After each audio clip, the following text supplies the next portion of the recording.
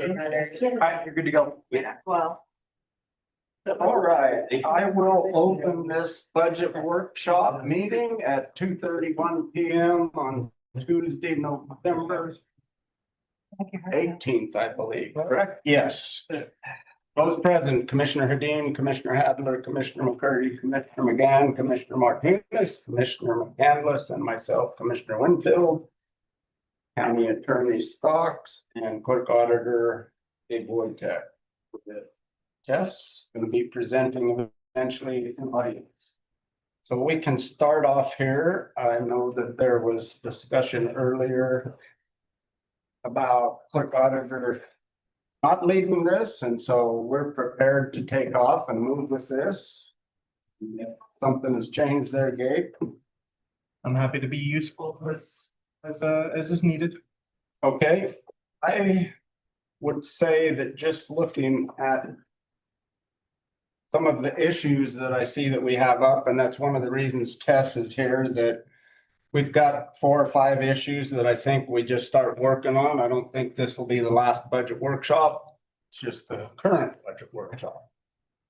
I think that there's a need to go over the backfill vacant positions, the personnel and new positions that were being requested, the COLA, budget trend for next year, and the administrative fees and the discussion on capital projects.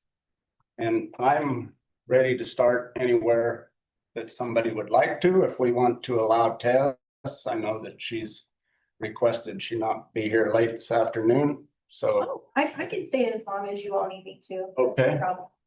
All right. But I think that's a good place to start off would be, I think one of the most pressing is the backfill positions that we have out there that are open and not filled. Absolutely. And then we could just roll right into the new positions in the COLA. And I think when I was given my numbered out list here, I skipped over COLA maybe, but we can discuss those if you want to start us off. Yes, with a discussion on each of those, and my request would be that we go through those backfill positions one by one. I know that they are in our budget, but we also at some point are gonna have to find places to cut this budget to balance it, and if we're gonna do that, I think they look at positions that are mandatory to keep things running smoothly, and those that are less likely for that to consider whether we fill them or not. I'll go ahead and share. Please go ahead, yeah. I will go ahead and share my screen and I'll start off with our position, our backfill requests. So to start us off in terms of the origin of the backfill position requests, in mid to later July, when there was a lot of really the discussion of the identified budget constraints began when positions were coming open.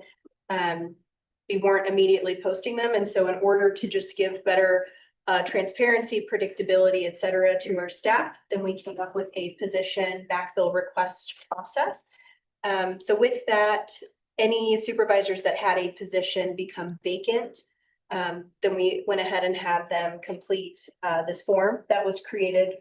And so I'll go ahead and no. This should help. Is this a little bit better picture again? Yep. Okay, very good. Great. Thank you. So I'll go through them one at a time. We have 3. There are more vacancies than that. We've received more than just these 3 position requests. However, we're bringing these 3 before the commission because they've been routinely and repeatedly requested by these department heads. And so due to the ongoing and repeated requests, we've determined that the prioritization of looking at these 3 positions is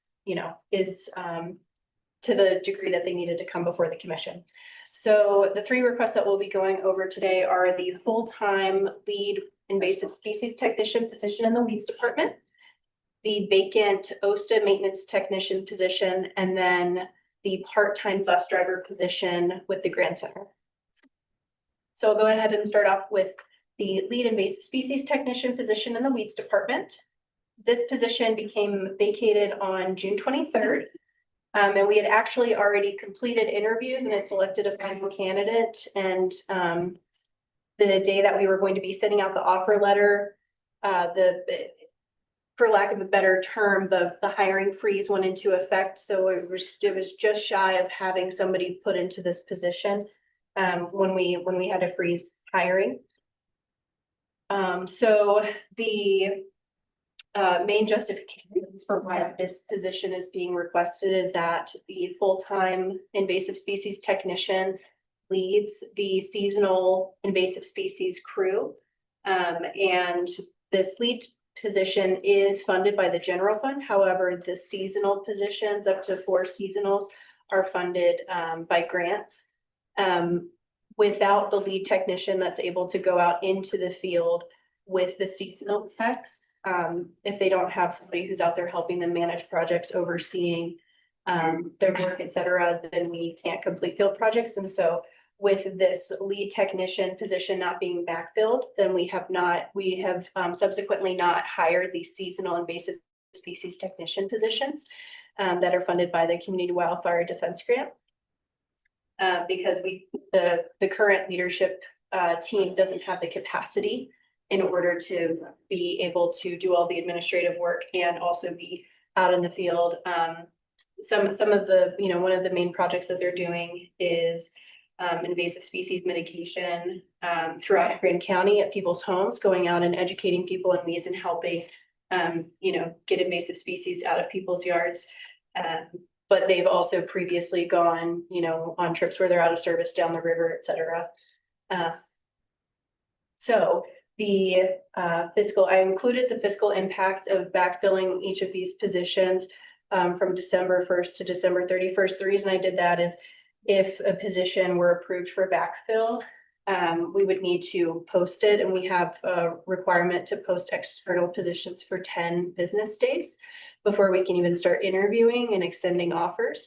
And so the assumption that I operated on is we wouldn't actually be able to successfully fill these positions until at least December 1st. But I certainly can provide numbers for the 2026 year fiscal impact as well.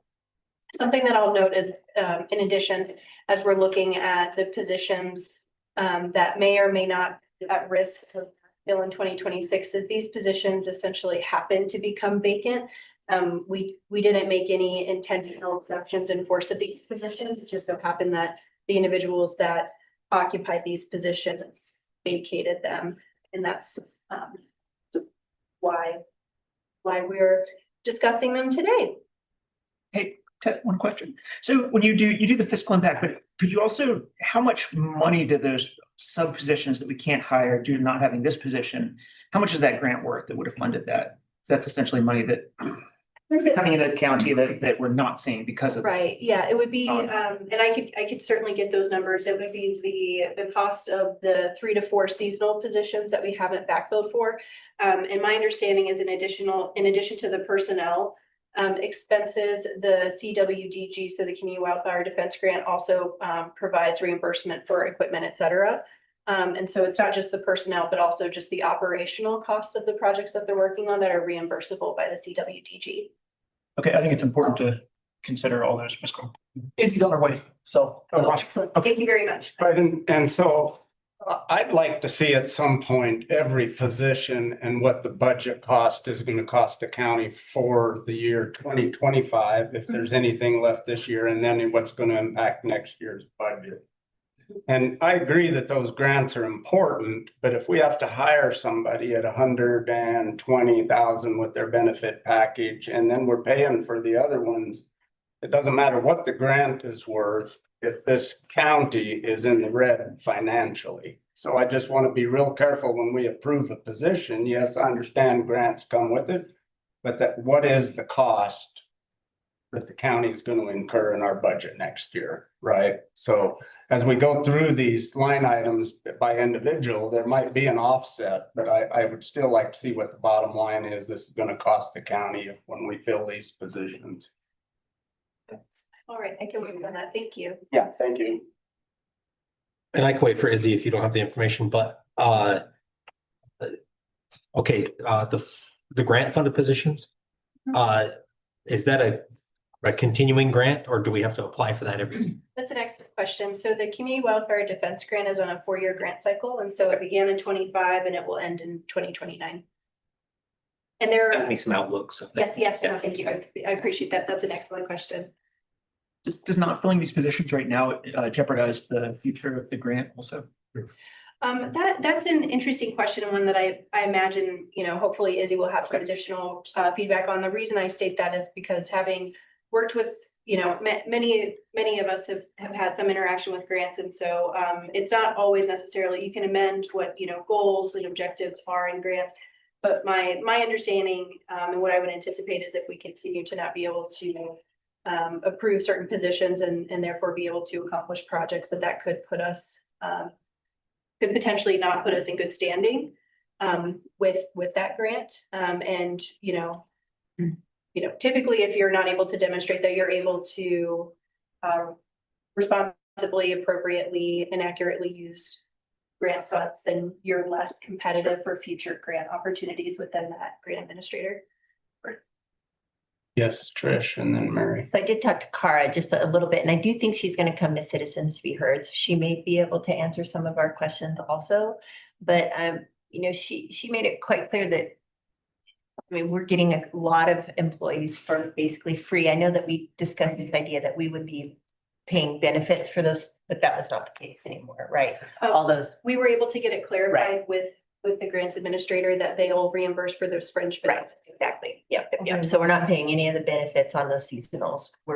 They're all free. But she made it really clear, like without the lead, she's kind of dead in the water, right? She needs that lead to be able to lead the seasonal crew. And so just kind of throwing that out, we are getting a pretty good deal. A lot of employees for for one that we're gonna have to pay for. So, but again, she's gonna come to Citizens to be heard, so we can ask her questions. Mary, go ahead. Since it was frozen, was it in budget this year? In budget for 2025? Yes. And so the weeds department has already underspent by more than 5% of their budget this year because we haven't backfilled this position. So they're well under budget for 2025. This position not being backfilled since June, from June to today. Come on up, Izzy. You're welcome to join her. We're on your item. And again, I think if we just keep going through these so that we can try and get through all of them rather than having major debates here is what's the cost to the general fund? What's this adding to next year's budget?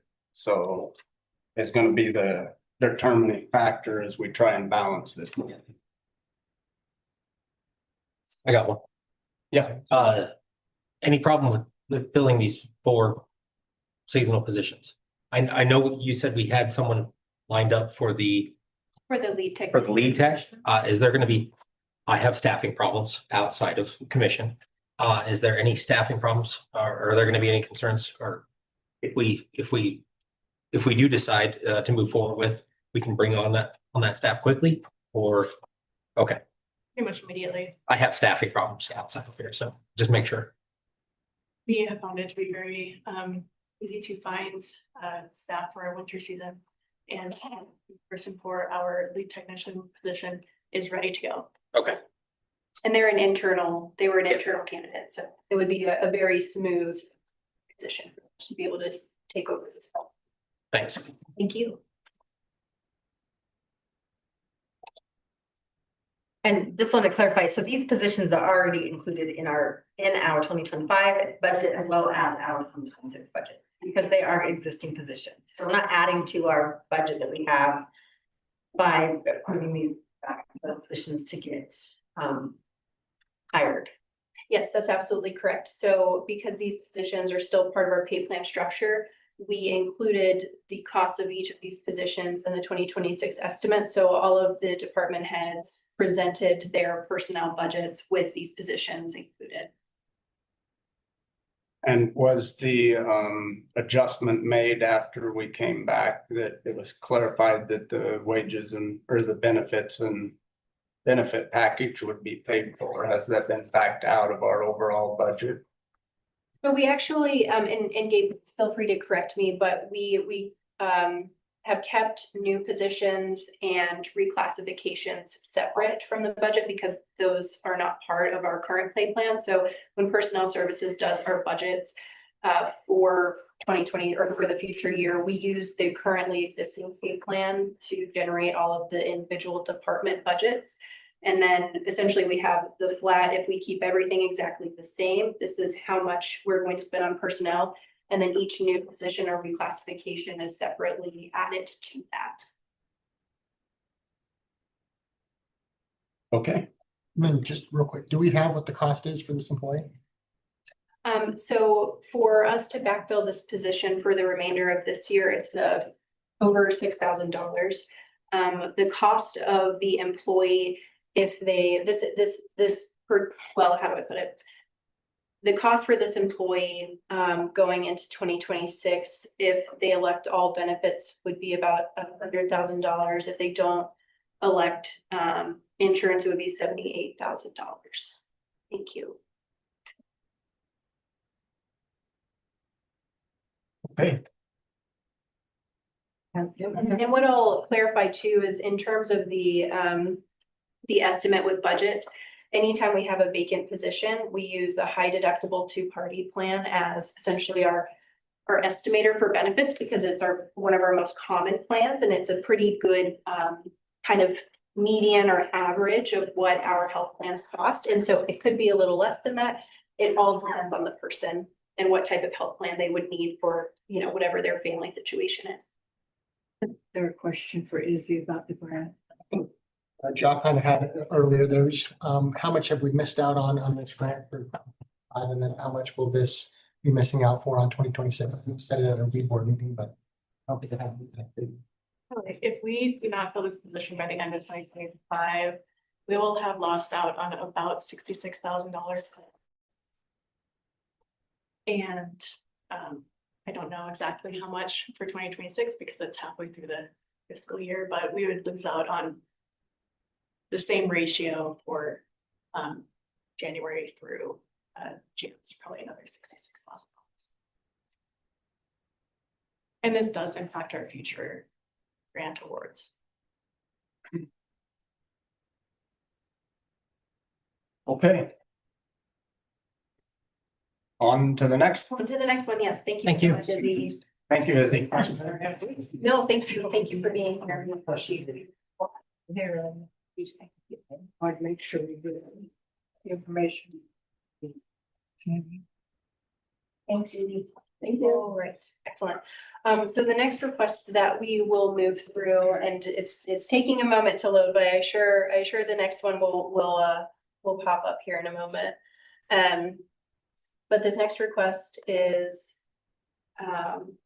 from the Old Spanish Trail Arena, and I apologize, I'm not sure why it's showing just fine on my screen, but my internet may be a little bit delayed, so I apologize that it's not popping up, but the attachments are included as Civic Clerk. The next position is the OSTA Maintenance Technician position that became vacant in July of this year. This position is a full-time position. It's funded by the general fund.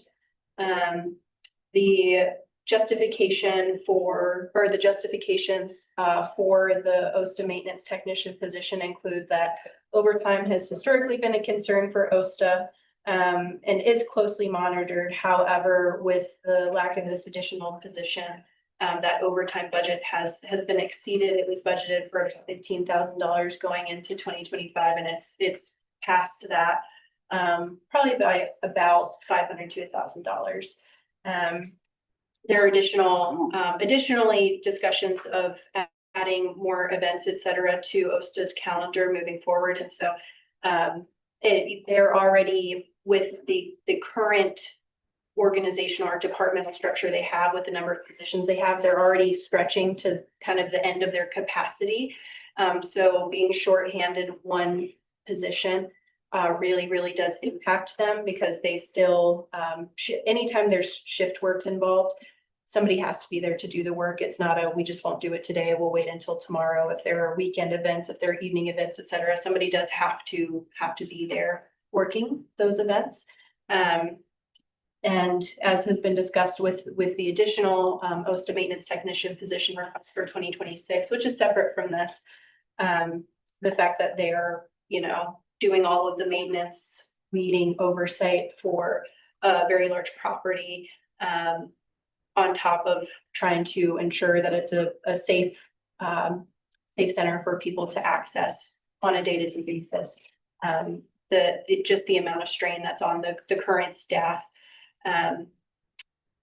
this may cause, burnout for the staff, could cause some additional risk and safety issues if staff are very overworked and far into overtime. They're operating equipment, et cetera. It could be more likely that there are accidents, incidents, et cetera. So those are the justifications for backfilling this position. And then in the in civic clerk, I included, and I apologize, I've got a lot of different numbers in my head right now, but I did include the fiscal impact of backfilling this position from that December 1st through the 31st. This is another position that, using the estimates of our high deductible two-party plan, that they would be in a tier 2 retirement system, and also be coming in with about roughly 10 years of relevant experience. The cost for 2026 of backfilling this position would be approximately $100,000. And again, I apologize for my computer going a little bit rogue on me. I may need to stop sharing and then start over again.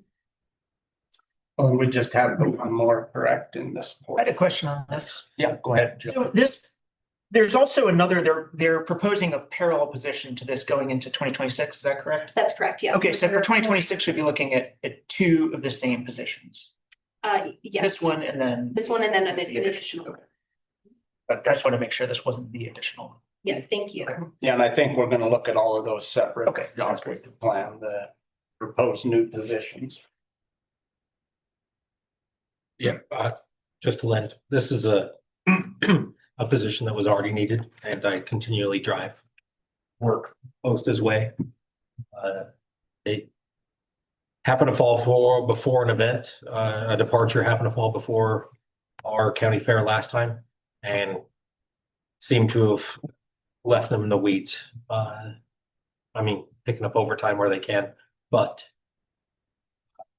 being heavy-handed in OSTA and on their board. I see the need out there for this employee, and I feel the need to speak for it.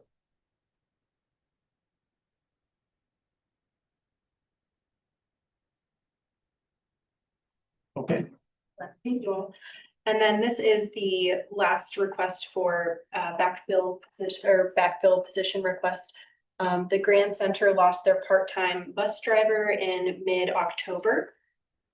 We looked into this further for a number of reasons, but it's been made very clear by the Utah Trust that only an individual that has a valid CDL and passenger endorsement can operate the 2 Grand Center buses. None of our current employees at the Grand Center have their CDL or passenger endorsement, or our former bus driver did. And so with that, our current employees cannot operate our buses. They can only operate the Grand Center van, which seats a maximum of 9 passengers as opposed to a maximum of 15 passengers. There are quite a few days where the bus is fully seated when they are transporting 15 seniors to the meal program.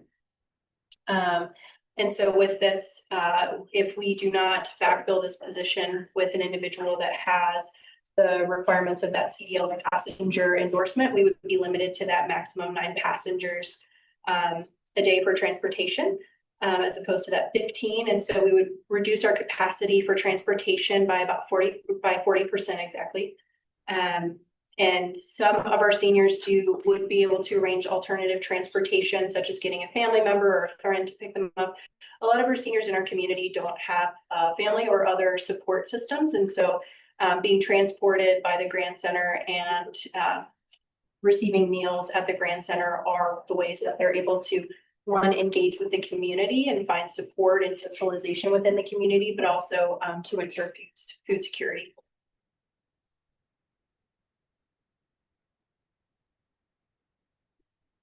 I know CDL drivers are really difficult to find. Is there anyone, I mean, would this be? Will we be able to fill it if we choose to? Yeah, excellent question. So we've already had 2 people express interest. One of them does have a CDL and a passenger endorsement already. And so we would of course need to go through the process of ensuring that we, get the background check, motor vehicle, et cetera. But we have somebody lined up that is very interested and kind of just waiting for this position to be posted that has those requirements already. Would the expense go up? Cause I mean, if they have a CDL, if we had the job and it wasn't requiring a CDL and now it is, after some, learning some things, is it gonna increase the pay? No, so the position will remain at the grade that it is now. And this is actually something that previously the information that was provided to personnel services, it was before my time, was that the CDL and passenger endorsement were not required. However, we went ahead and went through the due diligence of checking in on this, and it was determined by the current risk consultant that is assigned to us through the Utah Trust that it is required. And so again, our former bus driver did have the CDL and the passenger endorsement. So we wouldn't be changing the salary of this position. And what was the general fund hit with this one? If we were to fill it for the remainder of this year, it would be approximately $2,500. And for the next year's budget? For the next year's budget, this is about $25,000. Okay. They work 20 hours a week approximately. That's what I was gonna ask. Thank you. So, excuse me, so this year is how much? To fill it for essentially the remainder of this year would be $2,492 for my estimates. And then next year would be 25,000. Approximately 25,000. And it's non-benefited, which is why, of course, it's essentially salary, payroll, taxes, and workers' compensation. So then my next question would be, for the next budget workshop, would we be able to see all of the backfilled vacant positions to determine what we want to look at going into next year? See if there's any. I know these are pressing because we're voting on them today, but it'd be great if we could see all of those moving forward with just a line item of what that cost is gonna be. And clearly, I think some of them have a higher priority than others. We just want to be able to make that determination. Yes, absolutely. Mark made that request to me, so I was working on it actually prior to coming into this meeting. So it's about halfway done. Perfect. Okay, so what? That's Yes. one question. No, please, I'm Just one sorry. I quick didn't- question on the senior center here is there anybody that could help out right now with the CDL in the county from another department? Quinn Hall was very kind to disclose that he does have a CDL and passenger endorsement. I think we can all agree that Quinn has a few hats on his head already. And, was very kind in making that extension, but I want to be kind to Quinn and maybe not take him up on it. At least not very often. Unless they're going to a casino. There's an emergency, I'll do it. All right. Where would you like to go next, Tess? I know that we talked about new positions and COLA growth. I would be glad to dive into COLA because I haven't had the opportunity to do that with the entire commission yet. That's Okay. an okay place for you all. Great.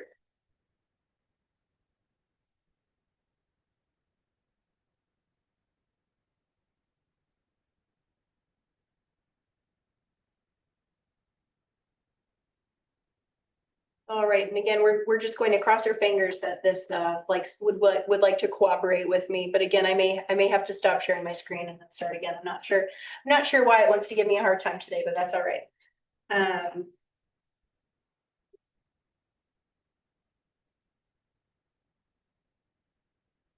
All right, excellent.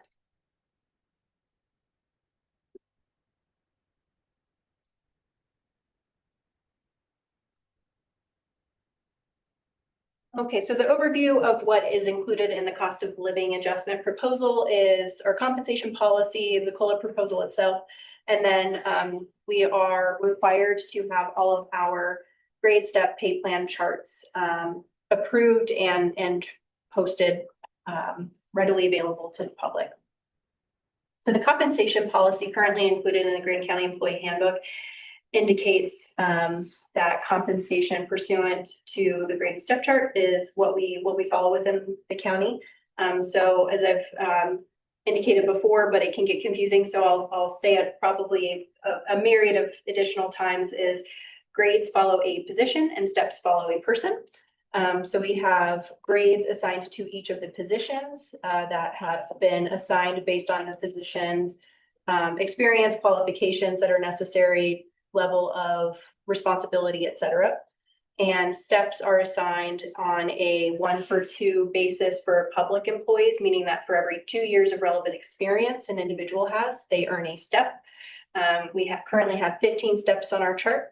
For public safety employees, there is a 1-for-1 award. And so if a law enforcement officer comes into the county and has worked as a law enforcement officer for 15 years, they get placed at a step 15 coming into the county. In order to maintain a high quality workforce, we make evaluations of our compensation, and the commission makes all compensation decisions consistent with public trust with the additional recommendation of the Personnel Services Director. In terms of cost of living adjustments, specifically at the discretion, again, of the commission, COLAs are considered when they reflect market trends and our changes in cost of living. And so something that I always want to ensure that we keep in mind is that cost of living adjustments are not raises, right? They allow us to ensure that the power of our employees' dollar maintains its strength. And we have previously based our COLA recommendation off of the Social Security Administration's COLA that they set. This year it was announced on October 24th that it would be 2.8% going into 2026. And so that's the percentage that we use to generate our COLA numbers. And so this just provides a table of from 2014 to 2025, the COLA percentage that was approved by the commission. What you will notice is in 2018, the commission was unable to apply a COLA starting in January, and so that COLA was applied mid-year at that 2%. You'll also notice that there were several years that staff received, large COLAs because of just the rate of inflation was exacerbated for a number of years. In 2025, we approved a 2.5% COLA, and again, the COLA proposed for 2026 is 2.8%. And again, these are the charts that will be required for the commission to approve during the budget cycle. So our 2026 drafted pay chart is essentially just the 2025 pay chart. It does not include any type of cost of living adjustment in it. So if a COLA is not approved, we would essentially use the exact same chart that we have this year, put 2026 on it, and move forward from there. The drafted 2026 pay chart, including the 2.8% COLA, is just that. Every grade and step point would be increased by 2.8%. And this is sort of just a little note for future consideration, not necessarily for this year. But there has been feedback. We have a increased population of stepped out employees or topped out employees, meaning we have an increased number of employees that have hit that step 15, so the last step in our grade and step chart, and are no longer eligible for any type of merit increases. They receive cost of living adjustments, and that's it. And so we have been able to learn from the other counties in Utah. The majority of them that some counties don't do anything. They just say essentially when you're topped out, you're topped out. And then some employees award anywhere between a 1 to 3% bonus based on their salary that's awarded at their hire anniversary. We have not found any counties that essentially on an indefinite basis award merit increases every single year. And something to note as well is that our step chart goes up to 15. We haven't evaluated across Utah what others grade and step charts look like, but we do know for the city of Moab, their step chart ends at a step 12. So we do award up to 30 years of relevant experience in our compensation assignments. So it's 2 years to a step.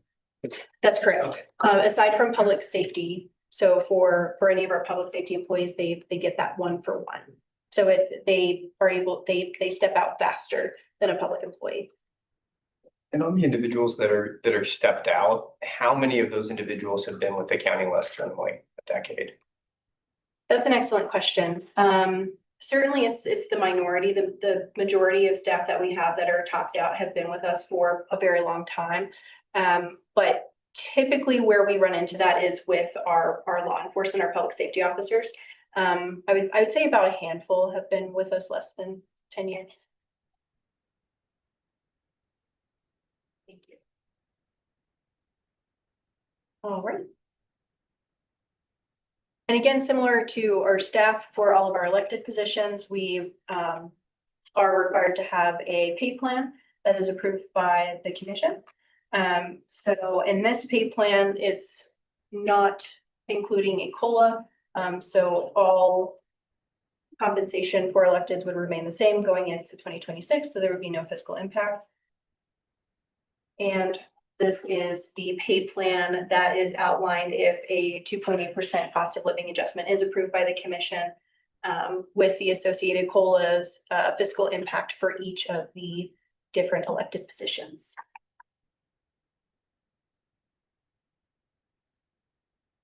All right.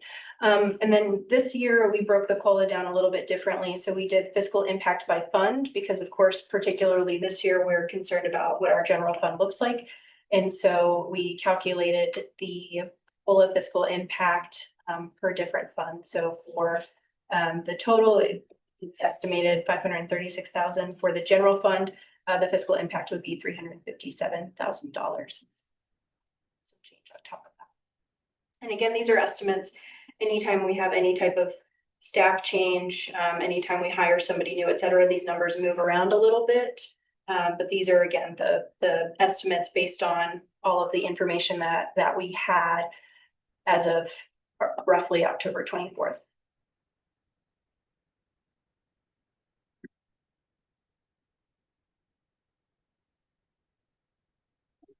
Okay, thank you. Thank you. I actually had one question on COLA. When you look back at the COLAs that were given out over the last 10 years, in 2018, it says they were given out halfway through the year. Does anyone here have knowledge of how that happened? Were they just given COLAs for half a year? Were they retroactively applied? Do you remember, Mary? I know you were maybe the only one here. Pretty sure it was retroactive. It was retroactive. Okay, so it was so I guess we'd look at monies that were coming in. So there wasn't a COLA given that year. Halfway through the year, we're looking at how much money we have, and then we retroactively apply a COLA for the year, something like that. That's how I do recall that was how it was done that time, because revenues were strong, or sure, some performance indicators seem to allow for that. Thank you. All right, excellent. Thank you all very much. Do we have any additional questions on the COLA presentation before I move back into the new position reclassifications? Yes, Mary. Just not so much on the COLA, but maybe for Dave or something. Is it consistently retroactive, or do it every once in a while if they change it mid-year? Does it just go from that time on? You all would have the authority to apply it in any way you would see fit. That's what I wanted to know.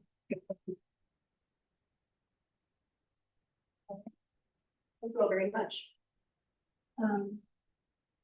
Excellent. So some additional points on the COLA is, although historically we have followed the Social Security Administration's, adopted COLA, the commission is able to determine what that percentage is, whether it is lower than the SSA COLA, whether it's above, et cetera, and different employers that I've worked in, just dependent on what funding is available, what our revenue streams have looked like. I've seen it done a myriad of different ways.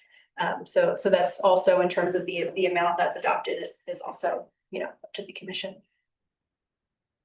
All right, excellent. And then I appreciate everybody's patience in advance because some of you all have heard this a few times already. So thank you for bearing with me as we go through it again. And something before we go into this, I'd love to hear feedback from you all if that would be beneficial to do at this time, how it would be most productive for me to present this to you all, whether we would like to discuss the ways in which you all want to, last year we did it sort of by an advancement process where certain positions would kind of make it to the next round and some wouldn't in terms of the proposals. Last year, I started out with sending out a survey and I got mixed feedback on how helpful sending out a survey was, where the commission was able to rank the prioritization that they felt each position, either the new position or reclassification had. So I'm very open ears and would like to support you all in whatever the best way is to move through the new positions and reclasses. I think we can go through these and kind of do a thumbs up or down as we go through them one by one, right? Or make some decisions to hold or. Yeah, go ahead. I just needed clarification, so thumbs up would be what? We would say, yes, this position needs to be filled. And then we put it in the budget subsequently. That just allows her then to move it into a future agenda item or not. I was just wondering if you wanted thumbs up, we were gonna discuss it. And maybe I see. or later, or if thumbs up meant, and thumbs down meant we weren't gonna think about, okay. Okay, no, my answer, thank you.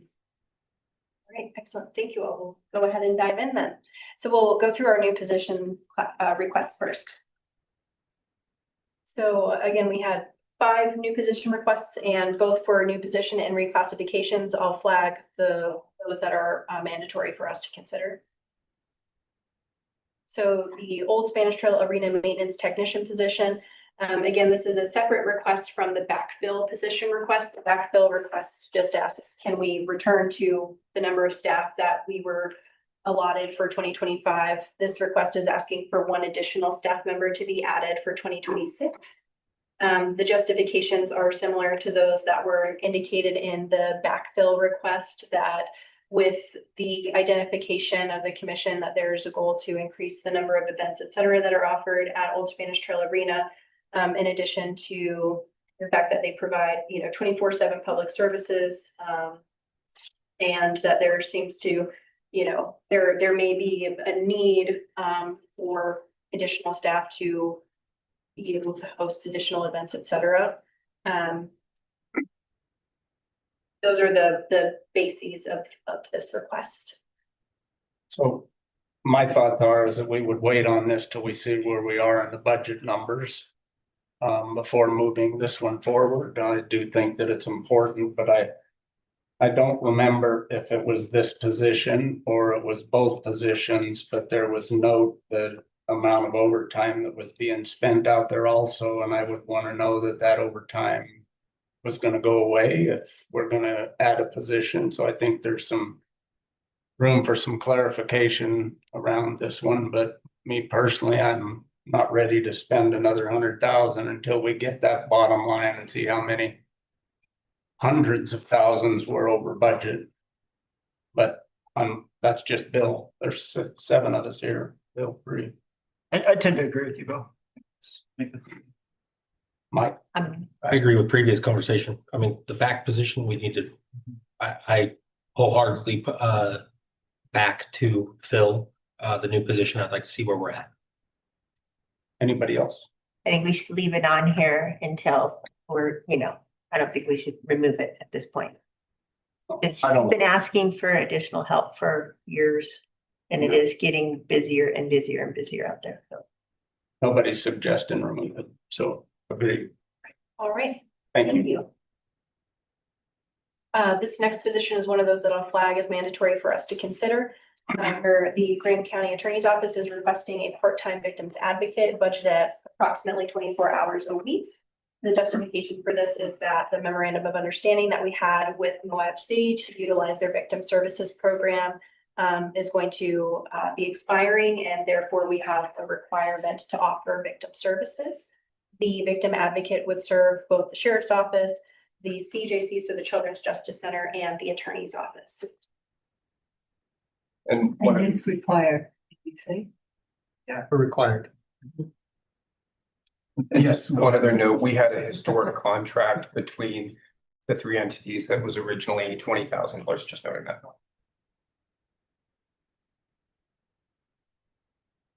It was 20,000, right, Stephen? It was. Then they came back and recently it's a higher amount the city's wanting us to pay.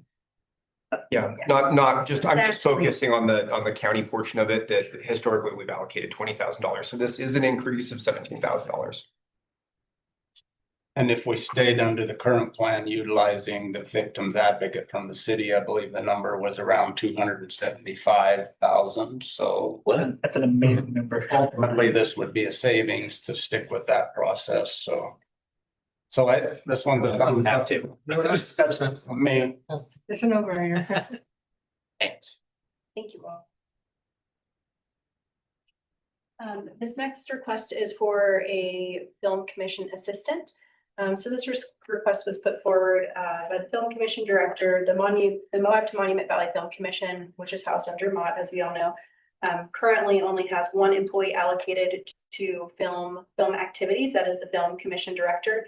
And so the request for this assistant position would both increase the capacity of the film commission and also allow institutional knowledge to be held by more than one employee within the department and within the county. And it's part-time. It is being proposed as part-time at 25 hours a week. Yes, Jacques. Where would they be physically housed? Like, would they get a cubicle in the building over there, or is there room for this position? That's a really good question. I just thinking of the layout of the office, there would be room. And the reason I say that is because we previously had the Moab office of, or excuse me, at the time, Economic Development Department Assistant, which then became the Assistant Economic Development Director. That position went away during the restructure. And so there was one additional person that was housed in that building prior to this. So there would be room for them. And then this salary would be funded from which fund? Out of travel council, it wouldn't be out of general fund. Brian, go ahead. Yeah, I think I said this a couple of times. I'd really like to see the director make this call right here and organize that office once they get inside there. So I'm not saying that we should completely throw this idea away, but I would like to see them be able to organize their office how they best see fit. And I was just gonna say, just. I'm on thumbs I was up. gonna say, well, Brian in the past brought up a really good point, which I think is a great point. So, yeah, I would agree. All in Thank you, agreement Tom. there? Wait. Yes, Mary? Just for some historical perspective, when film commission was housed at the city, they often had an assistant, so it's not just to know that this is not a totally new idea. It's been done in the past. Thank you, Commissioner McGann. That's helpful. Is there also, do we have a job description for this yet, or would that happen once the position's approved? I wanted us to get a little bit further into the process, but Vega Metzner did send me the assistant job description from the city, and so we have a really great template to work off of. One quick comment? if I may? Yes, please. You could have the option as well of including this in the budgets and directing administration to hold off on any hiring of it, and then it would already be built into the budget. And it would be a little bit easier to fill it at that time if the new director were to so choose, but just wanted to throw that out there. That makes sense. Well, the only thing that I was saying is the reason that I bring up, I'd like the director to do it is I'm not sure if the director, because I think that the Moab Office of Tourism has also mentioned some interest in administrative help. And so I'm not sure if they're going to say, hey, we'll just hire one administrator to handle both departments. And so that's why I really think that we should wait and let them come and give us a presentation on how they best would like to organize that office. Do you mean assistant, Brian? What's that? You mean assistant? An assistant. Yeah. Okay. Instead of administrator. Well, and I'm sorry, yeah, administration for both, Oh, okay. for both, yeah. That wouldn't be bad to have it in the budget. Just it makes it easier. Okay. We don't have to amend the budget. We have it in there. We don't, if the director chooses not to use it, or decide something else, that's fine, but it's in the budget. I would recommend leaving it out at this time. I mean, Yeah. we don't know if it's a half, part-time or a full-time, and we can amend when we come to it if the new director feels that way, but we I can. agree.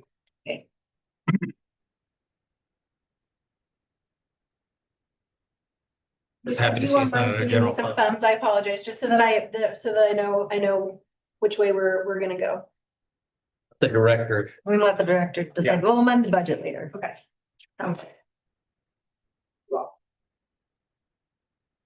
All right, the next request for a new position is a full-time fuels reduction technician. This is one of the, and I apologize, I haven't had an opportunity to amend this presentation. I was gone last week, but this is one of the positions that would be funded by the Community Wildfire Defense Grant. We've been able to clarify with the grant administrator that they would be eligible for benefits, and so full cost of the employee would be covered. It wouldn't be 26,000 allocated to the county. And the full-time fuels reduction technician position would assist our current fuels reduction coordinator in leading out a seasonal fuels reduction team, and also work with our fuels reduction coordinator during the short season on fuels reduction projects. And that's again one of the really big pieces of the 4-year CWTG. Fully funded. Fully funded. Yeah. Thank you all. And this is tied to the last slide, but the fuels reduction technician seasonal positions, this request would be up to 4 seasonal technicians to work with the full-time fuels reduction technician and the full-time fuels reduction coordinator in order to do seasonal fuels reduction projects, and these would be fully funded, including those fringe benefits under the CWDG. Or at least through 2029. So would these positions be dependent on us filling the previous position that we talked about under the back? The lead. No, that's an excellent question. And so, no, and that's because invasive species projects and fuels reduction projects are Okay, they're under the same department, but they're different umbrellas. okay, so these guys are good to go once we get. They're good to go. We have a fuels reduction coordinator, which is a full-time position already in place in the weeds department. That is being funded by this grant already, so they would be good to go. Fantastic. at $0. I mean, So just so I need to put the whole chart kind of in my head. So we have 1 fuels reduction and then 4 part-time staff. One as what we're looking for right now is the new request. Yes. And then on the other hand, we have the lead weed tech, right? And then an additional 4 people as well that would be covered under the grant. So we'd be paying for the 1 lead tech, and then the 4 would also be covered under the same grant. Is that correct? Yes. Thanks. let's tie all this in again. Is that other lead tech responsible for, or is he responsible for grant application? Yeah, me too. I thought it was just 4. That's an excellent question. My understanding, and I can clarify this with Izzy, but my understanding is the lead technician helps with sort of transferring that data from the field to get it reported, but that Izzy is doing essentially our side of the grant administration and reports, et cetera. But the lead technician does offer that bridge between what's happening in the field and what needs to be. Okay. I love grant writing. I see it all over your. Understand. All right. We need a straw poll on that one too? Yeah. Thank you all. All right, excellent. We'll go ahead and move into reclassification requests now. And again, I'll flag the reclassification request that's mandatory for us to consider. Just 1 second back to the other one, because we did mention that lead position at the weeds department was dependent on getting to the bottom line of our budget, was it not? Or are we saying that position is open to hire, which is going to open the door for all 4 of those? two crews, is what my understanding, that's the question. So there's gonna be two crews. One's is gonna be fuels reduction, and that would be basically a lead, and then 4 part-time employees. And also we'll have the weeds and basic species, have a weed tech, and then an additional 4. Right, but the lead tech is coming out of the general fund. Correct, that correct? one lead tech would be out of the general. Right. fund, And then Okay, the rest of these would be funded by the civil. okay, thank you. Yes, thank you all. Clarifications. Oh, it's All right, excellent. Perfect. So this first reclassification proposal is, we've discussed that particularly because electeds are, not eligible for any type of merit increase, et cetera. For us to ensure that we remain competitive and are able to, get really qualified folks to run for our elected positions, us keeping up with the average of fit to first class Utah counties in terms of compensation of electeds. It's prudent for us to perhaps just start presenting them every year what the averages are for the commission's consideration. And so we are proposing looking at increasing the compensation for the assessor, recorder, treasurer, clerk, auditor, and surveyor. A few of our elected positions are excluded because they already meet or exceed the threshold of what the average is for fifth to first class counties in Utah.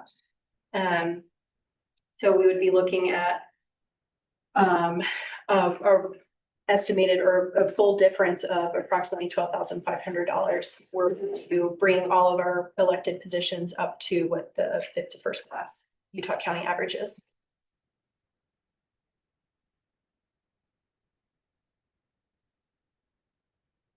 Yes, Jock. This is an interesting question, but if every county did this and we raise ours, then every other county does theirs. Isn't it a bit of a shell, isn't it? A self-eating dragon. Something like that. Yeah, I mean, I don't know how other counties do it, but I would assume they kind of do the same thing. And if each one raises and they raise, then you look at it again and you're just talking about a indefinite raise, which I'm not saying is a bad thing. It's just the mathematics of it. I just thought that was interesting. And one other note, and again, these are weird because it's not, if I didn't like what you guys were providing, I can't just up and move. I have to go gain residency in a different county, and Right. So it might be apples and oranges comparing them to a different position, like a film director. Film director can say, hey, this is an advantageous market. I don't know that most of our electeds are running for the position based on whether San Juan's more competitive or not, because you have to live in that area and you have to. So I'm just noting that nuance.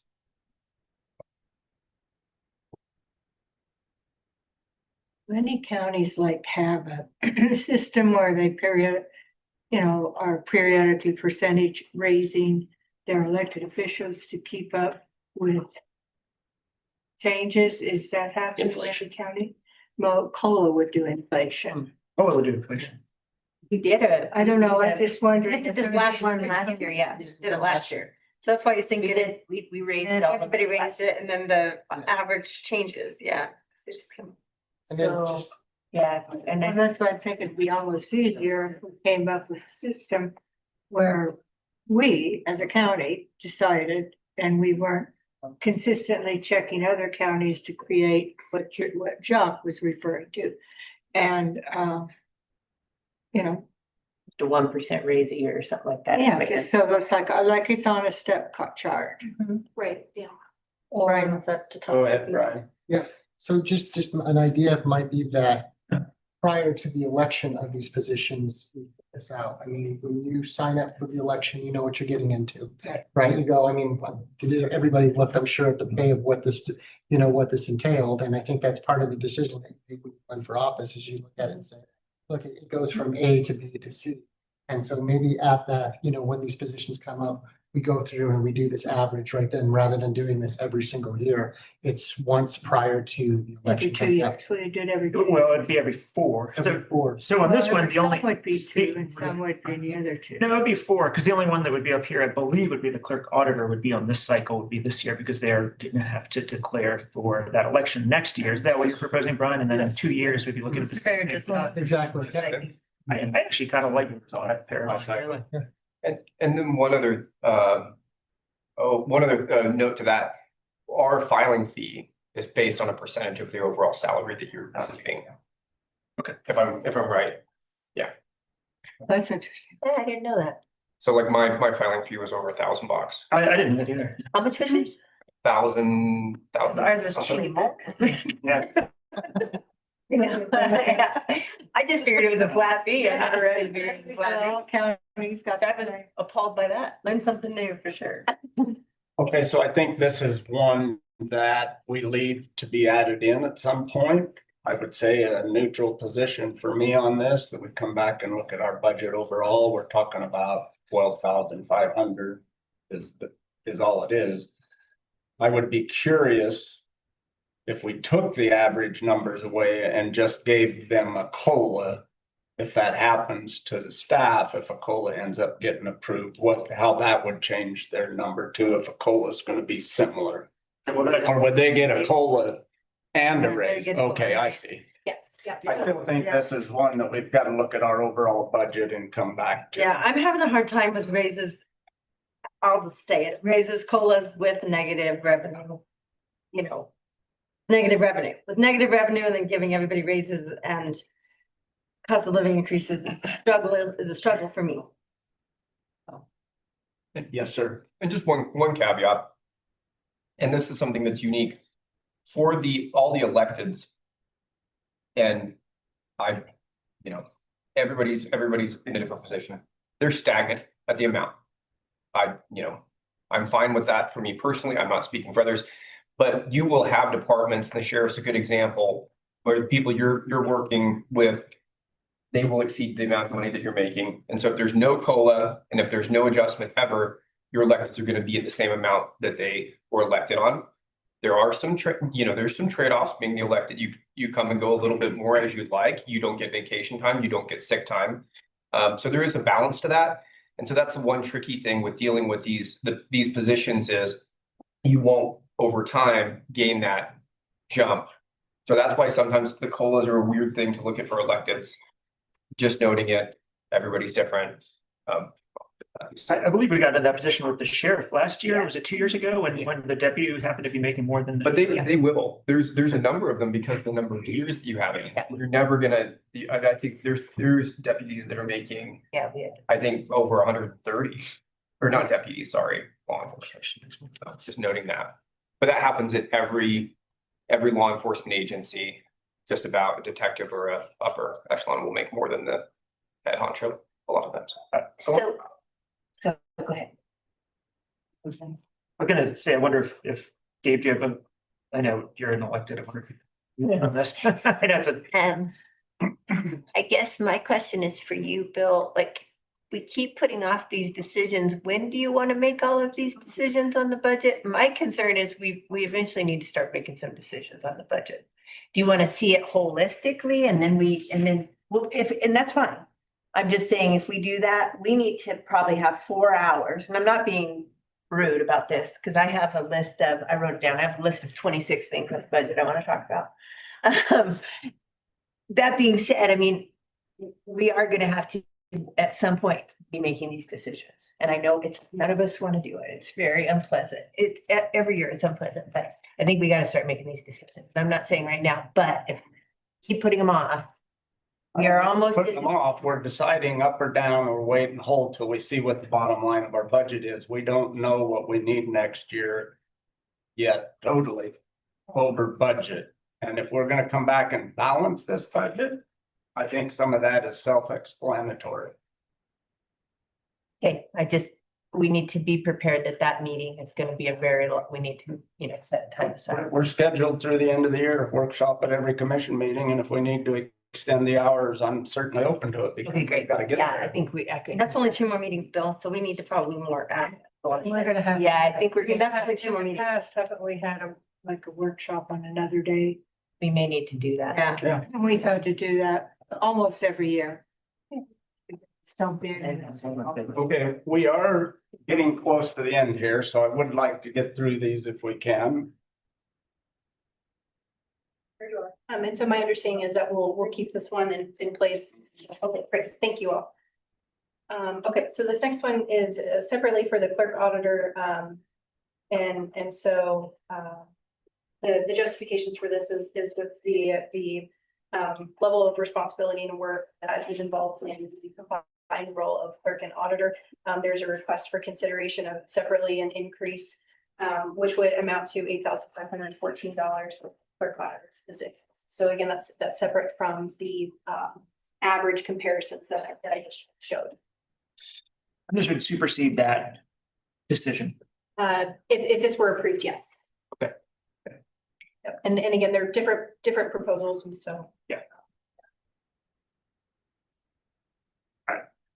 I personally would, I was gonna say I personally would favor this. I think we've already looked at the splitting out the clerk and auditor position and what that would have cost and decided not to do that. So that's still wrapped up in this position. I think honestly, from what I see, I think, and not to disparage any of the other electeds, but I from where I'm standing, the clerk auditor just has a very heavy workload. I'll just put it that way. And that I think that this is a fair compensation for that workload in light of that's a heavy combined position. That'd be my. I agree with that. Let's see. I'll put that. What are our thoughts? I think I'm there. Like, again, I think we have to come to the end and we have to look at this budget. So I don't want to just say no, throw it out the window, but I'm going to entertain. I'm reluctant to add things to the budget until we know exactly where we're sitting and we can start doing that comfortably. So that's why I'm a neutral. Is there another thumbs up? We had 3 thumbs up. I was just wondering, we wouldn't We had have to have sideways. Oh. Oh, you're sideways. Hey, Middle of the road. Okay. I will keep it in. Thank you. thank you. Excellent. So again, flagging this as mandatory for our consideration. So for the FAA, we are required to implement an operations manager position by December 31st. Because of budget constraints for this year, it was determined that this would be proposed as a new position, but instead as a reclassification of one of our 2 existing lead operations specialists. So the estimated fiscal impact of this change from lead operations specialist to operations manager would be approximately $13,000. Just one quick question. Are we gonna have to backfill the other position? We would not backfill it. We would be reclassifying this. So we wouldn't be adding any new, the same number of positions would exist within the department. This would just be we would give the opportunity for an internal candidate to apply for it. This is required, is what you're. It's required by Hard to follow the to make this. A regulation or grant also, right? Pardon me? This is where's the requirement? requirement from a FAA. Mhm. Follows along with their fundings also, right? Like we have to have this to Yeah, accept. we have to do what they tell us to do. Yeah. All right. I thought on Yeah, I think that's all. Okay, excellent. Thank you all. All right, this next reclassification, we've had some really great creative ideas brought up. So there was a request to reclassify the part-time administrative assistant at the airport to a full-time based on just increased administrative workload. There was a really great idea of adding perhaps another part-time person because that would be less costly by about $30,000. I'm waiting to get some feedback from the director on the feasibility of this. It also could very well be in my inbox transparency. I'm catching up on a lot of emails unfortunately this week, but this is one of those, it's not a requirement, but it would assist in the administrative tasks of the airport. The other thing I brought up was, and I think you said part-time is under 30 hours to 29 hours, is maybe just to raise it up to 29 hours and then just see how it goes, right? So then we don't at least have to pay benefits. And then, the airport director at the end of 26 might just be like, okay, no, that didn't work out. I need 10 more hours or 11 more hours. But that was another thought. And I know Brian had the other thought of having a couple part-timers, but. I like the increase, the one person that we have up into 29 hours, Right. because finding other people to fill the position, it might just sit empty. Yeah. So might as well, And it saved money and then we just see how it goes. yeah. Thumbs up. To what, this or 29 hours? to the 29 hours. Okay, I thought 29 hours, that's. all right, Sounds good. I'll pursue that with the airport director. Thank you all. Yeah, I want to vote there. Do you guys see that? I got you guys to vote with me. Thank you all so much. Brian's like, that wasn't a vote. We've got a couple more.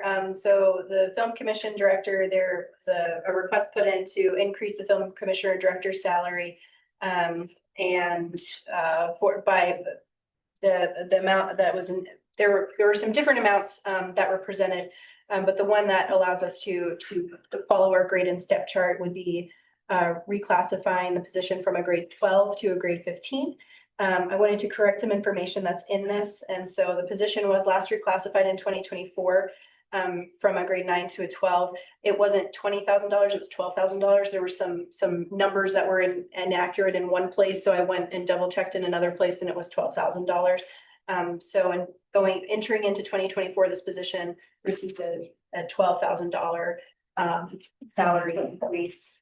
And the request now would be for another salary increase for about $15,000, which would total $19,000. Yeah, once again, I'd like to see if we can put this one off right here and see what we end up doing with the assistant. I think that if we end up going with the assistant, I don't know if that's going to be a necessary raise, but maybe if we, if the director does have the assistant, so maybe we just leave it in right now. I think that sounds good, Brian. I like that. I think it allows the new director of that department to weigh in on that as well. I like that idea. So are we saying Thumbs up for that. we'd leave it in as is right now? Not the proposed reclassification, but No, just leave leave it. it standard. Okay, right. Clear. So leaving the position consistent. Okay, excellent. So I guess then this is what you're, Right. you want, I'm sorry, I don't like that. That's okay. I know, I'm like, we need to come up with a more. There's so many. Welcome to the hard reality of this job. It doesn't provide much of a boost in morale to put thumbs down. So we'll workshop that. Yeah, we don't like, the thumbs up is always great. not very fun, Melanie, sorry.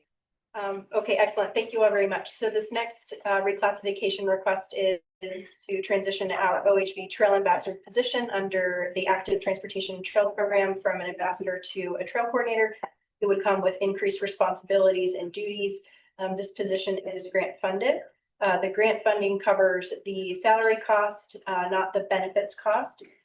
So adopting the new job description that would have increased responsibility and a 2-grade increase would be a fiscal difference for us of $1,311 because the salary increase would be covered under the grant.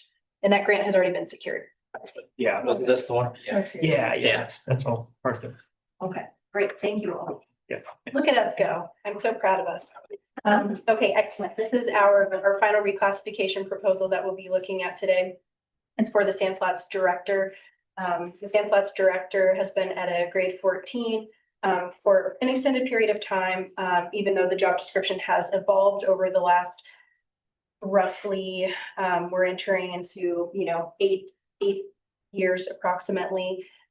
So with the increased responsibility of the position, both fiscally, operationally, et cetera, the expansion of the Sand Flats recreation area and the projects that they're pushing out of there, there is a reclassification request of approximately $14,000.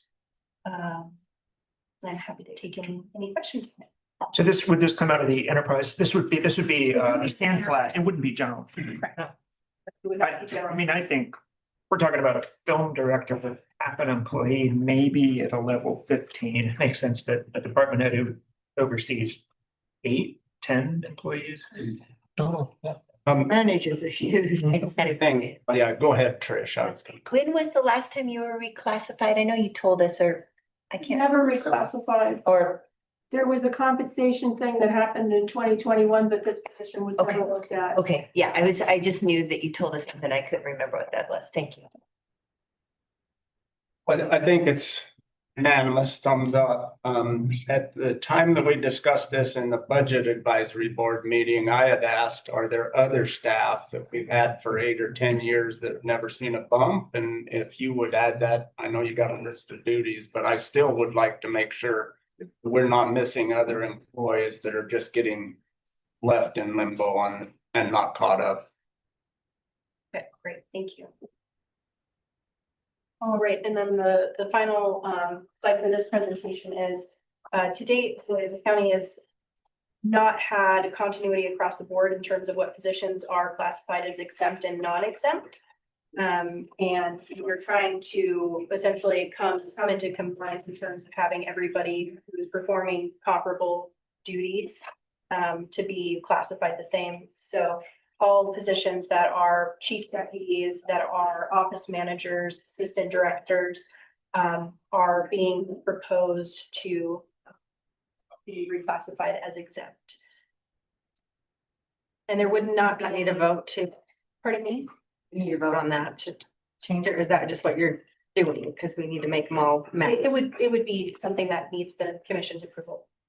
Is there a fiscal impact? There's no fiscal impact, no, and there wouldn't be a job description change. It's really that it's half and half of our positions are classified exempt versus non-exempt. Even though they're performing the same, they have the same, comparable levels of responsibility. It's just housekeeping. It's just a housekeeping, exactly. It's just something to provide continuity. Okay. Can you just go through real quick and the discussion at the Budget Advisory Board between you and Shan on some of this? I understand it in my head, but I don't have all the terms to go ahead and talk about it, because I think it's also something that we need to discuss when we're discussing this reclassification of exempt employees. Certainly, and I'll do my best to hopefully hit on the points that you're referring to. So the considerations that have been brought up by some staff that are currently non-exempt is that if they're reclassified as exempt, they won't be eligible for on-call, for overtime, et cetera. And so for some employees that have historically been getting additional compensation through overtime, on-call, et cetera, that would go away for those employees if they were to be reclassified as exempt. So there is some concern that some employees have because of that. One of the considerations we discussed to try to make this feel a little bit better balanced is increasing the flex time or the compensatory time That's what it was. from 24 hours to 40 hours, 80 hours, but something higher so that employees that are exempt and are consistently, or at least more often than not, maybe finding themselves in a position where they have to work overtime, are able to at least get that time through, say, additional vacation, et cetera. Because I mean, my understanding basically is, if you're an exempt employee, you go over 40 hours, it's like, okay. But then Grand County has a policy where you have to log in, how many hours as a full-time employee? A minimum of 40 per, is that where you're? Minimum 40 per week. So basically, if you go over your 40, you're throwing those hours away. And I mean, at least in the private world, if you have a job and you're paid for that job as an exempt employee, some week you might work, 60, 70 hours, and then the next week you might only work 20. Our policy prevents that. And so just making sure that we can account for that here, I think is something that we want to do. Agree. All right. Right, excellent. Thank you all very much. I appreciate it. Yep, thank you. And I'll be sticking around to provide any additional information that's in down those backfill requests as well. So before we end our budget meeting and take a slight break for the next one, I would like to make a recommendation and get the commission, other commissioners' feel on this. But because I know that we have discussed administrative fees and raising those on departments around the county, and I think that it's a bigger discussion than we need to be involving in the middle of this budget year, I would like to recommend that we do that in 2026 at some time when we have time to have a very thorough discussion and come up with a plan. So that departments can then plan for that rather than, basically coming back after they've already presented their budget and realizing they're getting hit again. So I'm recommending that we wait as a commission to increase any administrative fees until 2026, and we've had a time to thoroughly vet and discuss that, which will let departments then not be sitting out here waiting for us to get to that item. But if you all feel that we need to have it this year, that's going to add to our budget workshop by a long time as well. And I think that it would just be better put off until 2026. I think we should have it this year. That's my opinion. Then we should have what? We should have it this year. The question. Sure. So, Yeah. so putting it off would mean that then, if budget, if we had started enacting some fees, it wouldn't already be planned in their budget, correct? And in We're our, not putting it into, if we follow my recommendation, it would not go into the 2026 And if we budget. put it in next year, then it would change their budget. No, Next year, for the following For year. 2020. For the following year, So you're saying not any fee adjustments at this time. for next year? Well, there's already some administration fees that are built in to the budget that has been since 2021. So those are already expected, but this new policy that we haven't approved yet is not included in their budgets, and we're in budget season. And so like last night, I had, Sam Flat Stewardship, we had a meeting and we had to redo our budget because this amount of money wasn't in there. And there was lots of pushback in that meeting. I mean, all of the other people on the board were like, well, this doesn't make a lot of sense to us. We don't understand. I feel like that's kind of come from questions from the commission as well. And so, it's not that there won't be any administrative fees. There still will be the ones that were there prior that Gabe doesn't really have a definition around, and that's what he's trying to fix. But he's still saying that right now we're in a situation that's really, we have a budget to figure out, plus we have administrative fee to figure out. So that's kind of where do we talk about that, or do we wait till mid-year, next year and get it really dialed in so we all know what we're talking about for next year? So Trish, Brian, Jacques. or go ahead, Brian, I'm gonna, and I'll go after you. I'm gonna kind of like stray a little bit from this, but it kind of this as well. I just wanted to put out a couple of things really quick. So first off, when we were at the budget advisory meeting, I still don't agree with the projections that we're at, right? So of our revenue. So starting right there, I'd like to start, all the way back there at the projections of our revenue. Right now, we're projecting a 1%, we're projecting a 1% increase right now. And if I take the 10-month year over year, I have 4% decrease right now that we're seeing. So I'd like to start right there at our revenue projections. Second off, I just want to say that when I look down here on line, let's see, it's 103890 right there, which is the contributions. It's like page 2, right at the top of page 2, which is basically the bottom line.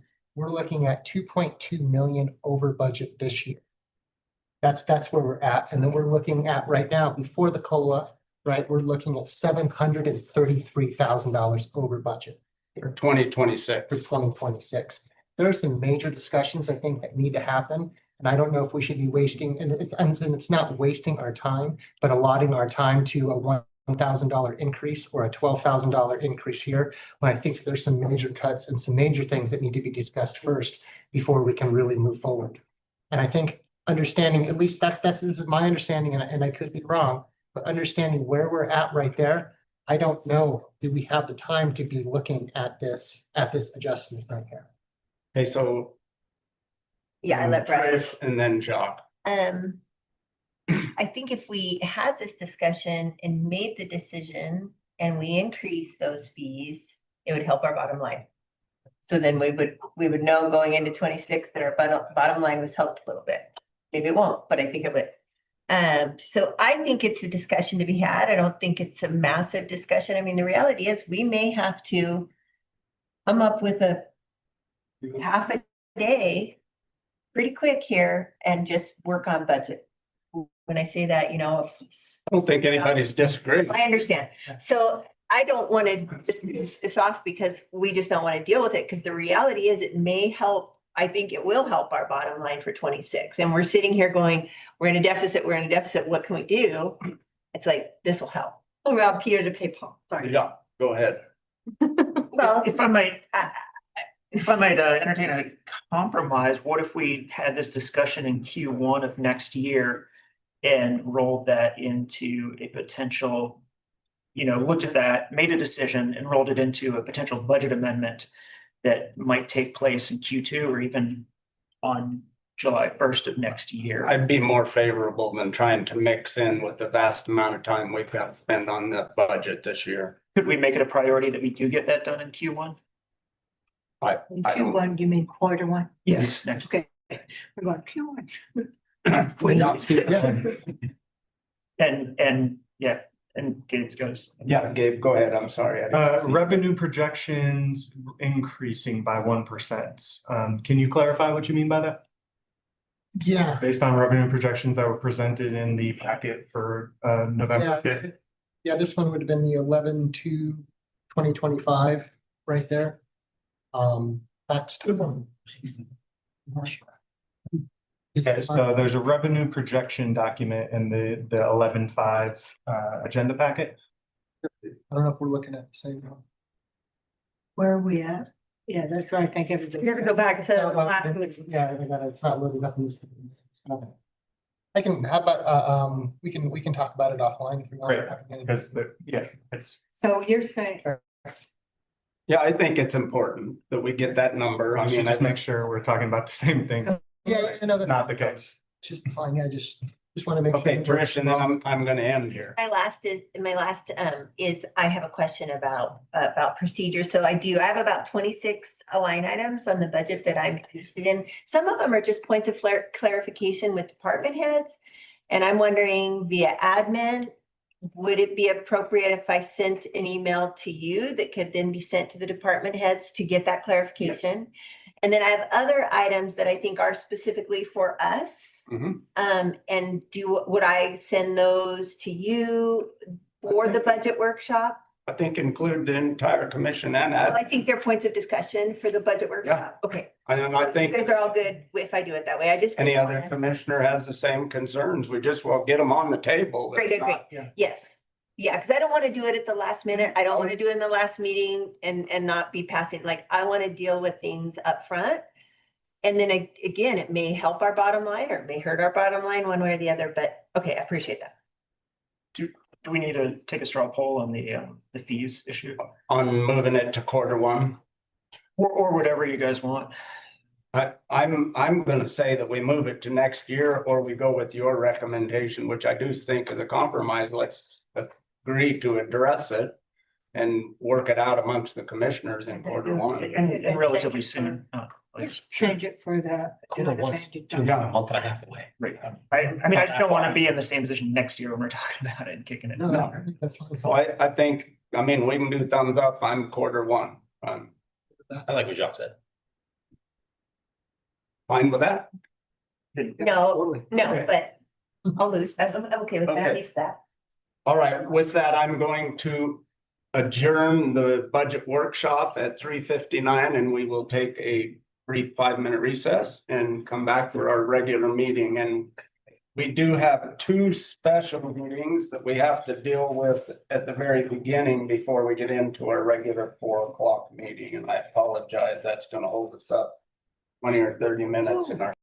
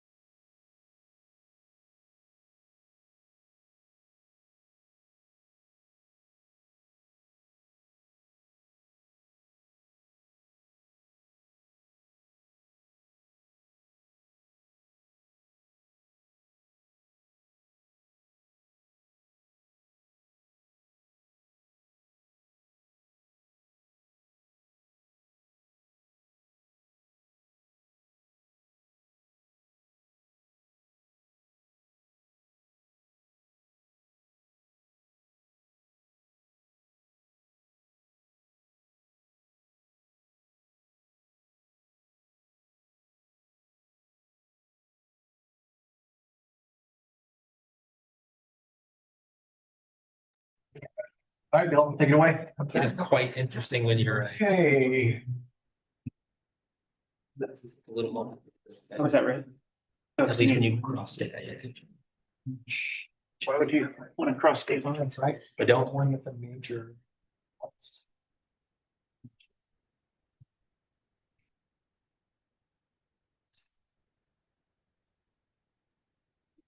Okay, I will open this community development block grant meeting at 4:04 on November 18th.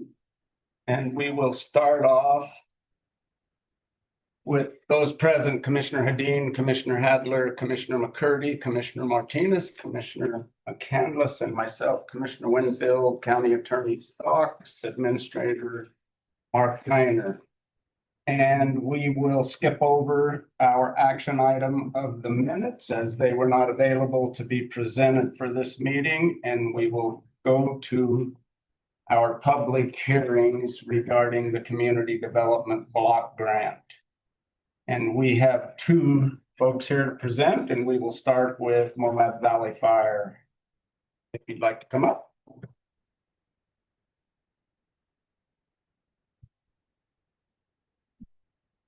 Guys, this is the what we're talking about.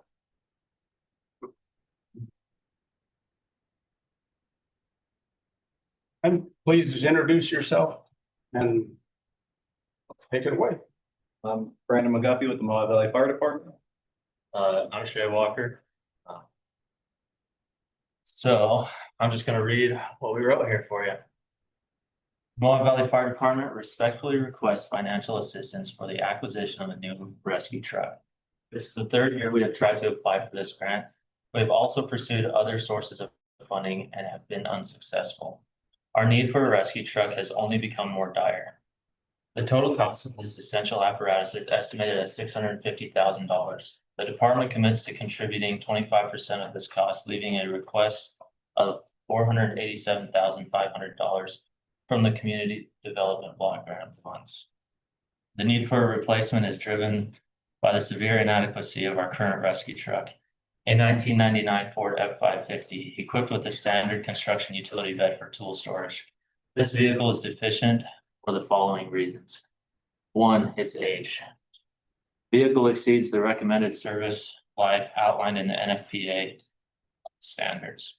Two, reliability. Due to its age and operational history, the vehicle's reliability is significantly compromised. And three, storage capacity. The existing utility bed provides insufficient and unsuitable storage for the specialized tools required for modern rescue operations. When this apparatus is deployed, the situation is often a matter of life and death. It is imperative that we maintain a reliable response capability, and the inability to respond to an emergency due to equipment failure is an unacceptable risk to public safety. We urge the county to support this application to CDBG to fund this critical project and ensure the Moab Valley Fire Department can continue to provide reliable, effective emergency services to our citizens. We passed out a picture of the current rescue truck we have. So we're trying to replace. Age and style. But that's been happening, right? That's.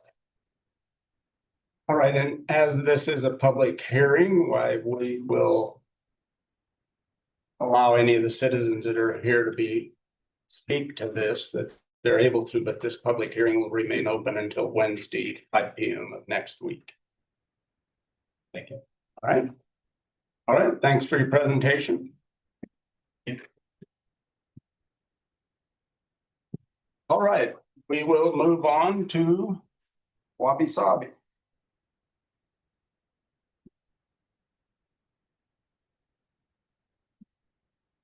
My name is Kevin Clyde, and I'm on the board at Wabi Sabi.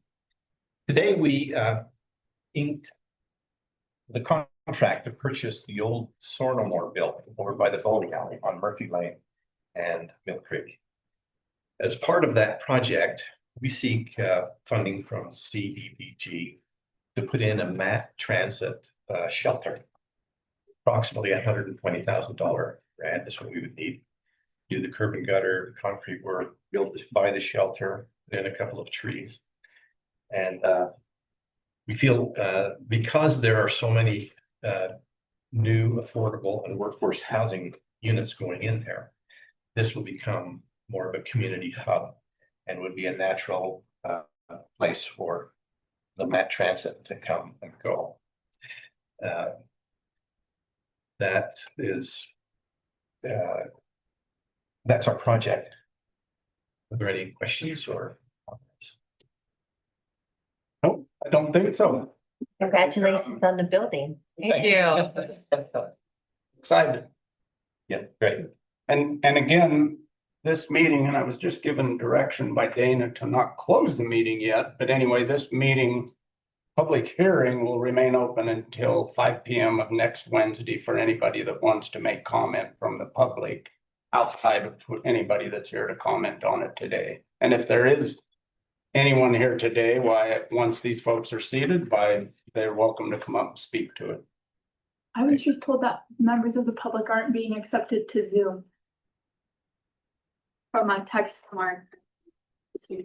They're not being, They're not, they're in the waiting room potentially. Are they responding to requests for why they're here? Because we're not letting anyone in unless they say why they're here. Oh, sorry, I'm with the Division of Outdoor Recreation and it's our attorney for our agenda item later. She's.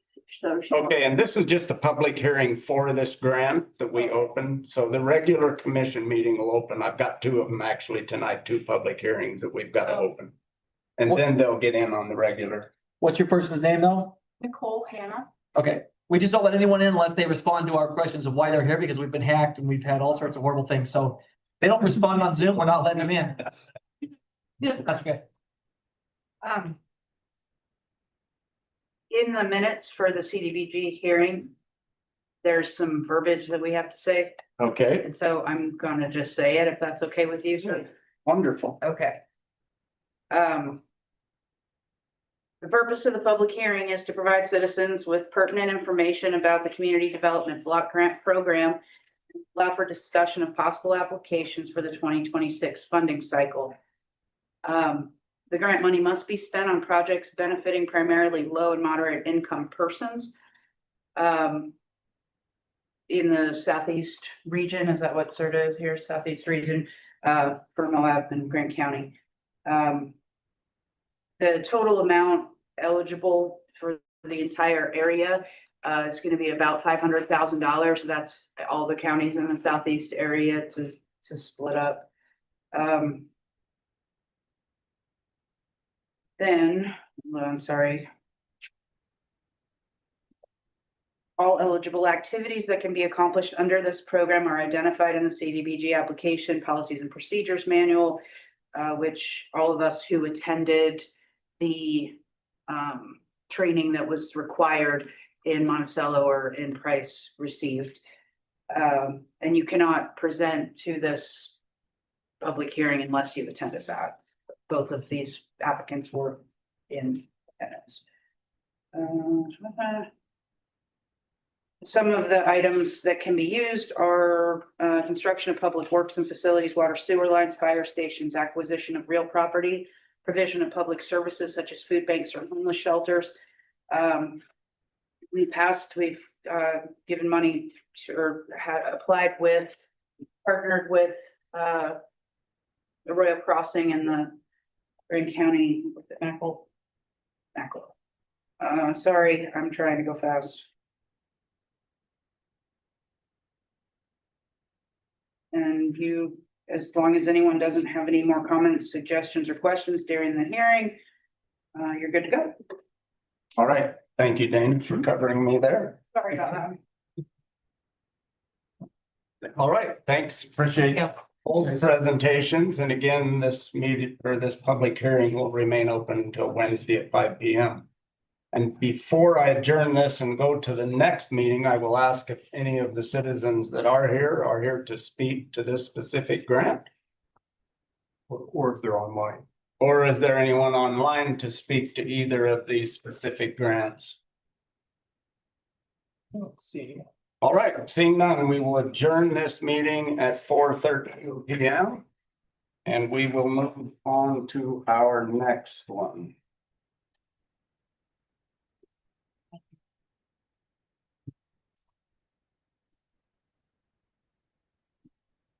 Yes, I'm not seeing the heading next one.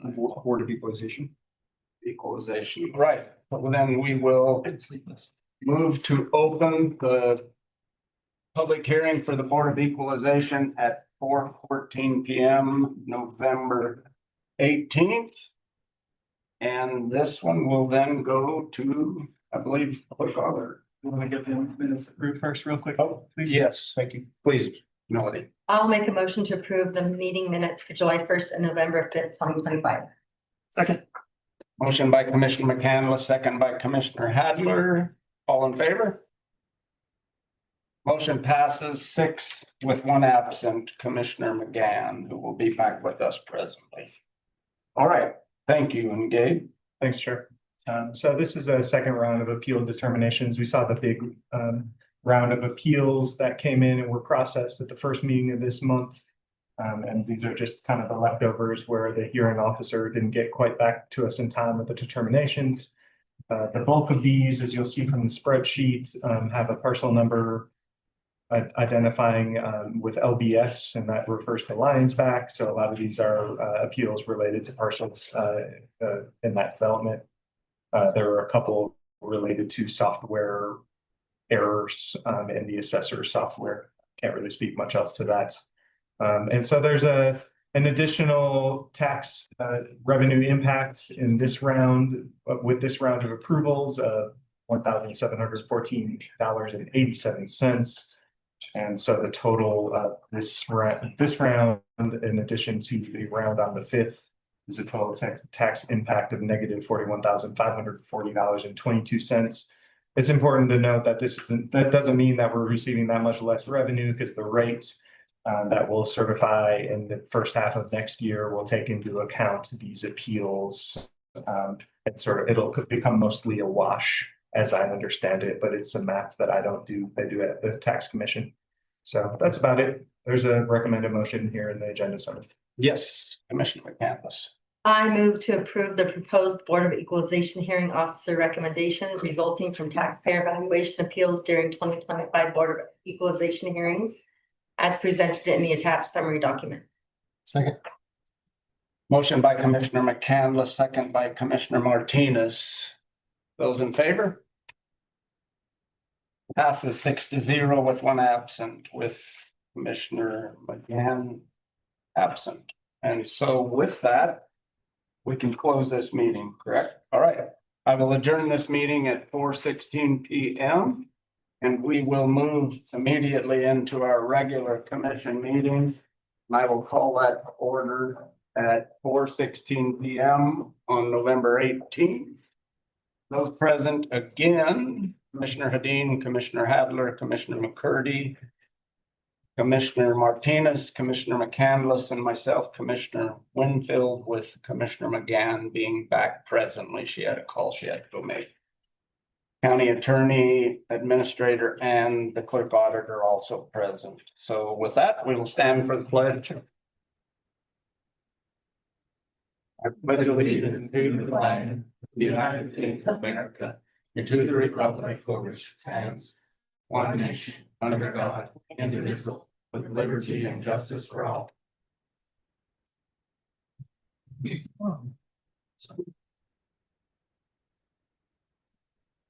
All right, with that, we will open our normally scheduled 4 PM citizens to be heard, which will start at 4:17. And anyone present that would like to speak, sir, on the left.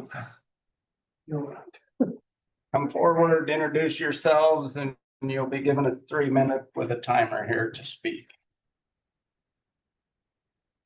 Good afternoon, I'm Bob Greenberg. I've sat on both sides of this dais as a county council member and chair, and as a member of a number of advisory committees and task forces. And I'm here today to point out that when ordinary process is not followed, it does a great disservice both to the community and to commissioners and members of advisory groups.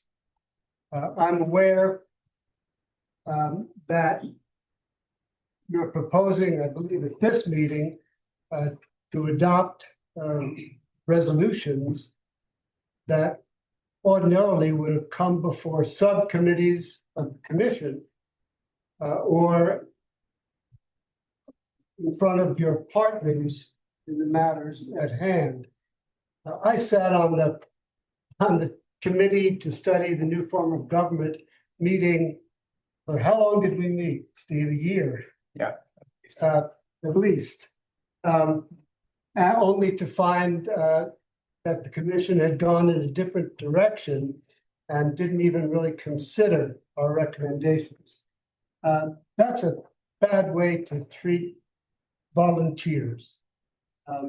It's also a problematic way to treat partners, and here I'm speaking of the National Park Service in particular, developing proposals to recommend to the Park Service without input from any of the partners is, I believe, problematical. In both cases, it erodes the public's trust in the process, it erodes transparency, and it makes it more difficult to forge useful partnerships with other agencies and to encourage citizens to join advisory boards. It also makes it tough, I assume, for you all to sit on subcommittees if the subcommittee is bypassed in decision-making. So, thank you very much. Thank you, sir. Next. Yes, please come forward and introduce yourself. Hey folks, I'm Emily Campbell. 2 quick comments. I think it's awesome you're putting your money where your mouth is. I just want to say thank you. When we were working on the ADO, we had a number of opportunities to hear from the public and their needs. Nurses in town, part-time employees during the summer, professionals moving in, trying to get their bearings before they bought a home. I just want to say thank you for putting the property up by your personal home out for consideration. You're also going to hear about the Novak rezone today. This is not about the rezone itself, but the Stocks Drive 191 intersection is so dangerous. And so I assume if that passes, the next step is you're going to get a request for a subdivision. And a lot of the narrative there is about using Stocks Drive. I would love if one of you would proactively reach out to the state and to UDOT to see about getting that on one of our transportation master plans, because it's not listed anywhere. There's no acceleration lane heading north. There's no center lane heading south. The deceleration lane to turn left is really short. We had a fatality near that intersection a couple of years ago that was so tragic. And I get just terrified. And we also have a lot more traffic there because we have development in the various condos that are getting built out. And it's kind of 2 nickels to a dime to turn left or right to go up to the Shell or to go down Stocks. And so you've got people with RVs and trailers, and they're trying to turn, and they all have to turn directly into traffic. So my fear is if we wait for a subdivision, it's going to be hard to justify building that into the cost structure and tying that to a master plan. I would just love if one of you would proactively look into that. It would be horrible for me. Gotcha. So thank you. Thank you. Next. Yes, ma'am. Go ahead.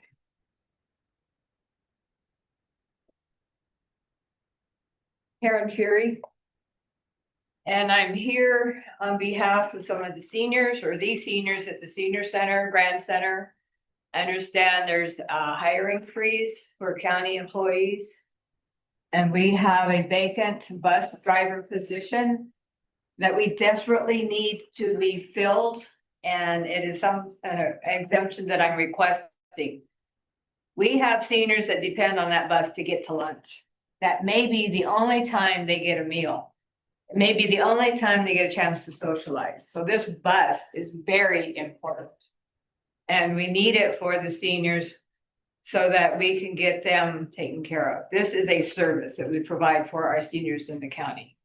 And it is something that a lot of people don't know about, but seniors depend on it just to get to lunch and to some other activities.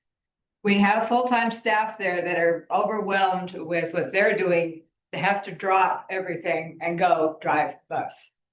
And it happens twice a day, picking seniors up and then delivering them to the Grand Center and then taking them home. Once a month, we also take seniors to Grand Junctions to shop. There's a lot of things that they cannot get here in Moab, and it's the only opportunity they get to shop. So I think this is really critical. I hope that you will consider the exemptions to hiring this bus driver. We do have a person that might be interested that has a CDL. But we need to get this filled soon because we have people that are scrambling to get people to the center. Thank you. Thank you, and we did discuss that in the budget workshop earlier today, and I believe it was a thumbs up all the way around the room, so. Thank you. Well, this is just to enforce that. Next, yes, Mr. Gross. I guess you already introduced me, so I don't need to introduce myself. No, please do. Okay, my name is Pete Gross. I'm baffled by agenda item 14. There's something like 340 million Americans in the USA. Arches National Park belongs to all Americans. It doesn't belong to Grand County with roughly 10,000 or Moab roughly 5,000. It's not the business of the Grand County Commission to be dictating to National Park Service what to do and how to manage and what to do as far as development goes. You certainly have right to provide input, but to think that you're going to dictate to what the federal government does, National Park Service, to me is completely wrong. There's something like 1.5 million Arches visitors per year and something like 3.5 million visitors to Moab. I don't know, that's what I think the Times Independent reported recently. It's not up to Arches is not a cash cow for Grand County. Arches belongs to all the people and it should be managed as such. The Organic Act even says it should be managed unimpaired for future generations. That is their priority. Their priority is not to support the economy of Moab. Related to that, the $60,000 wager that you guys made, well, scant majority if you did, on a study on whether timed entry is suppressing visitation in Moab. First of all, I think it's just a big waste of money. I'd be willing to wager with any of you $1,000 1-to-1 that it's not going to reach the your desired conclusion if it's anything of a legitimate study. So anyway, I've only used half my time, but that's all I have to say. Thank you for considering my thoughts. Yep, thank you for coming in. Anyone else? Yes, ma'am.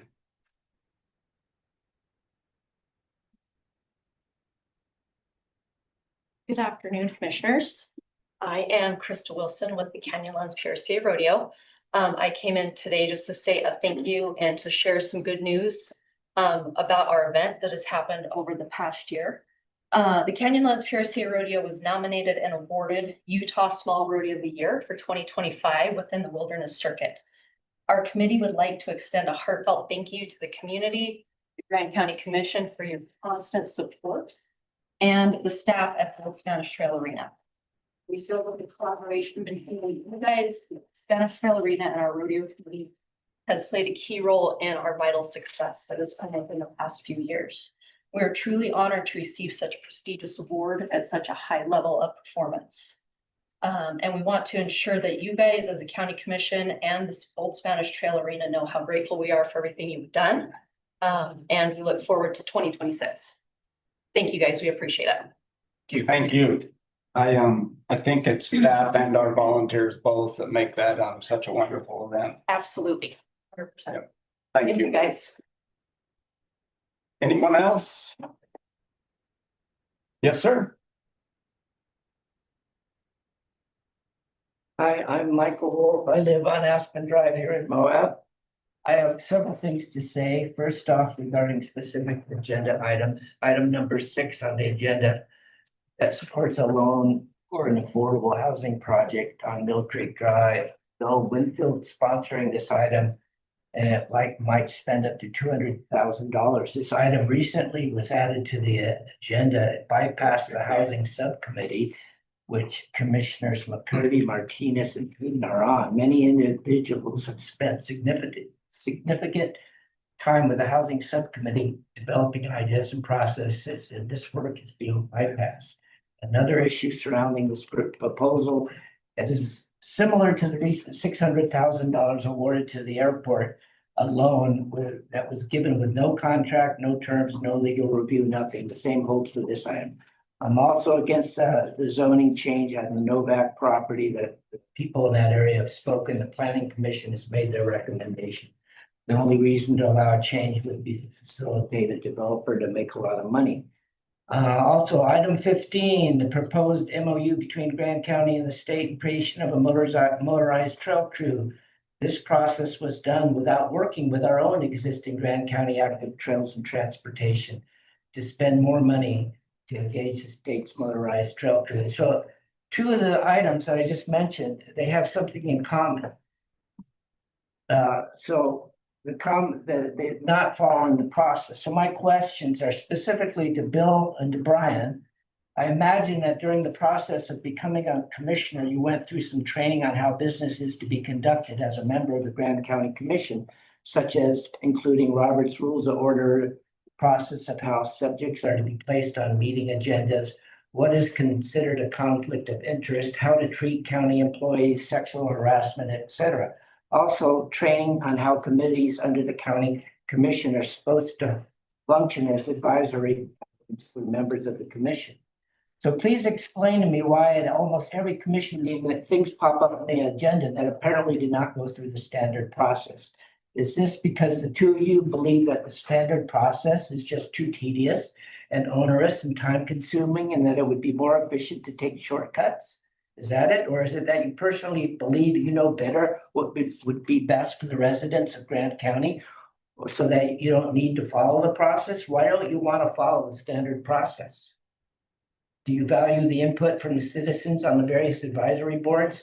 This leads to another logical question, is the practice of not, are you beholden to some other powers or special interests that you believe are more important? What is your overriding philosophy?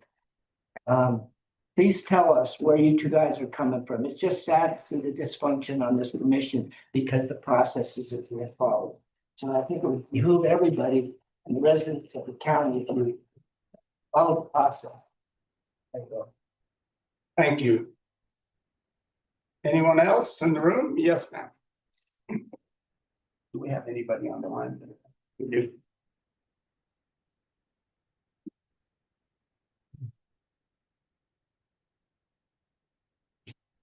My name is Allison Mathis. I'm a resident of Moab. I'm also speaking in response to item number 14, the access and capacity enhancement alternative related to Arches National Park. Pretty much everything in that draft is in direct conflict with the mission of the National Park Service outlined by law by Congress. Mr. Martinez emailed me earlier today that it was not his intention to paraphrase the mission or the Organic Act of the National Park Service, which is the bedrock of what the agency does, but that does not change the fact that the draft did so. His draft wrote that this act directs NPF to conserve the scenery, natural and historic objects and wildlife therein while providing for the enjoyment by current and future generations. What the 1916 Organic Act actually says is the mission of the National Park Service is to, quote, conserve the scenery and natural and historic objects and the wildlife therein, and to provide for the enjoyment of the same in such manner and by such means as will leave them unimpaired for the enjoyment of future generations, end quote. Unimpaired is the key word of the National Park Service Organic Act, and leaving that out effectively changed the mission of the National Park Service. In addition to the Organic Act, there's a bunch of other laws that dictate the management of the National Park Service, a bunch of them, including the 1998 National Park Service Management Omnibus Act. I believe that I got that correctly. A whole bunch of the National Park Service policies are outlined in this document. I brought a hard copy with me. You, of course, can get it online. Mr. Martinez clearly knows about this document because while his draft did not mention impairment to park resources at all, he referred to this document twice. The bedrock of this document is the Organic Act and preventing impairment to the National Park Service. At the front of the document, it has a list of underlining principles. The key principles are that, one, these policies must prevent impairment of park resources and values. Another one is ensure that conservation will be predominant when there is a conflict between the protection of resources and their use. Of course, the public use of national park resources is one of our rights and benefits and wonderful things that we have as Americans. However, the fundamental principle is that whatever that use is, it will not impair park resources or cause unacceptable impacts. I did not see anything in that draft that adhered to those principles. So my suggestion is to go back and get grounded in the Organic Act and this document and other documents, engage the National Park Service, planners and managers and staffers, and also stakeholder groups and community members like myself. Thank you. Anyone else in the lobby? Yes, sir. We will get to the online ones here in a little bit. Hi, I'm Chris Winston. I live on Stocks Drive and I'm in opposition to the Novak subdivision. Just like we stated earlier, not 191 access, it's terrible. There's no access from Stocks to the proposed subdivision. Large parcels are why we live there. Residences use the roadway for recreating and additional traffic is very unsafe. What are the county's alignment of Stocks Drive? For the properties that this is new road has not been used in over 30 years. Is the county saying you will kill 30-year-old pine trees that were planted and grown by the current owner? In short, I'm okay with the subdivision without the added traffic and roadway through Stocks, which would literally come from my front porch. Yes, sir. Let's go to some online. Mary O'Brien. All right, Mary, please introduce yourself and.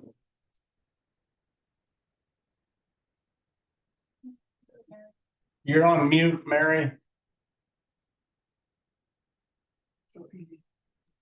There you go.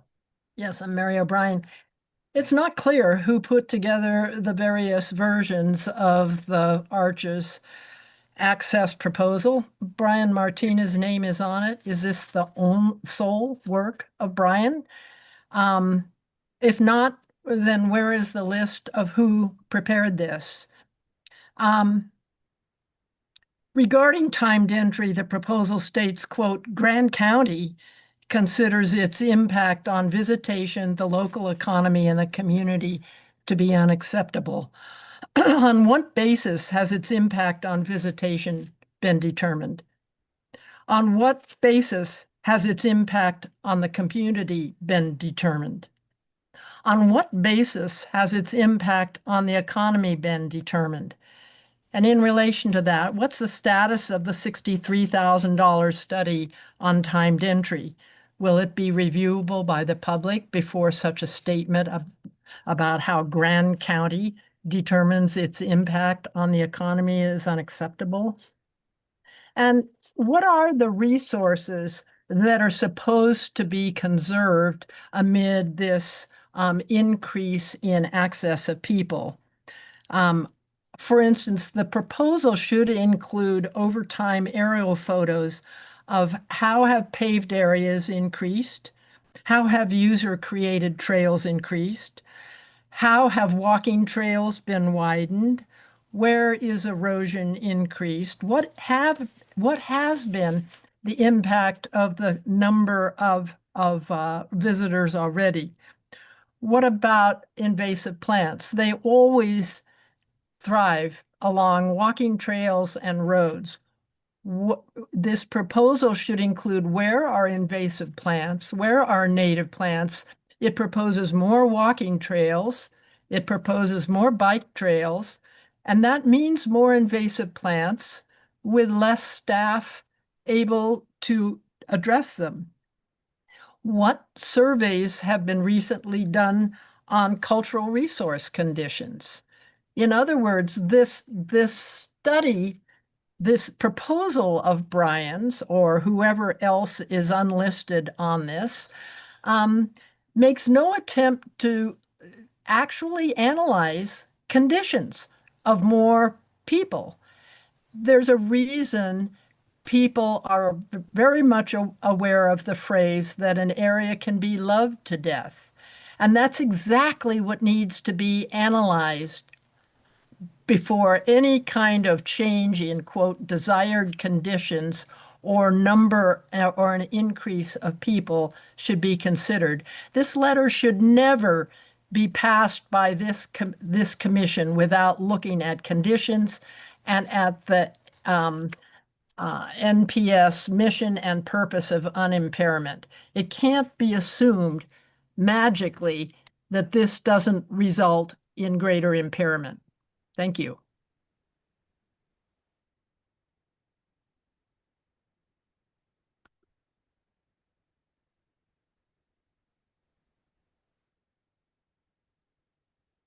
Mary, I think that your Wi-Fi is freezing up on you, but we are out of time, and I think we all are very clear understanding of what your position is. It's not just a position. I asked a number of questions. Who all prepared this proposal? Who determined the impact on the community? Who determined the impact on the economy?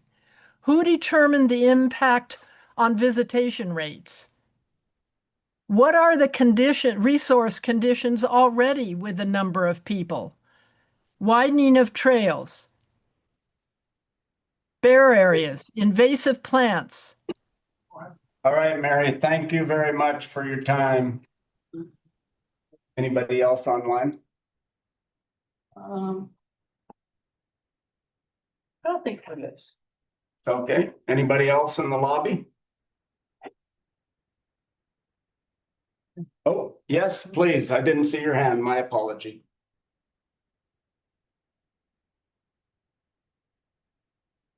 Hi, Patty Robinson. I'm opposed to the change of the recommended density for the Novak property. I happen to have the 12.5 acres immediately west of that property. And the supposing that Stocks Drive could be their access to 191 will be quite the can of worms. I've already given easements on one side of my 10 acres. And on the proposed, as you'd say, Stocks Drive extension, I've been growing a tree line for 33 years, not quite half my life, but it represents close to, well, one line would be close to 2,000 years worth of tree growth. I've maintained it, I've paid taxes on it, I've watered it. It contributes to the community. Additionally, Stocks Drive was originally plowed in by one of the ranchers out there. He went to the edge of his property, but rode up to 191. The existing paved portion of Stocks Drive sits entirely upon the two parcels actually that belong to the winery, none of which are on the Vansel property. I don't think it's a good impact for the area, for the nature of that part of the valley. I oppose it. Thank you. Thank you. Yes, sir.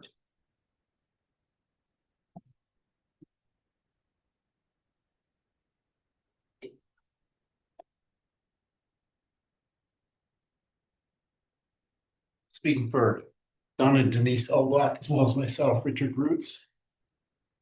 We live in the Blue Vista subdivision adjacent to the Novak parcel. Novak parcel is currently zoned rural residential under the current land use code. It sits in the middle of farms, ranches, and large lots residential subdivisions. Novaks have applied for a spot zoning change to small residential lot, 5 lots per acre. They say that this conforms to the future land use code. This request is out of step and illegal. Any changes to the current land use code must be reviewed, discussed by the public and county government, and then voted on for any future changes or amendments. This high density rezone request contradicts 2030 Grand County General Plan. And because it will have a negative impact on our subdivision, it is out of character with the surrounding properties and adds a dangerous increase in daily traffic to the small streets in our neighborhood, which is Blue Vista, Zimmerman Lane, and Stocks Drive. We ask that you deny this request. Thank you. Thank you. Anybody else?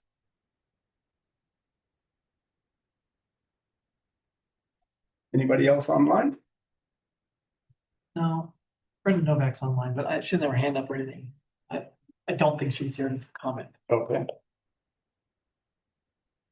All right, seeing no further citizens, we will have our next citizens to be heard at 6 p.m. If anybody that didn't get a chance to speak this time wants to at 6 p.m., they'll be welcome to. And moving on, we will move to find my place here. We will start with a presentation now for the Moab Low Income Tax Credit Apartment Complex. Mr. Williams, please join us. Introduce himself and then Somewhere to plug in. How do we get him to share? Just connect to the. Join the Zoom meeting and then share your screen. Okay. Sorry, I should have done this earlier. I can probably do without the print pictures help, I guess, but. We have them loaded and can present them, I would imagine. So. That's one. Actually, I don't have internet, so. Yeah. Oh, Why don't you pass it and go to item number 4 and then come back once he's. Skipped and coming. okay, yeah, we'll come right back. He'll get you fixed up. We will move on then with commission member disclosures and future considerations. We can start all around the way, Trish, if you have anything. Yes, Mike. If they have something. Nope, No. nothing. 2 for wife works for the sheriff's department. Disclosure and future consideration. I'd like to continue the conversation about dry camping on the Osta property site sooner than later. And it'd probably be getting with your office. And would you please make sure and put that in an email? Very well, very much well. For that future. What kind of campus? I'm sorry. Continued dry camping, no power, no sewer. Are you meaning like overnight? Yeah, Like overnight accommodations at Osta? yes. Okay. Tied into, it'll be, Through the boarding. yeah. Well, are you saying, I mean, they can already camp if they're boarding. You're saying if they're not boarding. I just want it tied to events, not just Right. just open to use. Tied to events. Okay. Right, because something, they can already camp there if they're boarding, but. Yeah. Or they do camp there if they're boarding. Okay, Mary, go ahead. Oh, I'm sorry, I don't have my husband's a member of the Fire Commissioner and we're going to be discussing the tax debate.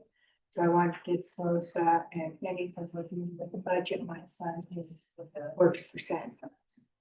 Okay, thank you. Anything else? Yes. I do. So I have a future consideration. I've heard a lot about procedure and processes in the last couple of weeks, and I just, we have a few ad hoc subcommittees. I think it's the Spanish Valley Multi-Use Pathway, a legislation committee, a flooding mitigation committee, an EMS/Sheriff's Office Tax Committee, a housing subcommittee, organizational structures facility committee. We had an economic development trial council committee that is pretty much accomplished our goal and we're done. Review of policies and procedures of governing bodies. So those are all ad hoc informal committees that the commission has. And as far as I know, we don't have any policies or procedures or processes or objectives in place for any of those. And so when I hear the community complain about processes and procedures being pushed over, I'm just curious, and I would like to make a future consideration that we create processes and procedures for these subcommittees, or else really, what are we answering to? All right, that's it. That's it. Thank you. All right, are you? I think so. We will move back to your item then. And you're welcome to come back up to the table.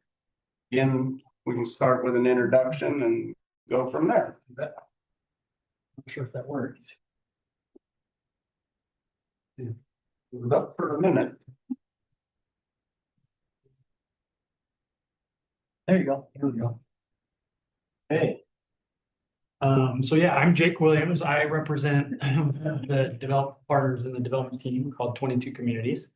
So we have a project called the Cooperative 1581, which is an affordable housing project that we have been working really hard on for the last year and a half to be able to put together all the financial pieces to bring this affordable housing project together. So I'm gonna skip our kind of combined our why with our team. So like I said, I represent a company called 22 Communities. So we're a mission-driven real estate development company that focuses solely on affordable housing across the state of Utah. We primarily worked in Salt Lake County. This is our first venture out. I was extremely excited when one of our partners from another project, Garn Development, came to us with the problem that they had and with a piece of land down here in Grand County and asked if we could help them put together this affordable housing tax credit project. So this is the partnership group. Red Rock Partners is a group that owns the land currently and will be a partner in development. And then us, 22 Communities, along with Garn Development. So Red Rock Partners and Garn Development both have a substantial holdings of both hospitality and other service businesses in Grand County and have for multiple years and have a large workforce between the two companies and basically approached us as an affordable housing developer and said, hey, we're having a workforce housing problem in Moab, which I think is very well known in the state at this point that you guys have that issue. And they approached us because we had experience in affordable housing and said, hey, can we make this work? The stars have sort of aligned this year. Honestly, when they first asked me, I said I would love to develop in Moab. It's one of my favorite places in the world. However, tax credit projects of this size just haven't historically worked because the financing leaves too big of a gap between the rents that we charge and the current costs, because the costs of construction are so high down here and the rents for the county don't actually support that high of construction costs. It's actually more expensive to develop units down here than it is up in Salt Lake, and the rents are 25 to 30% higher up there. So that's kind of the predicament that we were in originally, but luckily there was a change to code that put Grand County and Moab specifically in what's called a difficult development area, which gives a boost to the project to be able to get more tax credit equity, and tax credit dollars can come to Grand County because of that. And that's kind of what unlocked the door to get us across the finish line. Ultimately, at this point, there's still a gap to make these projects work. So there's about a $4 million gap in this project between fees that we contribute as a developer, and then the landowners are contributing a loan and a note of their own that gets paid down over time, as opposed to getting paid out on the land, which is normal in a tax credit project. So the development team has to kind of piece all the pieces together. So we have state tax credits, federal tax credits, and all those pieces have to fit. And then the additional gap so far has been filled by our development team. I am learning tonight for the first time. I didn't know if there was a process. Honestly, we were approached by Commissioner Winfield and said, hey, we do have some opportunities to support affordable housing. We knew it was on your docket and something that we could potentially do, but we're right near the finish line for this. And so I appreciate you hearing us shortly. We're trying to break ground by the first week in January. I'm trying to get everything closed by the end of December. So we're really close. One of the big pieces that we had counted on, honestly, that kind of makes this make sense for us was that we had, until the big beautiful bill passed, we had also had some sustainability credits. And those went away with the passing of that bill. So we lost about $500,000 in additional credits because we still build to a sustainable standard. We don't change the standard that we built to, we're required to build to. But we did lose that financing, which made up about $500,000 in this project that was lost between when we were originally awarded the tax credits and now. So that's kind of the backstory of the group that's come together to get this thing across the finish line. We're really excited about the mission. As I said, I've worked myself and my partner at 22 communities and worked in affordable housing for well over 40 years for both public, private, and nonprofit entities. And so we're excited to team up with this group. So the cooperative 1581, these are some renderings of the project. We're really proud of them. We tried to kind of take some inspiration from Moab and from the southwestern flair that you guys have here. Ultimately, the project is 100% affordable. That affordability. There's a screen. You may not be able to see it. I know. That's fine. Is that in front of the picture? It's not helpful, is it? Maybe later, that's. Yes, from a, yeah, there you go. So- All right, that was hard, sorry. Yeah, so it's, this project is 3 buildings. It's 144 units, 100% of them are affordable. So the affordability does range from 40% up to 70%, but the bulk of the units fall at 60%, and our average has to be 60% or below of the area median income. So they're 100% affordable with the tax credit program. It stays as affordable for 55 years. So that follows the deed, whether we continue as the owner or someone else. We hold it for at least 16 years, and then generally we'll refinance, or at that point it could be sold, but it still has to stay affordable at the same AMI levels that we applied for the tax credits, which happened a year ago. Well, not quite a year ago. I guess the application did happen a year ago, but our award was in January of this year. So that's kind of the tax credit program in a synopsis. Like I said, they're highly sustainable. We have to meet a metric at least 20% below standard building as far as like energy efficiency. We have all those things. So Energy Star appliances, amenities wise, we'll have a pickleball court, and then I'll kind of show this on the site plan. So where the site is, for reference, we're just across the street from the new Utah State facilities on Mill Creek Drive. So the corner of 191 and Mill Creek Drive. So this is kind of the layout of the 3 buildings for this phase. What we try to do with the site, if you drive out there, it's got quite a bit of topography. So we tried to work within that topography. When we originally took it over, there was a proposal to kind of just flatten the whole site and do it that way. But we tried to work within it. So the buildings kind of step up the hill and use the topography to keep it, I think, visually interesting for the pedestrian experience and for the neighbors. Which is something that we're proud of. And then we use the goalie as actually the water retention. So the actual topography kind of funnels down. And then by the end, we'll have kind of a looping around the outside. We have a looping like exercise trail. So there's outdoor exercise equipment along the trail, pickleball courts, and then a kids playground at this end of the project. This shows the landowner. If we can do this one well enough, there's potential for future phases. We'd love to participate in some additional affordable housing over time as the market proves out and as the need, if the need continues. But ultimately, that's kind of us in a nutshell. I have some pictures of some of our other affordable housing projects. Some of the awards we've given, we'll meet Enterprise Green Communities, which is a state sustainability metric, International Well Building, another sustainability metric. So these are really high quality projects. And we would love the opportunity to have the county participate with us. We sort of last minute, we were not aware, and this is my inexperience of working down here. We were not aware there were funds available from you guys and the city. And I think it originally started with the city that approached us and said, hey, we can potentially participate in helping you with some impact fees. And that's potentially what got us here, but it's only been within the last like 30 to 60 days that we found out about it. And so we've been trying to kind of do our best to present our best foot forward and let you know what we've been working on. It's something we're really proud of. It's a community that will stay well kept well into the future. We have, because of the tax credits, we've got oversight where people come out once a year. If there's a light bulb out, we get written up. Like, they have to stay well maintained. They end up being beautiful projects long into the future.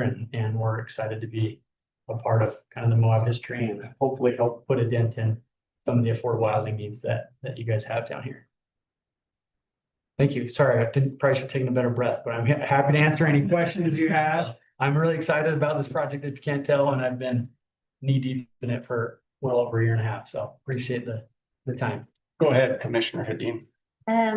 I guess I understand that you guys have had some, stumbling with with funding, the total, and just tell me if I'm wrong, the total project costs are 21 million, is that correct? The construction costs, The yeah, construction total costs are higher. Okay, it's total 21.6 is the number I saw. Yeah, Okay, and then, but you have this gap of 500 grand-ish. correct. Right. Yeah. And then why haven't you, like, there's lots of gap funding for light tech projects, so like the Olin Walker, can you tell me why you haven't approached that? And then let me state, like, when I looked at the Olin Walker, I was looking at credits and they were like state tax credits. They actually had like municipal county tax credits, so I would assume that's a common theme, which is not what we're looking at. So can you kind of explain to me why you haven't Yeah, so the looked only, into other gap funding? no, absolutely. We've used Olin Walker on other projects. Okay. About a year and a half ago, Olin Walker's requirements changed. Okay. To where they have what's called the BABA requirements, so Buy America, Build America, and it adds about 10% to the cost of this project. Which basically equates to, if we ask for $1 million, we're gonna pay $1 million, and that was their maximum at the time. If you ask for that from them, then you're gonna pay more than that in the additional costs, and so that's made it not Have you conducive. looked into other gap funding? We have, but at this point, we've just been, luckily, because the land partner is willing to participate, that's been our gap filler to help us kind of keep the project moving forward at this point. So they've been super good to participate. They believe in the mission. They came to us because of their own employee requirements and their need to just say, hey, we're housing people in houses all across Moab. We'd love to put those, their goal is to hopefully have enough space to be able to potentially put some of those houses back on the market and be able to house people here. Anybody else? Yeah, John. What would rent be for a potential tenant who does make the 60% of Yeah, I should have had that. I should have it memorized at this point. I think it's like $1,000, but and it depends on the type. So we do have 1, 2, and 3 bedroom units. so families, singles, couples, whatever. Yep. Families still. So the rents, oh, that's one of them. So.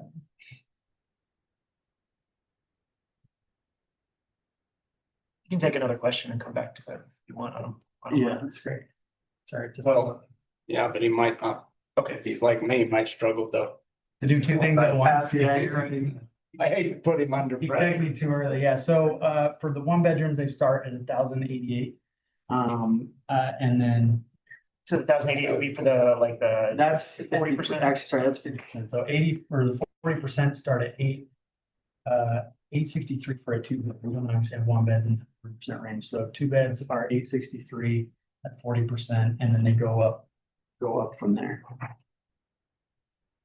And I guess the other question is, are you a nonprofit? So we're a for-profit currently. We're working on having kind of a nonprofit arm that will be a part of our future plans, but 22 communities is not currently. Okay. Mission driven though, this is all we do is Anybody else? Yeah, I got one quick Yes, question. please. Brian. Mike. Commissioner Hadeen had mentioned the Olin Walker fund. You said you worked with them before, which is like basically just for everyone, that's basically the state's version of a revolving loan fund, right? Correct. Can you tell us a little bit how that's worked in the past working with them? Before, Maybe some of the details that are involved in that. yeah, before BABA, it's been good. I think the terms are similar to what we had proposed here is if it's a revolving loan, they're good because they come in last position. It's a cash flow loan, which is kind of required by our primary lender. So it fills that final gap. And it has been good. Honestly, I think they're working on ultimately the change to that program will be they need to open up to be able to request more dollars to be able to kind of pay down the additional costs. I also think BABA will get more affordable over the next 2 to 4 years. It's just not right now. So, and they know, I mean, I've talked to Dan up there who runs that program. They know that it's a problem that they have. Just kind of is what it is, sadly, right this second where we're at. I think that'll change, but ultimately, I mean, I think you guys are all on the right track. Sounds like you have a committee. I think working to put together a program similar, and we met with the city. Originally, the city approached us like, hey, we can potentially just give you some grant funds for impact fees. And we've been working with them to say, hey, it's okay if it's a loan And a revolving loan, here's kind of the terms that we would need, and I like the idea that it, just from a mission standpoint, that it revolves and can come back into a future project later. But it's kind of last position, so it's a little bit of a time consuming process to get it paid down. Yes, Mike? Disclosure, I'm also part of the ADO program, developing houses. I could also throw a baseball and hit your project from my house. Oh. And I don't have that good of an arm. But I can't tell you guys thanks enough for bringing this many low-income houses or affordable housing units to our area. Even with me trying to develop farther and actually add to that home count, our combined projects don't even come close to the need. Yeah. So we need more. That's what we found with the study that we had to do, the study, so. Yes, sir. And just to clean up the disclosure, you do not have an ownership interest in this project. You were commenting that you have a separate process that's going on completely separately from this. Yep. Okay, because I don't know. if Thanks, that's I didn't- clear for the public. It's just something completely separate. Smell. Something that I was noticing in your packet is that it has a 55-year affordability requirement.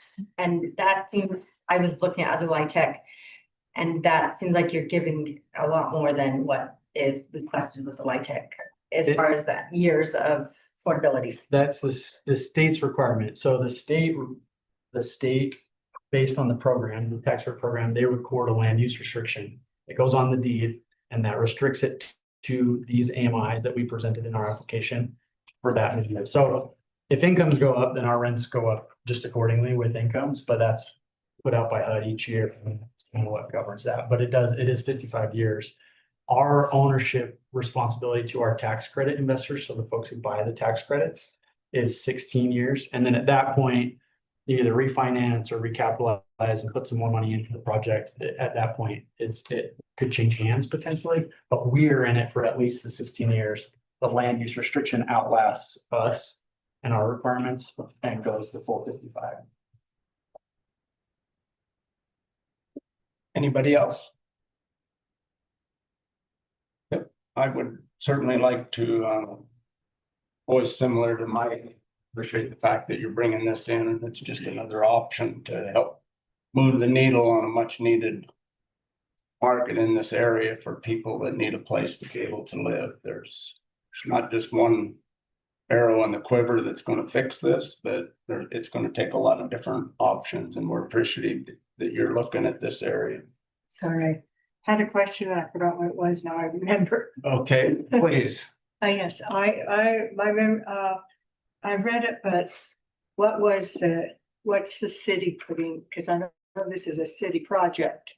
Yeah, so I forgot what the city is doing to help get this off the ground. Yeah, we've applied. When we applied with them, similar, they kind of came to us and said, hey, everyone on the commission supports this, but we don't actually have a process for how we give these funds out yet. And so we've been helping them along with some other developers that had some input, and they're putting together their policies. We'll be on the next agenda, and the amount, he told us the max would be 200. So we're kind of asking for that 200, or our impact fee requirements from the city, which is 190,000. So it'll be between 190 and 200,000. We feel pretty good about, they haven't given us a final yes yet, but altogether, I think they're supportive of it as you guys are, like the need for affordable housing. They just wanted to make sure they had a couple of policies in place before they said yes, so that they'd know why they say yes to the next ones too. So they're working on developing a policy. Yeah. That was my memory, but I wasn't, and I know that there was discussion of the impact fees. Correct. So it's going to be one or both. So they originally approached us to say, hey, we can potentially give you an impact fee waiver. And then that's kind of morphed into what I think their policy will end up being, is just give us a loan for the amount equal to their impact fees, which is $190,000. So they kind of approached us and said, what if we did a 0% interest loan? That work, and that still works for us. So it's going to be for how much money again? 1,000? 190,000 up to potentially 200. He said they would probably cap it at 200, but I don't know yet until we go to the next meeting. Yeah. Thank you, Bill. Yep, my Yeah, you bet. Thank you. Yes. Yeah, my understanding is they're working on the policy. Part of their policy is they want to keep, if they don't want to drain down that fund, so they wanted to maybe keep half of that fund intact. So I think they have about 400 grand sitting there. And so that's, that's my understanding. But they're still in development. They have not moved at all. Yeah, the last meeting, they met to kind of go over their proposal, the economic development or the city manager proposed a policy. So they reviewed that policy, had some questions, but the next meeting, then we're gonna see our specific project and the policy kind of at the same time. I think because they understand we're semi-time constrained, it's a lot easier for the funds. We can take them later, but it's a lot easier for them to come in with the initial financing. Otherwise, the paperwork, because there's so many parties to these, like my closing calls, there's like worked attorneys on every call, which is super fun if you ever want a fun afternoon. Hop on one of those, but that's why it's easier to do now. We could take it later, but it's definitely helpful if we could get it before we close. So our closing, we're aiming for, I'm really aiming for before Christmas so that I can enjoy Christmas. All right, Commissioner Martinez, and then I'm gonna just one. move on to the consent agenda. Just forgot my question when I was going through with all this, trying to get it. Sorry. Yeah, just like you, I'll go ahead and pass it off. I'll ask you. It'll be back after the consent agenda for a vote on this item and a discussion and a vote. So I appreciate you. Thank you. Yes, thank you. Talk to you. All right, with that, we will move on to our consent agenda. And that is approval of the meeting minutes for October 21 and November 5, 2025. Ratification of payment of bills. With the minutes canceled, did that say that the minutes weren't ready? Not on this one. No, that was on the last meeting, Mary. We read it again. Sorry, I apologize. No worries, and I'm looking for payment of bills because I don't have it on my paper here. Want me to read it? Oh, here I go. I found it. Thank you. All right, so the ratification of payment of bills, total bills, $1,662,010.14. Total payroll, $269,743.73. For a total bills and payroll of $1,931,753.87. Ratification of HASU certification closeout of CDBG grant funding. D, ratification of change order for the pickleball court earthwork. E, ratification of Cigna application for amended group coverage. F, Colorado River Trail Gap Project easement amendment application to include trail extension. G, the Porcupine 4x4 trail work quote. H, approval of general services agreement with Jones and DeMille Engineering on-call contract.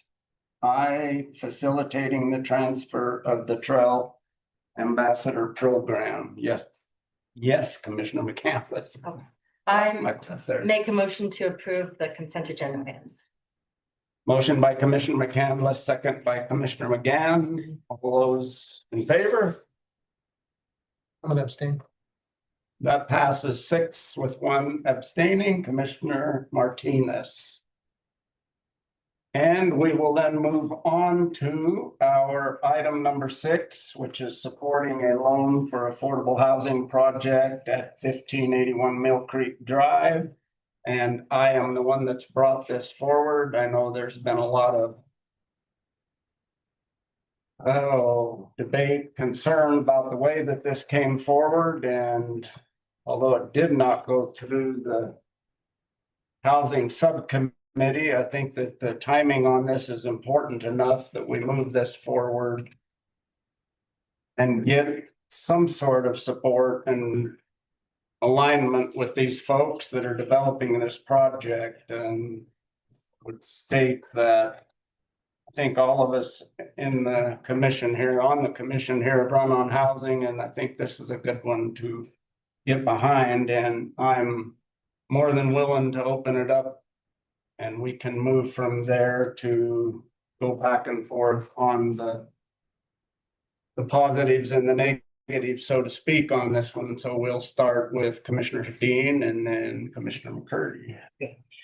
So I'm gonna try to move really quickly through some statements. So first of all, I want to state that this project is within the city, so this is not within the county. And I think that alone kind of should somewhat remove us from this. But that being said, the second point is when this was presented at considerations, Commissioner Winfield stated in the November 5th meeting that he wanted to, we should match what the city is doing, in quotes. And so that being said, the city has committed no money at this point to this project, and they are in the process of developing a policy to disperse these monies. I would highly recommend the same. I believe that this has not gone through legal review. We have no contract, we have no terms, we have nothing. And we really have no policy. These monies that we have, I would assume we're going to use the fee in lieu from Assured Housing. We have no policy surrounding the dispersal of those funds. Let's see, hang on one sec. You mentioned in the attached document, which I'm not sure what that document is. It's not a loan agreement. It's nothing that went through legal review, that the Moab Area Housing Task Force should institute a local housing trust fund. I totally agree with you. And that's the housing subcommittee has been having discussions with individuals from the task force to do just that. And yet we're not there. We're not even close to being there. So I appreciate the sentiments. And I think, you know, the big overarching deal is, first of all, the county is fiscally not in a very, very good position. I'm just going to state that if you guys don't know that, now you know it. And these monies, we do have this little pocket of money that was set aside for affordable housing. However, I think we need to be very calculated about dispersing funds without any agreements, which we've already done a very large one of those earlier this year. We dispersed $660,000 without any loan agreement whatsoever. Right? No return, no interest, no nothing. And I think if you're in a fiscal position where you need revenue to be generated, we should be just giving loans. And if we are going to do that, I do want my house refinanced through the county. I'm just going to go ahead and throw that out. But I'd highly recommend that we, you know, come up with policies and procedures. We work with the housing subcommittee. We work with our county attorney to put together documents that we're all satisfied with before we step into this process. Now, this could all occur before the next meeting. It's not like, you know, we're putting it off for years. This could occur in the last couple weeks. And I would highly recommend that. I will state, and I already mentioned this with the developer, you know, that there is other gap funding, and I appreciate that he went through the Olin Walker gap funding, but please know that there is other gap funding out there for large developments such as this. This is a monstrous development, $21 million, you know, to come to us for a couple $100,000. There's other avenues. My recommendation is I would recommend that we postpone this for two reasons. One, we wait for the city so that we can, in Bill's terms, match what the city is doing. So we sit back, we wait for the city to institute their policy, probably be the next meeting, and we match it. And then we just emulate the city's loan agreement, and off we go. The last thing I'll say is this is really setting a precedent that for-profit developers will come to us now. And I've already heard that there's some that are lined up for monies. And especially if we're, you know, who knows what the loan terms are. I mean, if it's a 0%, why wouldn't you come to us for cash flow? So I think we need to be very, very careful about what we're doing. And I will state, you know, we have two entities, the Moab Area Community Land Trust and HASU, that are doing tremendous work, which include LIHTC projects, that we could simply disperse the money to. And we know the work they've done. We've seen it. They're local and we know it. So I think we just need to be very careful. And all I'm asking for is we postpone this for a couple weeks, let the city institute what they're gonna do and we match it. And I'd vote for that all day long. Commissioner McCurdy. 2 points here. I'd like to make the motion. I move to support the low income housing project proposed at 1581 Mill Creek Drive with a loan of up to 200,000 for affordable housing in the 2026 budget, contingent on number 1, a written loan agreement reviewed and approved by county attorney. Number 2, recorded affordability restrictions for 50 years. Number 3, return of the final loan documents to the commission on the consent agenda before execution. Number 4, performance-based, dependent on start of vertical construction. And then I have a comment if anyone Okay, seconds. motion by Commissioner McCurdy.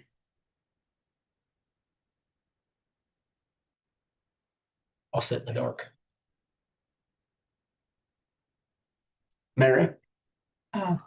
is that a second? No, We're looking for a second. I thought he said he's. So there's no You second, second it? motion fails. Okay, Motion fails, So I have to comment. but I have a comment. okay. 144 count doesn't put a dent in what we need in the valley. I'd like to see 1,444.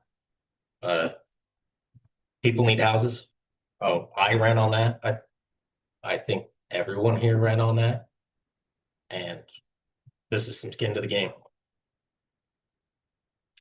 Mary had a comment and then Brian. Yes, I know we're right now in the middle of doing housing task force, in the middle of doing a study to see what type of housing we need. You know, because we have a lot, so I agree with Mike, we have a lot of housing needs, but at this point, we're kind of still in the process of figuring out, is it workforce housing, is it low income housing, is it, you know, so that's just my, you know, a comment on that. This looks like a really good project. I am very concerned about starting a precedence of loaning money to for-profit companies. When there are so many companies that people that are working on housing and nonprofits that are in need, that I think if we're going to, I don't want to, I think it's really hard when you put a line in the sand and you say never. But I think if we're going to ever even consider loaning money to a for-profit organization, we need to have something in place. And don't we have a revolving loan fund process, right? Already. Not for housing, no. It can't go for housing? Okay, that's where I was. Economic opportunity. Just economic. Well, I know it could be argued that housing is the infrastructure for economic opportunity. You know, because if we don't have the housing, our economic opportunity does not happen. So I'm wondering if we could look at that as a possibility. I think this is a great project. I want to help the city. I think would be a really nice time to work with the city and help them in a project and get this underway. But I do think we have to really consider some of the, the aspects of giving to a profit. And I think we need to look at the possibility of using our revolving loan, considering this is infrastructure for economic development. Commissioner Martinez and then Commissioner McCandless. Can I ask if Mr. Williams comes up, because my question is directly related to what my motion was. I remembered what it was, and I apologize for this, for not asking her. Thank you so much. Inside of the motion there's the performance based on the vertical rise right there. Can you explain to me how that would work out? Based on I didn't catch the on vertical. Let me pull it up here real quick again. One of the notes in there is that the loan would be Performance based upon dependent start of vertical construction. So it just come in a little bit later. Okay, Which is fine. which goes into the question I have is when did you need these funds, allocated? So we're trying to go, I guess horizontal construction will start in January. There's probably a 3-month period of kind of the horizontal work. If that counts. But we can kind of time the other loan funds to come in first. So there is there's a mechanism to do that. I did want to speak to like the nonprofit. I understand the concern. Just to give some context of how tax credit projects work, there's a cash flow like maximum and minimum.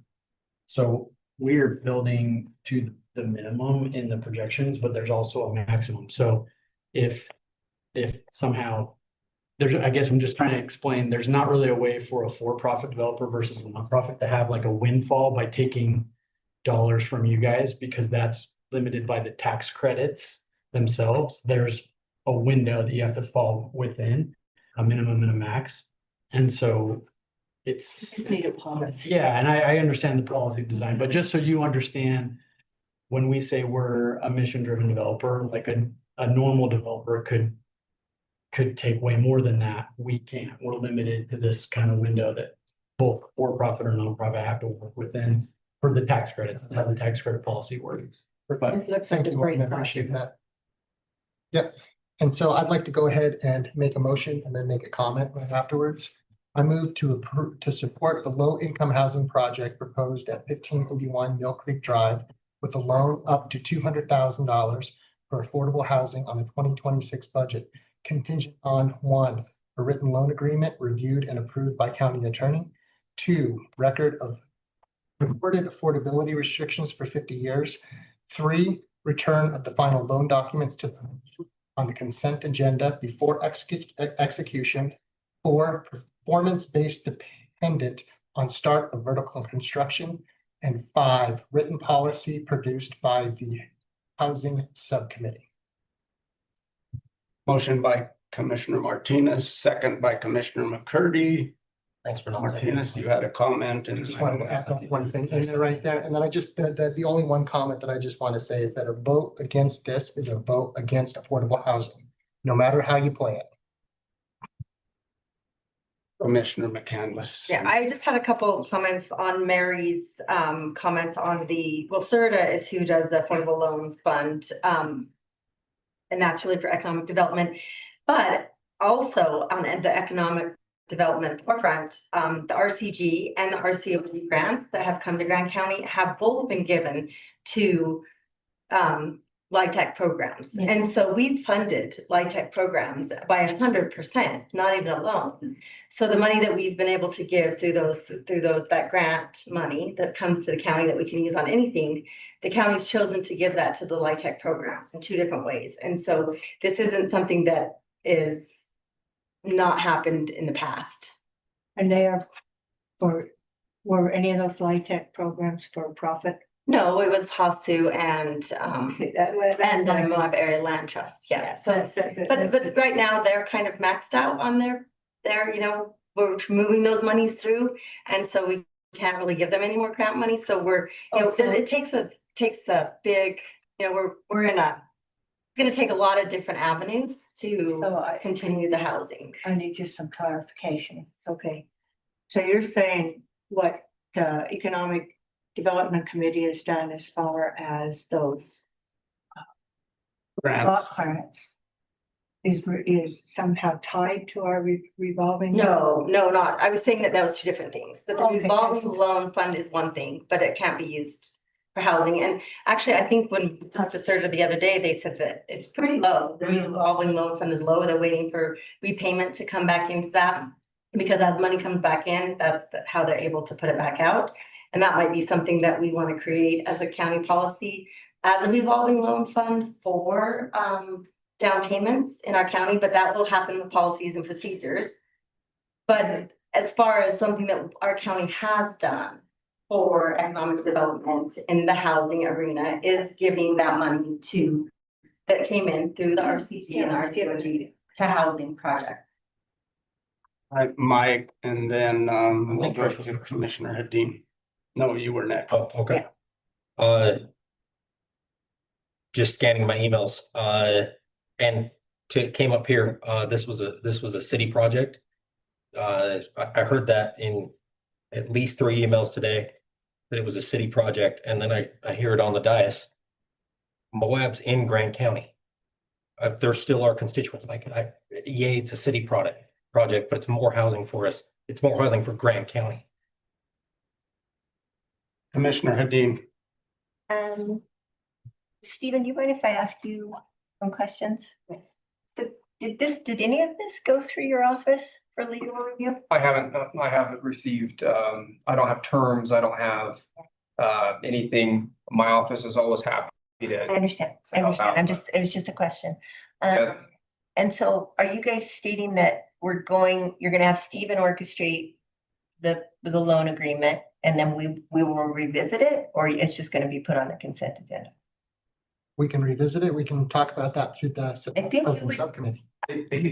You'd have to revisit it. Great. I mean, there are going to be many terms, and normally my goal is to try to get something like this back within 2 weeks. Yes, it's just. This is gonna take a substantial amount of time. I don't have percentage interest rate terms. I don't know if we're going to lien the property. I don't know if we're going to, I mean. Position. Right, I don't know a lot of these things, and we haven't had, some of those substantial discussions. I'm happy to do it. I'm happy to work with it. I know that.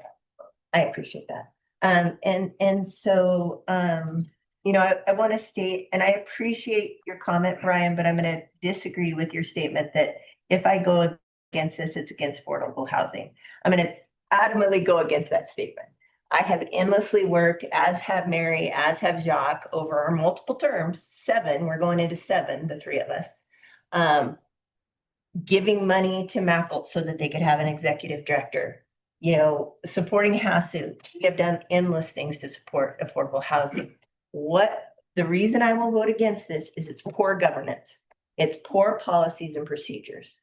That's why I'm going to vote against it. When it comes back and I have a loan in front of me and I can look at the terms, I'll vote for it. I already stated that. So to be told that I'm voting against affordable housing, thanks for the grandstanding, but that's not going to be the case. I am absolutely, and anybody can go back in my voting record. We have done endless things for affordable housing, the 3 of us in this county. So I'm going to disagree with you. I will be voting against it because of the poor governance and not having it go through legal, which we keep doing that. And I'll tell you, it's going to bite us in the butt someday. Everything should be going through legal review, everything. Doc, and then I'm gonna make some comments, Mary, and then I will come back around to you. I was gonna ask Stephen a couple of the same questions that Trish did, but can we sit here and approve a loan that has absolutely no terms, or it's even ambiguous as to the total amount? I mean, again, I'm taking it as the commission would like us to go through and to draft a document. It's gonna have to come back before you. There's many substantial terms that my office can't unilaterally make. And so we're gonna have to run it back by, or I'm gonna have to run it back by you guys, because I just simply can't make any of those decisions because it far exceeds my scope. Now I can negotiate with reasonable terms, and I understand the idea based on the conversation.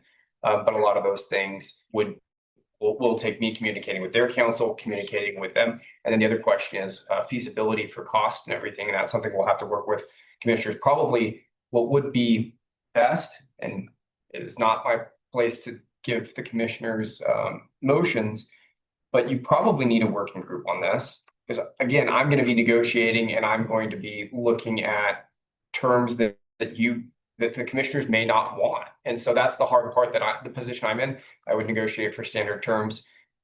Perhaps you guys might put some people on a subcommittee, and then we can have communications about what that looks like and what that looks like going forward. That'd be much. Yeah, it would make sense with the housing. Not to cut you off. Then part 5 of Brian's motion was based on that this would pass based on written policy. Wouldn't it be just cleaner to pass it after we already have the written policy? And wouldn't it? Yes. Seems like it. So I again, and I echo Trish. I resent Brian's subjective statement about us not supporting affordable housing if we don't vote for this. Any one of us can stand here and say that about any item that comes up that we favor. So okay, whatever. fine. I'm going to decline to vote for this tonight too. I, like Trish said, I feel like I've done my part for affordable housing. I'll continue to do so. I don't see this as negating that work, and I'm totally up for looking at this if and when it comes back. All right, several things I'd like to address. One is the county attorney here. I think that there's a way that the commission can at this meeting commit to the fact that we are going to use some funds to support this project. Do we need to come back and go through a legal document to do so? Yes, we do. And I know that we've got quite the social media group that goes on in this county all the time, and there's concerns over the money that was technically lent out of our capital projects budget to the airport, and the airport director and the county attorney and the administrator working on those documents, and the fact that they are, and that they're continuing to push them forward to get them finalized, but yet they haven't let all 7 commissioners know. I think we're out of line sometimes here when we're talking about the fact that we're not following process. We have staff that is working hard to follow the lead of what this commission votes on. And I think that we can do the same thing here. We can commit to the fact that we're going to put some funds to this. I asked for funds out of the housing fund that we put aside this year for housing, $100,000 the commission put forward. We've spent approximately 18,000. I don't have the number. The rest of it, we can come out of the payment in lieu of housing that was set aside. I did ask at the last meeting for the clerk auditor to come up with a number, which I've never seen or heard. Maybe it's because he's probably, like we all are, in the middle of this budget. So there's money available to support housing here. To come up with a document to clarify and to finalize that later, I don't see that as a problem. And the fact that we're trying to say that this is a city project, this is a housing project.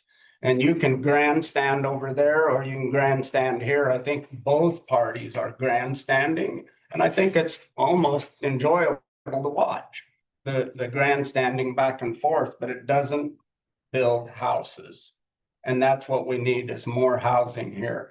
So I would like to move forward with a vote on this to support this, pulling funds wherever, and having our county attorney get involved and finalize the documents. And as he's working through it, if you need a daily update, I think that you can reach out to him to make sure he's doing his job, or that the admin is. But to continually be stating here and online that there's something nefarious going on because you're not aware of all the work that goes on by our staff here, I think is a disservice to them. So, Mary, I believe you had another comment, and then I'm going to call for a vote on this. I don't make comments online. I don't. I didn't mention any name, so I'm Anyway. glad you did. Anyway, I think it's a toxic online environment, so I stay away from it. Begin with,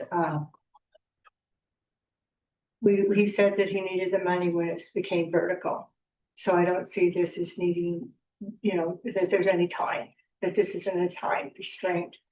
And it was even stated by our attorney that it would be cleaner to wait until the documents are in front of us. I mean, so, and it's not a time restraint. So I see no reason for the rush to vote for it tonight. And I also, and you can say I'm grandstanding, but I was insulted when I was told that if I voted no, that I was not for housing. Ben Riley said at the groundbreaking at the Royal Crossing, it would not have gotten over the line if it hadn't been for Audrey and me. And look at all the housing that's being built. So to insult us like that way I think you're better than that, Ryan. And I hope that can happen in the future. But if I want this project, I think it's very exciting. I think what he presented tonight shows a good project. But I don't see the rush, and I think to do it in a cleaner fashion would be better. Mike, I actually had, he's had 2 times actually, not one time to talk. Okay, Mike, and then let's go to Brian, and then let's vote on this. I figured everyone else had a chance to grandstand. I want some. This is for housing in 2 months. I am in shock that anyone could talk or vote against it.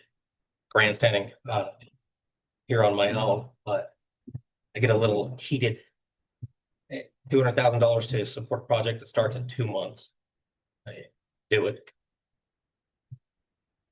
Brian, Yeah, just real quick. These funds were collected to build affordable housing. How long ago? 7, 8 years ago, when you guys were in here, in one of your 7 terms, you guys put this together. And in 7 years, you guys have not made a plan for how we're going to put this in. So yeah, when I say that you're not for affordable housing, I'm seeing some gaps right here. all right, we have a motion by Commissioner Martinez, a second by Commissioner McCurdy. Those in favor? Those opposed? And abstaining? Yep. So the motion passes with 2 opposed, Commissioner Hadeen, Commissioner McGann, and Commissioner Hadler abstaining. And we will move on to item number 7. Consideration to backfill vacant positions. Tess, thank you for hanging in there.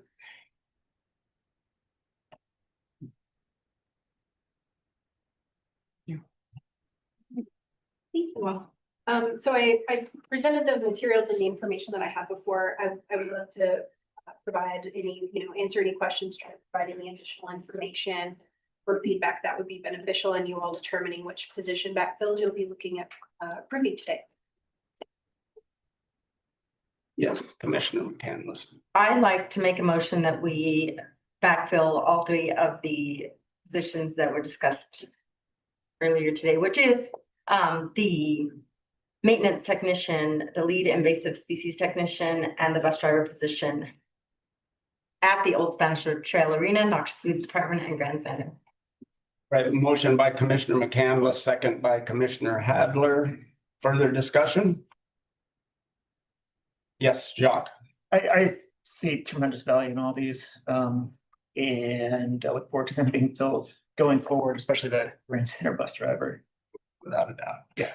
So glad there's agreement. So does Quinn. There's always. That saves Quinn from having to be a bus driver. If there's no further discussion, I'll call for a vote. All in favor? Passes unanimously. Thank you, Tess.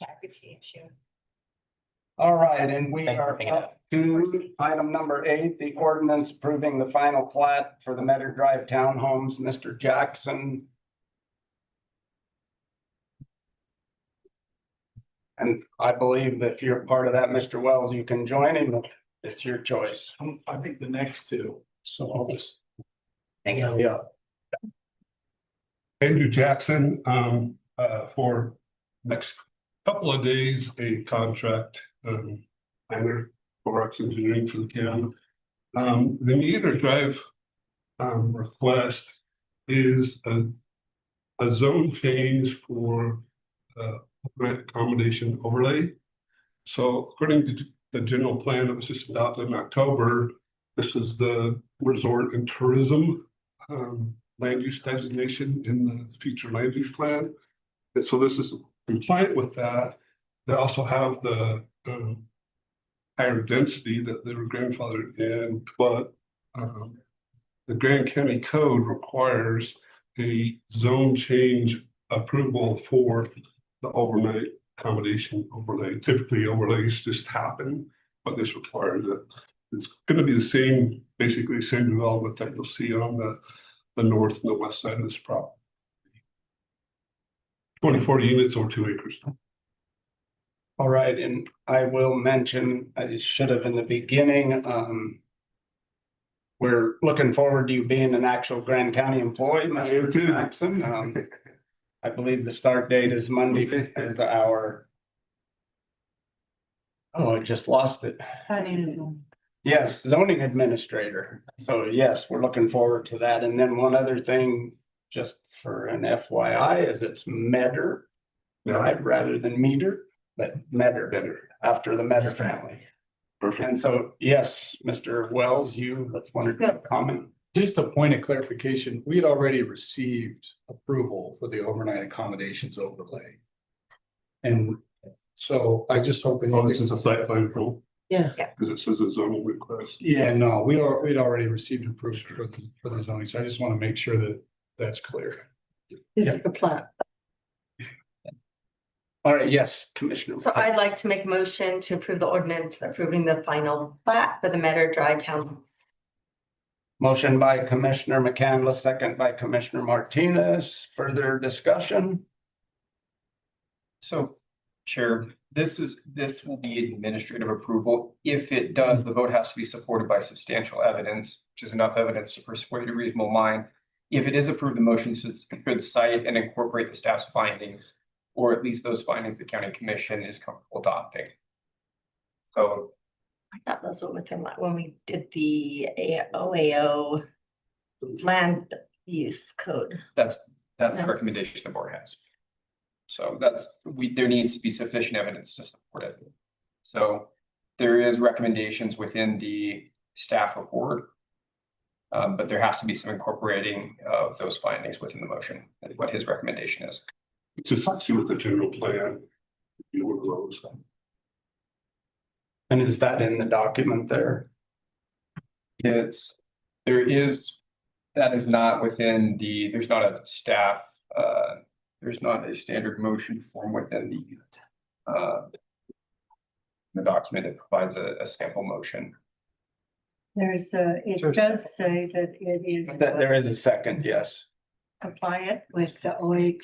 Is that what you're asking for, Stephen? Yes. That's to add to it the finding that the project complies with the OHO residential standard. Except for the proof of on-site energy production and compliance with the assured housing requirements, correct? Is that what you need? Is that the motion that you want, a substitute motion that you? I was just gonna add that to her, amend her motion. Yeah. By adding that. Okay, so that's a motion to amend the previous motion. You don't need a second for that. But yeah, is she okay with it? Yeah, do you want to just make that motion to amend it, or I'll make the motion to amend it? It's in front of you, isn't it? You can read it. Yeah, I can't find where you're reading that. Okay, I'll make.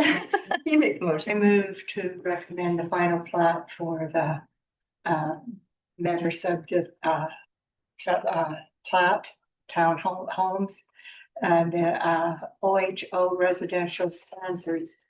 This complies with the OHO residential standards except for the proof of on-site energy production and compliance with the assurance of affordable housing requirements. The density of the project is consistently with the base zone of the multifamily residential 20 units per acre. Overnight accommodation overlay imposed additional requirements on the existing base zone to mitigate the adverse impacts of overnight accommodations. Okay. Motion by Commissioner McGann, second by Commissioner McCandless. Further discussion? All right, seeing none. Wait, no, Yes. I don't have that in front of me. Can you just repeat the last line of that right there? The last I just line wanted- I just says, wanted to know. Yep. overnight accommodation overlay imposes additional requirements on the existing base zone to mitigate the adverse impacts of the overnight accommodations.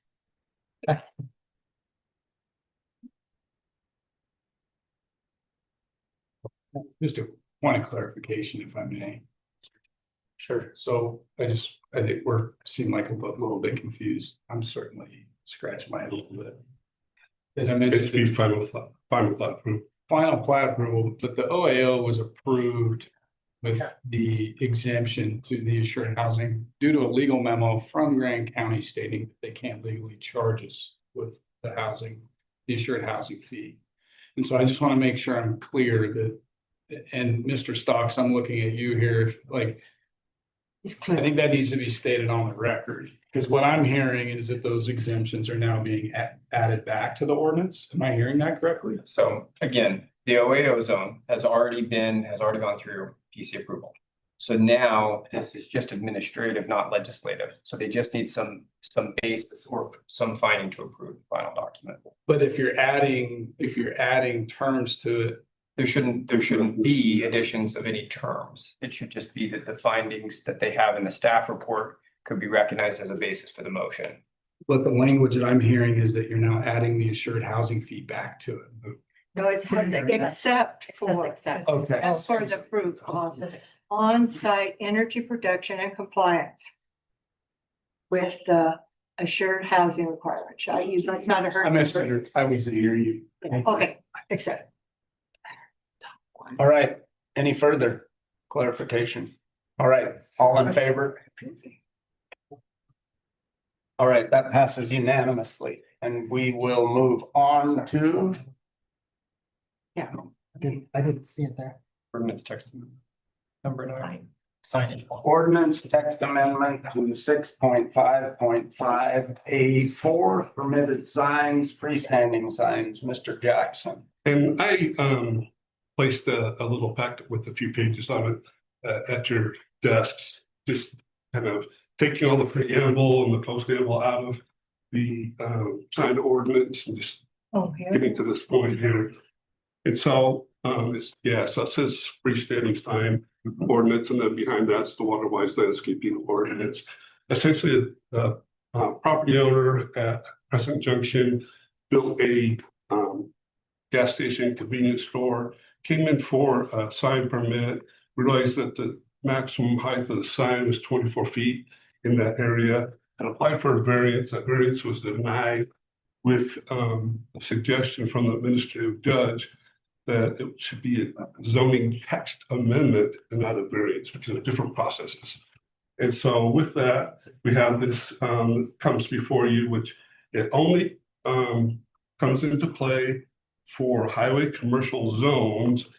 And also, they have to also be within 350 feet of the right of way of I-70. So there may be other properties in the area, or there may be other highway commercial zones, but it's not, doesn't go into effect in those areas. And so the changes that we have, except for freestanding signs, on-premise signs located in highway commercial zoning districts that are within 350 feet of Interstate 70 shall be permitted up to 65 foot in height above grade or 50 feet above the level of the adjacent highway, whichever is greater.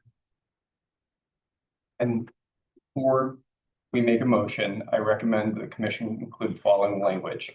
That they note that they have taken into consideration the planning commission's recommendations, staff reports, the applicant's statement, public comments, if any, and the criteria A through K.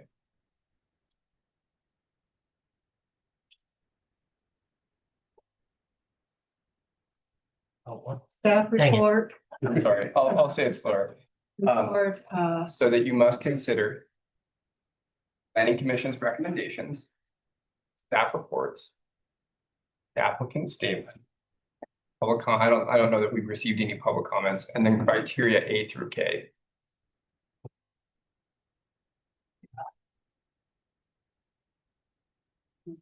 Will you try?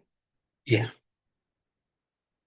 I move to approve the ordinance amendment to 6.5.5A text for permitting sign, freestanding sign.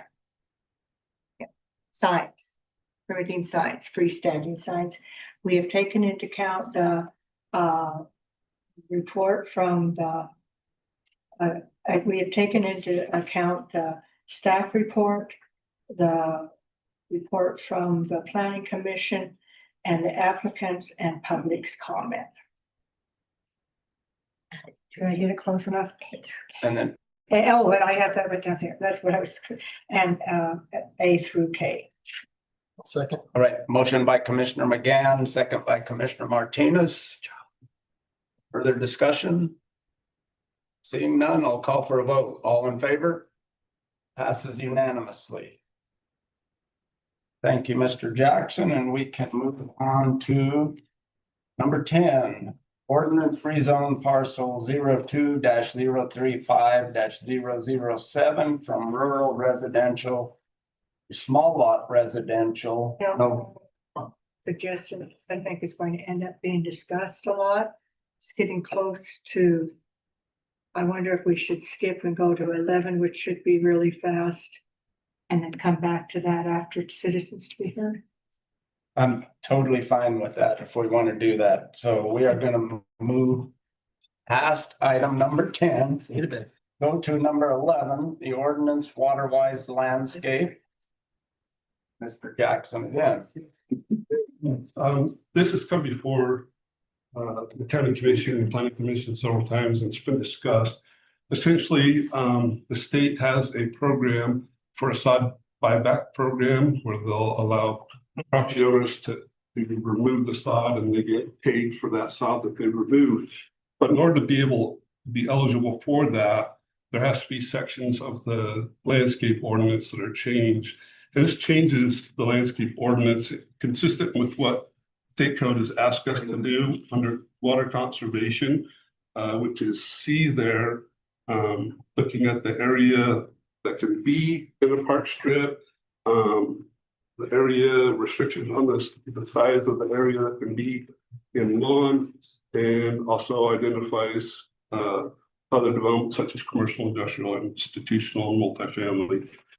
Additionally, there are, again, in this, so it's the page after the text, after the sign, there are a few suggestions that were made by the planning commission on timing and installation and what's practical, and a few other just little scrivener errors.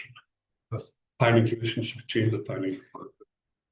And you would have the same requirements for a motion to amend the zoning ordinance that you just had on the last one, but planning commission recommends approval.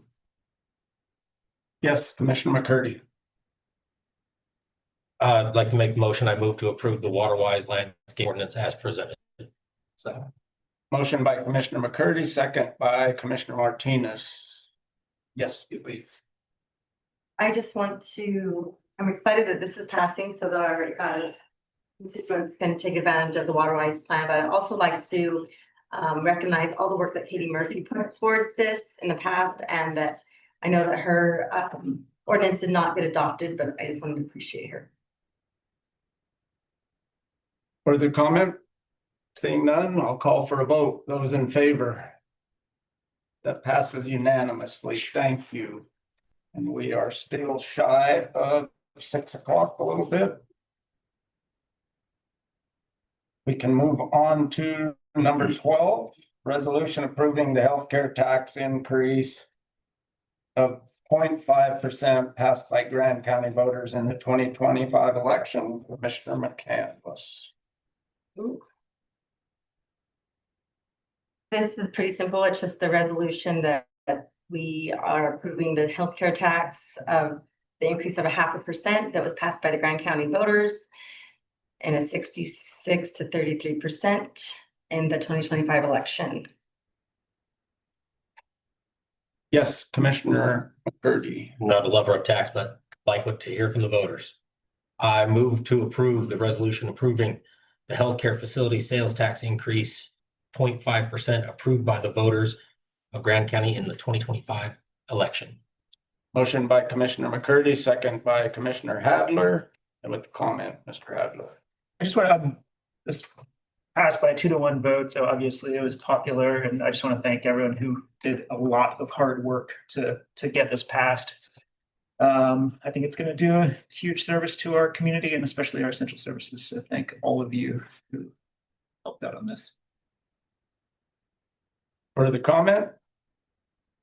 All right, seeing none, I will call for a vote. All in favor? Motion passes unanimously. We are whipping right through these. What's that? Too fast. Yes. Oh, So- actually, I think they want to talk, so we should probably wait on that one. Move it along.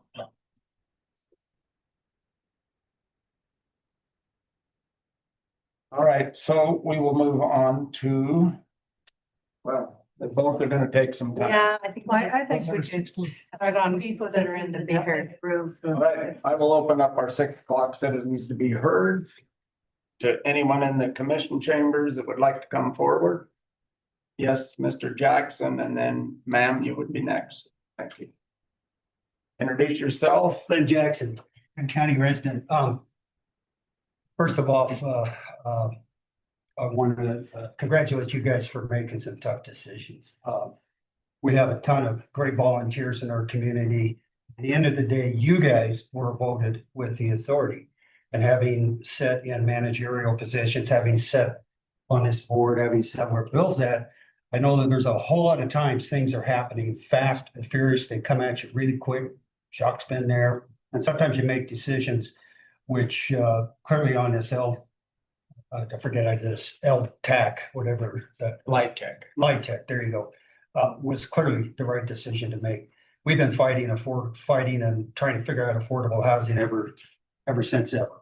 And there just comes a time you have to step out and make some decisions. And I congratulate you guys on that one. Main thing I wanted to address was this Park Service reservation issue and the environmental the alternative that was prepared. As I reviewed that document, I looked at this draft NEPA document that the Park Service prepared, and I was quite frankly stunned. A first-year law student could turn that over in a court of law in about 15 seconds.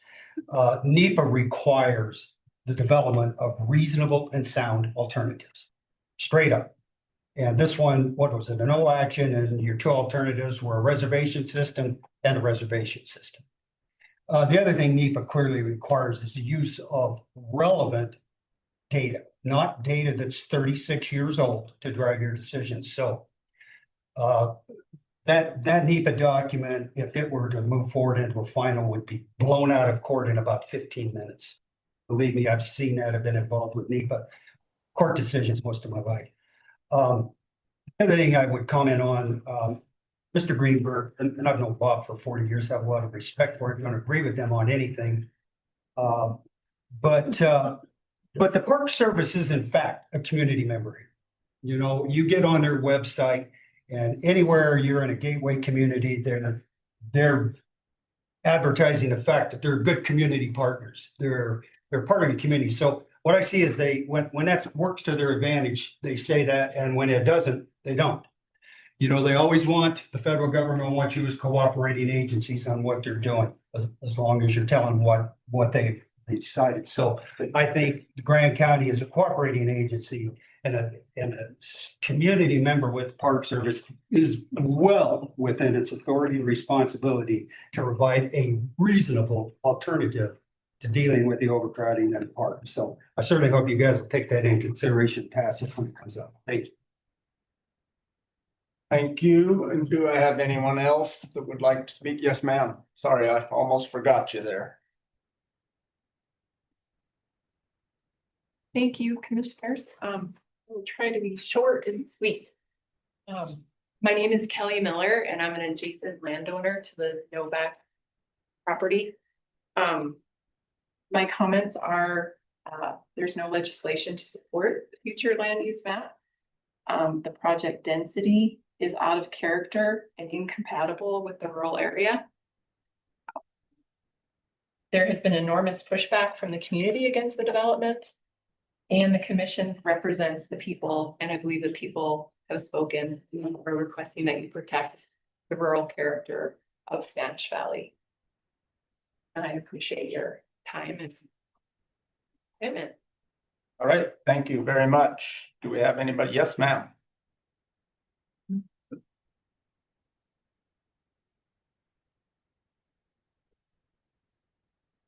Hello, my name is Karen McKinley Jones, and retired Park Service person. And I'm one of those old farts that helped develop and work on the VERP project, which gave us some of the guiding information that you all are questioning and struggling with. My main concern with what I've seen coming out of the county with the letter or the proposal is the lack of detail and trying to understand what you all are aiming for other than more people. It's very concerning to me. The other thing that I worry about is that having been there, I worked at Arches for 20 years and watched it go from 92 and I know the data's old because my daughter is now 33. But it was collected in good faith. And yeah, we probably need to do more, but I don't know how you propose funding a lot of the changes that you are thinking of doing in terms of infrastructure, because as our housing folks were just telling us, doing projects in this part of the world is very expensive. And so my concern is infrastructure in the parks can be even more expensive. So that detail is one of the things that I'm very, very concerned about. Also, from one other personal perspective, having sat and interviewed visitors and the research didn't stop until the early 2000s. It went from 92 with the development of the project into the early 2000s in terms of interviewing visitors and talking with visitors. And the thing that I heard more than anything else was, it's kind of crowded now, but don't let it get any more crowded. And I know that changes over time. I understand that. But we also want to give a quality experience. And that's what I'm concerned about, along with protecting the natural resources. So I'd like to see more information on your plan, on what that really means, what that really is about. Thank you. Do we have anybody else that would like to speak up, speak out? Bring anything forward? What about online, Quinn? Yeah, you can ask if they want to raise their hand. We've got a couple people, but I don't think they're gonna say anything. Anybody else in the chambers? One last call?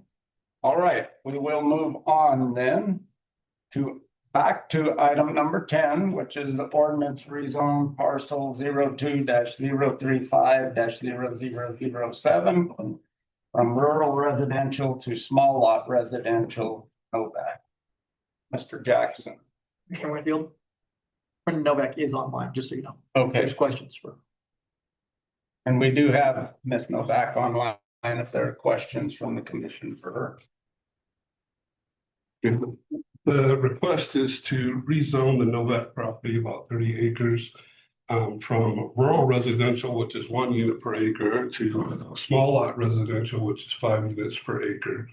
The site plan that they have submitted with the zone change request is about 2.9 units per acre, but we have to understand that they're not bound by that site plan, so they would be bound by the small lot residential zoning. And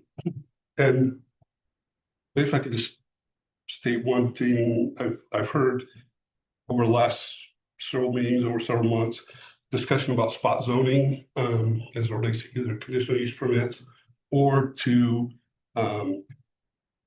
zoning that is compliant with the general plan, which was adopted, the future land use plan, which was adopted in October. When you have a zone change request that is compliant with or consistent with the general plan, it's part of the implementation of the general plan and would not typically be considered spot zoning. I'm not an attorney, just making a planning observation on that. This request is consistent with the plan.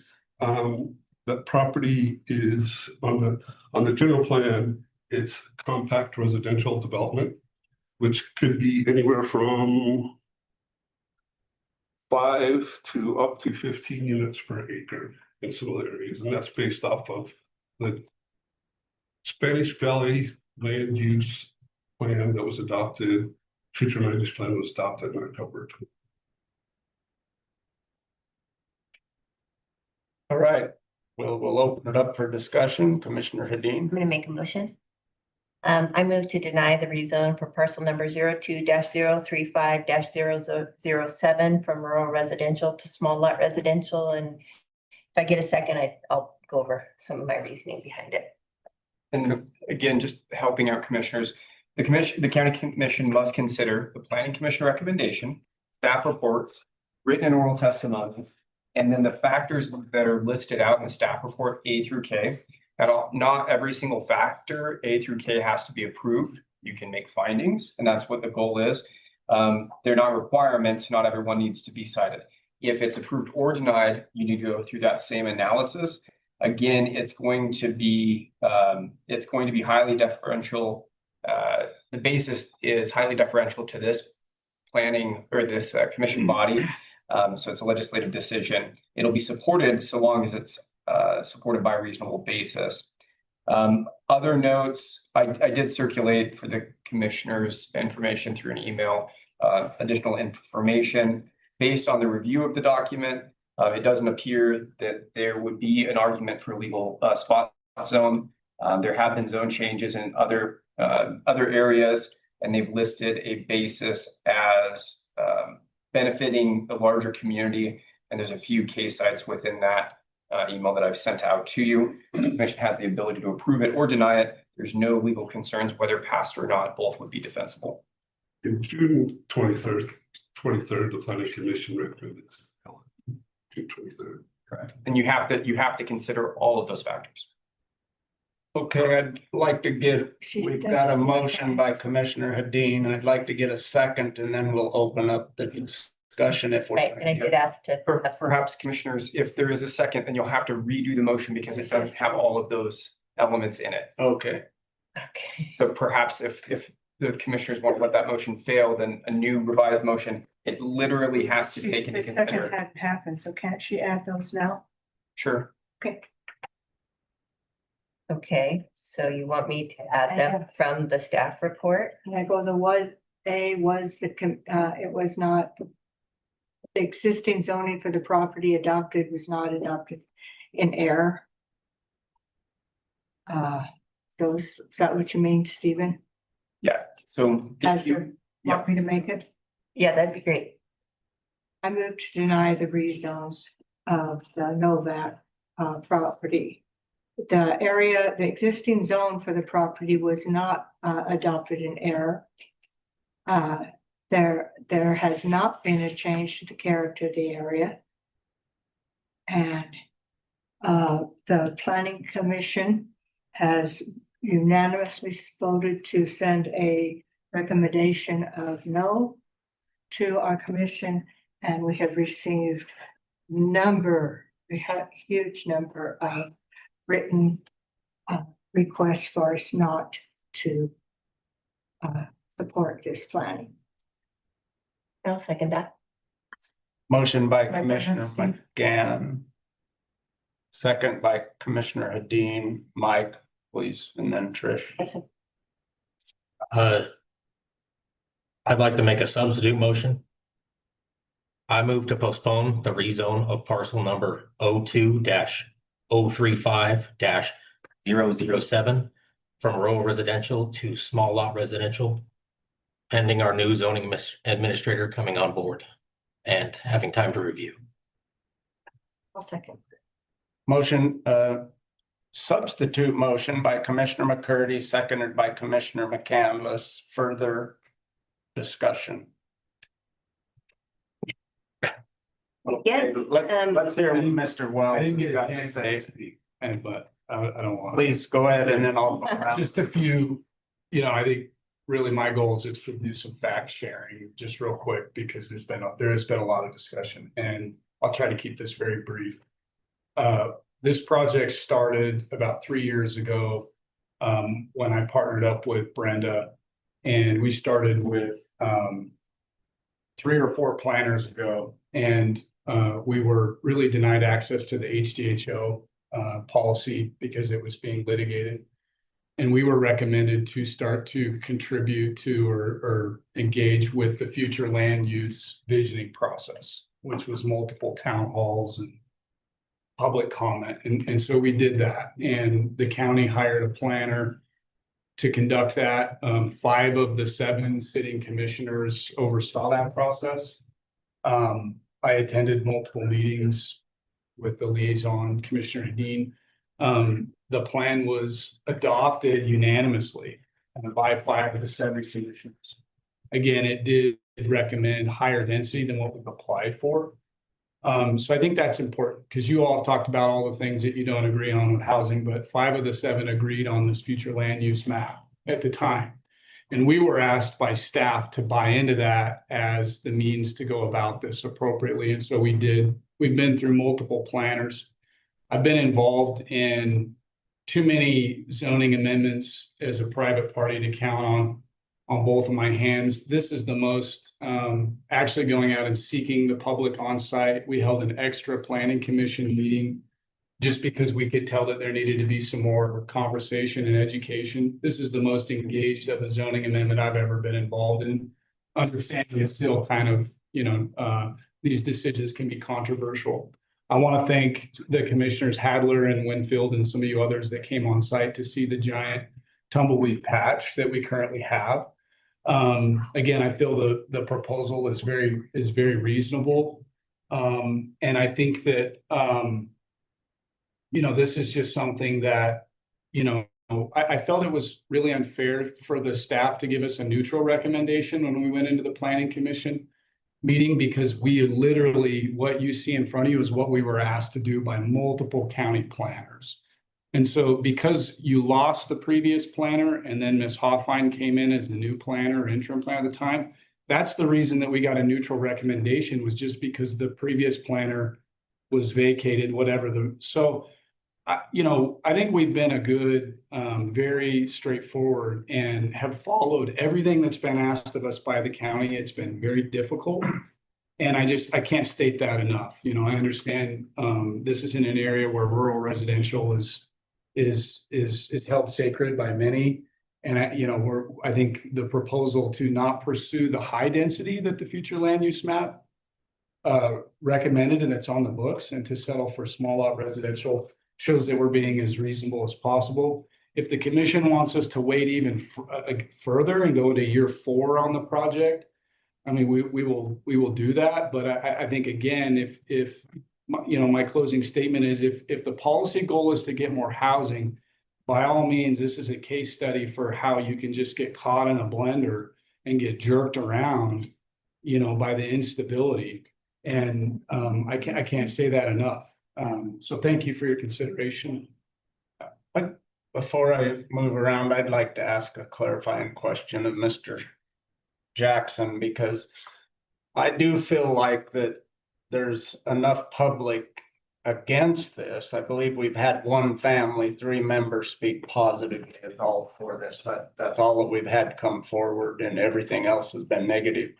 But in asking that this be, as the motion is, to postpone this and give you a time as a zoning administrator, my concern isn't as much with the statute and the legalities of it as the public.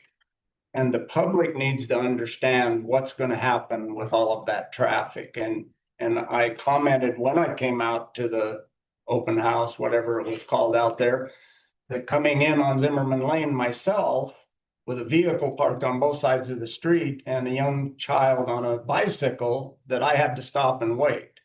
Now, that is a legitimate concern for that neighborhood. And I also know that it's a legitimate reason to be pushing this forward, but how do we balance that? And I would like your advice on how do we handle this with the neighborhood and the public out there, so that if this does move forward, that the commission can get behind it, because it is a legitimate concern. Stocks Drive, as we heard previously from Ms. Campbell, there's no on and off at the highway there. The other people spoke about the fact, and I understand it is county right away, but that's got trees. We've got a little bit of a mess, in my opinion, out there if we're going to allow this to move forward. And I think dealing with the public. So that might be a long-winded way of asking for your advice. Yeah, that's a great question. And I want to make sure that I'm not giving any legal advice, because I'm not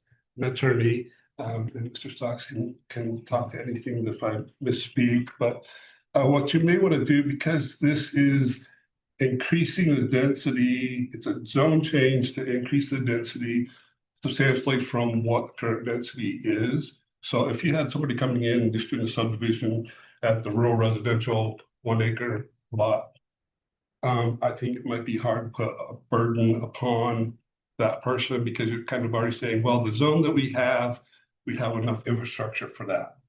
if you're increasing that density, I think it would be appropriate to recommend a traffic study or traffic report associated with this, because you are increasing that density 3 to 5 times what's currently there. That would happen at the plat phase, correct? The subdivision plat. I think you could require that of the zone change to be able to understand the impact of the zone change. I think that there's been considerable discussion and concerns brought up with the fact that if this zone change is allowed without that being a part of the process, that it could possibly be circumvented later. And that's where my concern has been all along with this, and I'll open it. But you have the possibility of going up to 18 inch breakers and stuff. Right. With the zone change. So I guess, Bill, should we deal with Mike's amendment first? Because if we're gonna postpone it, we don't need, our substitute motion, sorry about that. 100%. So we don't really need to go into all of our debates if it doesn't pass, then yes, then I would like to pose my arguments. All right, so the motion was by Commissioner McCurdy and seconded by Commissioner McCandless, is that correct? I do have a question though, real quick. Okay, please. So can you just explain to me, so when the land use code is completed, how will this process be handled in the future? Will this be an administrative process? Or would this be a legislative process? Feel free to jump in at any point, but state law takes over at the zone change and requires certain things. So a public hearing, planning commission, public hearing before the county commission. So it's not administrative for a zone change. Even with the change in the land use code, it still have to be compliant with the state code. And then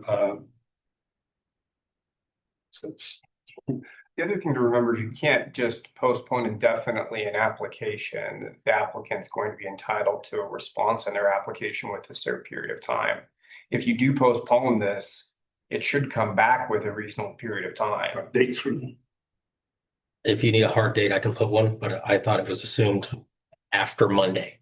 Yeah, I would assume 2 weeks or Okay. our next commission meeting.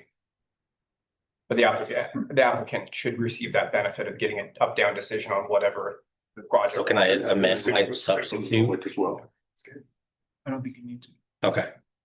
No, so we need to vote on Mike's substitute motion. Yes, correct.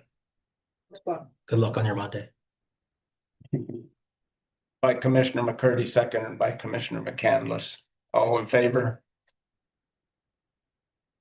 Those opposed? Those abstaining? Right, so the substitute motion passes 5 in favor with 2 abstentions, Commissioner Hedin and Commissioner McGann. So one note, since the public and everybody that cares about this item is here, I would assume that it would be back on the agenda the next commission meeting. I would assume. You have time. I don't know if that's enough time to deal with the public. Okay, then a date specific. First meeting in January? I would, If it's not enough time to refer to the public, I would like Mr. Jackson's recommendation that we take more time to talk to the public. Yes, so and I'm fine with whatever date certain you want to have that. I'm happy to accommodate that. It'll be a question of, are you looking at a complete overview and staff recommendation, or if staff recommends coming back and saying we'd really like a detailed transportation plan associated with this? You know, it's one thing if you're asking what additional information may be needed. That's easy to get by the next meeting. If you're wanting to say, review this transportation study that's not yet done and make recommendations, then that's going to be. I would say, let's let Mr. Wells weigh in here, but I just want to state that as it stands right now, I don't see any way for it to pass. So if we're not going to do some extra work, if you're gonna push this, if you want it in 2 weeks, why don't we vote it down now? I mean, we just did vote to postpone it. But I'm saying that in 2 weeks isn't enough time, and I don't think that it'll pass in 2 weeks. That's my concern. Yeah, So yes, Mr. that's President. clear, Mr. Chairman. I get the confusion, I guess, that I have is you just stated that if a traffic study wasn't completed prior to an upzone, which in my experience, I'm not a planner, is pretty unprecedented, that it could be circumvented. And that's not the case. I mean, we need to get the green light that we have the density. And then we have to mitigate the concerns of the county in terms of access, transportation, public health and safety before it's approved. And so I want to make sure that I'm hearing you correctly, that you would want us to conduct a traffic study before a zoning amendment, which is not, that doesn't seem realistic. And I don't know how we would circumvent that. And I also want to be clear that the county planning department asked us to add another access, and that Stocks Road was the preferred from the county planning department. We're aware that there are issues with regional transportation kind of in the area, but we deal with those at the next step, not at a zoning amendment. We deal with those at the next step, like any other subdivision. And so we need the assurance from the county that you're going to stand by the density. This is less density than what you've advised in the area, so that we can move forward and then spend the real money to sand off the edges. But I'm hearing public clamor concerns and then traffic concerns. Traffic concerns we can deal with like any subdivision. Public clamor concerns, all I can do is set those facts straight. All the technical concerns related to Stocks Drive, they're dealt with at the plat phase, not the zoning amendment phase. So I'm a planner, and it often happens at the zoning change because you're changing a density, and the density is going to have an impact on the transportation in the area. So it's not uncommon to have a master transportation plan or a transportation study associated with the zone change because of the increased density. That's not uncommon at the zone change level. it just so, not to argue with you, but just so I can understand you, because this is a very productive conversation. We've been talking about this for 6 months. So this is good that we're hashing this out. Would that be like a county originated study?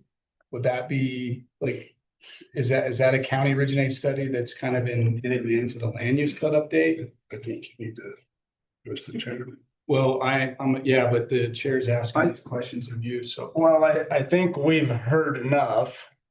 I think that I want to go around the commission now with the questions. Just a quick comment. Commissioner Hadeen. I mean, no offense, Mr. Wells, but the other reality is you could get this rezone and turn around and sell it. So you don't have to go through any of those processes. I mean, the reality is. But whoever developed it would have to. Sure.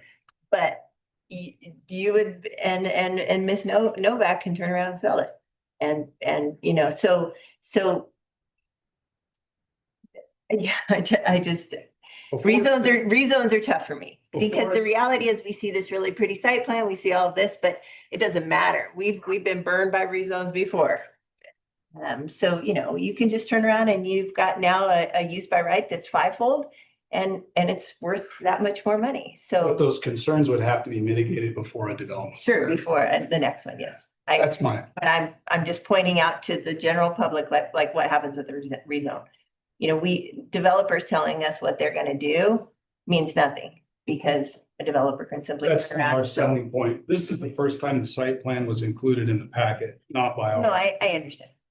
I understand, but. All right, I'll move on around, Mike. My recommendation to postpone comes from wanting to get the new zoning administrator on board. I would require that of any choice on a rezone development, not specifically alone this one. I would require it on any. And for once, we know it's Monday. I mean, it's taken more than a while. I know you know that. Monday's coming. Commissioner McGann. I don't know how many workshops I've gone to on planning use. And one of them, in 101, they say never rezone for a project. They say rezones are permanent. You know, it's a you know, and that, you know, so that's my, you know, it just goes against everything I've been advised by land use people is that you don't rezone for any project. Because as Trish says, that people can change and who knows what's going to come in next, and then they won't have to go through the begging of the rezone or whatever. So that's what I'm saying. I have a couple of things I'd like to say. I'd like to address the comments about developers, because if we're trying to raise the level of professionalism in here, I want to make sure that when we call out developers, as we have a couple of times, one was earlier and now one here, Mr. Wells, I believe that I've been considered a developer in my past. Trish has bought and sold homes and built them. We're all to some degree or another developer. I'd like to be careful when we throw that word around. I don't think, did I? And I'm not asking for comment or rebuttal. I'm just saying that we want to raise the level of professionalism in here. Let's treat everybody with respect, whether there's a developer name behind them or they're just a citizen in the crowd. And then, Mary, if we didn't rezone property, a Royal Crossing would not exist. If we didn't rezone property, there would be very little, if any. So we have to be careful when we start saying, we don't want to ever rezone I anything. didn't say ever, I said, don't rezone it for a one project. Again, people have to come before us as they have the legal right to do, and that's why we're here. So I'm gonna go with Mike's recommendation. We voted on this, approved that it come back. We can say that we can have it, Mr. Jackson, by the next commission meeting, have something before us. So Some recommendation. thank you. All right, with that, we will move on then to number 13. Do we have to vote on my motion? We did vote on your motion. Oh, yeah, we did. My bad, sorry. Yeah, I got. Way too long. I got possible. Right, and so we will move on to the resolution allocating the healthcare facility sales and tax revenues received in 2025. Do you all want to, Dan, and do you guys want to come up here and speak? Or do you just want to sit up here in case anybody has questions? I'll sit here and be polite. You can sit, how about you sit here in case anybody has any questions? Dan, TJ and Andy. Where's TJ? Step outside. Outside. Okay. Huh? All right, so this is the resolution allocating the healthcare facility sales and tax revenue received in 2026. We had previously done a allocation for 50% to the healthcare district and 50% to EMS, and that was the first 0.5%. So this is going to just be the additional 0.5%, and the recommendation is 52% to Grand County EMS Special Service District, 11% to Canyonlands Healthcare Special Service District, and 37% to Maud Valley Fire Protection District. These are just for the 2026 budget season, and that will give them more time to put together a plan. I mean, most of them have plans, but since the tax just passed and we have a budget season and they have their budget meetings right now, we're gonna do the 2026 and then they're gonna come back with a plan for the next 5 to 10-ish years. As things change, so it will just be an idea, but let them talk or you guys can ask questions. I'm not sure which one of you were first, but Commissioner McCurdy and then Commissioner Hadler. Fire away, man. I just wanted to make the motion to approve the resolution allocating the additional 0.5% as presented. I'll second that. Motion by Commissioner Hadler, second by Commissioner Hadeen. You got it. Yes, Jock. And I wanted to comment too, I along with Melody, I sat in on a couple of meetings with the folks in front of us, and those were some of the most productive meetings I've ever sat on. Can't believe how well everyone composed themselves and brought their perspectives to the table and worked with each other and got this figured out to an equitable conclusion. And I wholeheartedly support what we've got here in front of us. Commissioner McCurdy. I know we get griped on about the process quite a bit, but this process was very well laid out. We put it to the voters spoke, and it's pretty easy to vote for after that. Appreciate it. Further comment? I'm excited it passed. Me too. All right. We will call for a vote. Those in favor? Passes unanimously. Thank you guys for. Guys. Thank you guys. You, as a citizen, one of the best tax things I voted for in a long time. Thanks, you. Thank you. Awesome. All right, with that, we will move on to number 14. Access and capacity enhancement, the alternative for the National Park Service. This will be Commissioner Martinez. Just a little bit of background I would like to add. Grand County was invited by the state with direction from the federal government to come up with some alternatives at Arches. This is not Grand County coming out as Grand County trying to change everything at Arches. There will be a meeting that will be held December 1st that I believe Commissioner Zadine and Commissioner Martinez will attend with the state. And if Grand County wanted to waive their right to this, the process would still go on without us. So I know that there's again, a lot of social media and folks out there that don't have all of the information and it gets way skewed in the public's eyes. But I'm going to open this up to Commissioner Martinez and we can start the discussion. Thank you, Chair. So in 2024, the National Park Service put out a visitor access and experience plan, which proposed 3 alternatives. The first alternative was a no action alternative. The second alternative was a time entry system, which we've had since we've been, which is we're currently using as our pilot right now. And the third was another reservation system, which was day of reservations. That EA had stopped, and right now they're looking for additional alternatives for that program. The ACE that I put together here, I just wanted to kind of go through and just read a couple of things that I just wanted to talk about the heart of the program, right?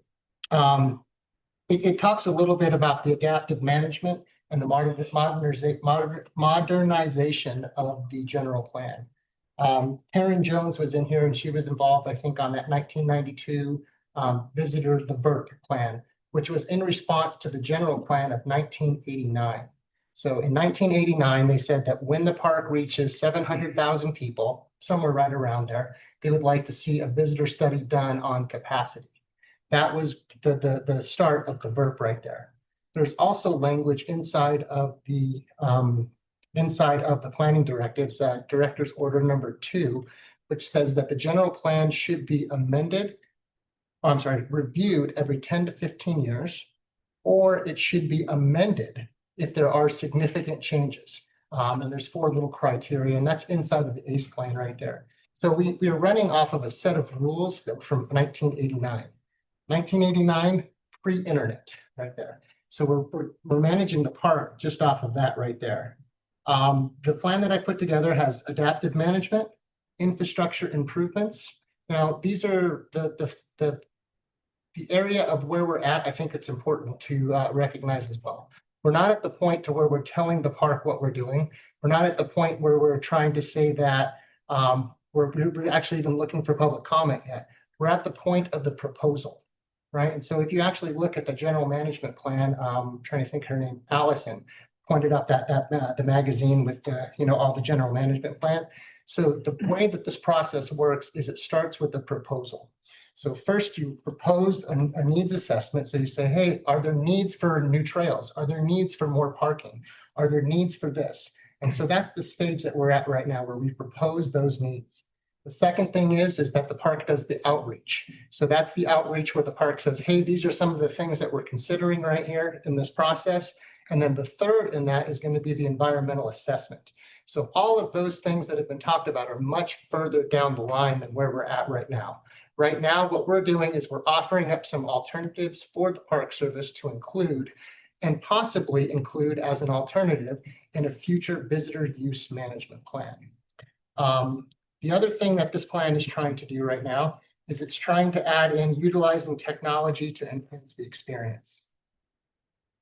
There's been so many advancements since 1989, and I think that there are a lot of ways that we can use some technology to allow visitors to make their own decisions on where they travel to, where they go. And I mean, I would love it if I could go, you know, right here from Moab, Utah, and look at an app, and it says, oh my gosh, there's a ton of people at Devil's Garden, there's a ton of people at the windows, but right now there's nobody at the Devil's Garden, and I can go ahead and make my plans to go there. Or I could see that there's a ton of people at all of the parks, and I could go and I could hang out in town, and I can go get a coffee, I could go book a tour, I could go do whatever I wanted to do based off of that information right there. Further on that, so this inside of here, and there's not too much yet on the detail because it's still being processed right now. What we're working on with the state is an app that's going to be run through, that's being developed in Southern Utah University. And what this app would be, it would be for the entire state of Utah. Very similar to, I think it's called the CPW in Colorado, which uses it for their state parks. And so you would have one app that would be for Utah that would include all 5 of our national parks. And so it would be the same user face. So when you're in Zion, you would use the same app as when you came here to Grand County and you went to Arches or you went to Canyonlands. It would be a really neat thing that I think could be done. That's part of right there. And then the third thing that the plan really has in there, I want to just read something else real quick back from the general plan.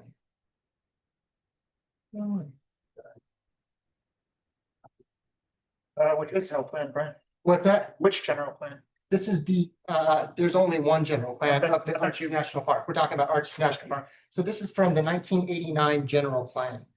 Visitor use within the park has been increasing steadily over the years, especially at Balanced Rock and Delicate Arch. And Devil's Garden trailheads. Facilities are no longer adequate to accommodate parking and foot traffic in these areas, with the result that visitors are parking along the road shoulders and creating multiple social trails. Sound familiar? This is in 1989. The plan has stayed the same since then. Arches was designated or was designed, the planning documents was designed for a driving park. So they designed this park for people to come in with their cars, drive around, take pictures, right? What we're proposing here has walkability, right? We're trying to make the park more walkable. It has active transportation. We're trying to have it so that people can come in by bikes, right? We're trying to make connectivity, so we're connecting trails, right? That are siloed right now into separate zones. If you wanted to go to Delicate Arch, then to the Garden of Eden, then to the windows, and then to Double Arch, most people park 4 times to do that. And we're talking about an area that's within 1.5 miles right there. So we're asking for connectivity inside of those little areas.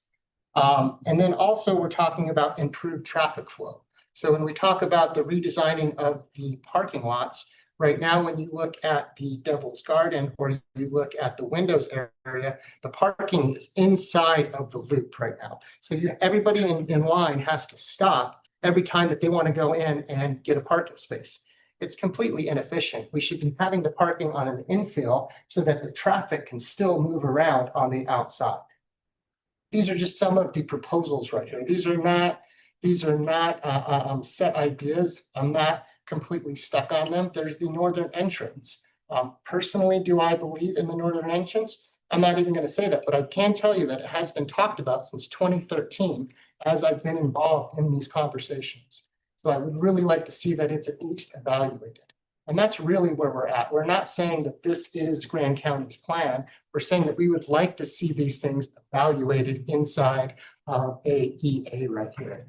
I did write up a little thing here just kind of about the reasonableness, right? The reasonableness of this plan, right? We're not asking for a categorical exclusion, right, from the NEPA process to create a bike lane, right, that's on previously disturbed land, right? Because if you look at the map right there, that's included. The bike path that I've suggested is on previously disturbed land, right? We're not asking for a categorical exclusion for that, right? But if you think about it, that idea holds more sand, right?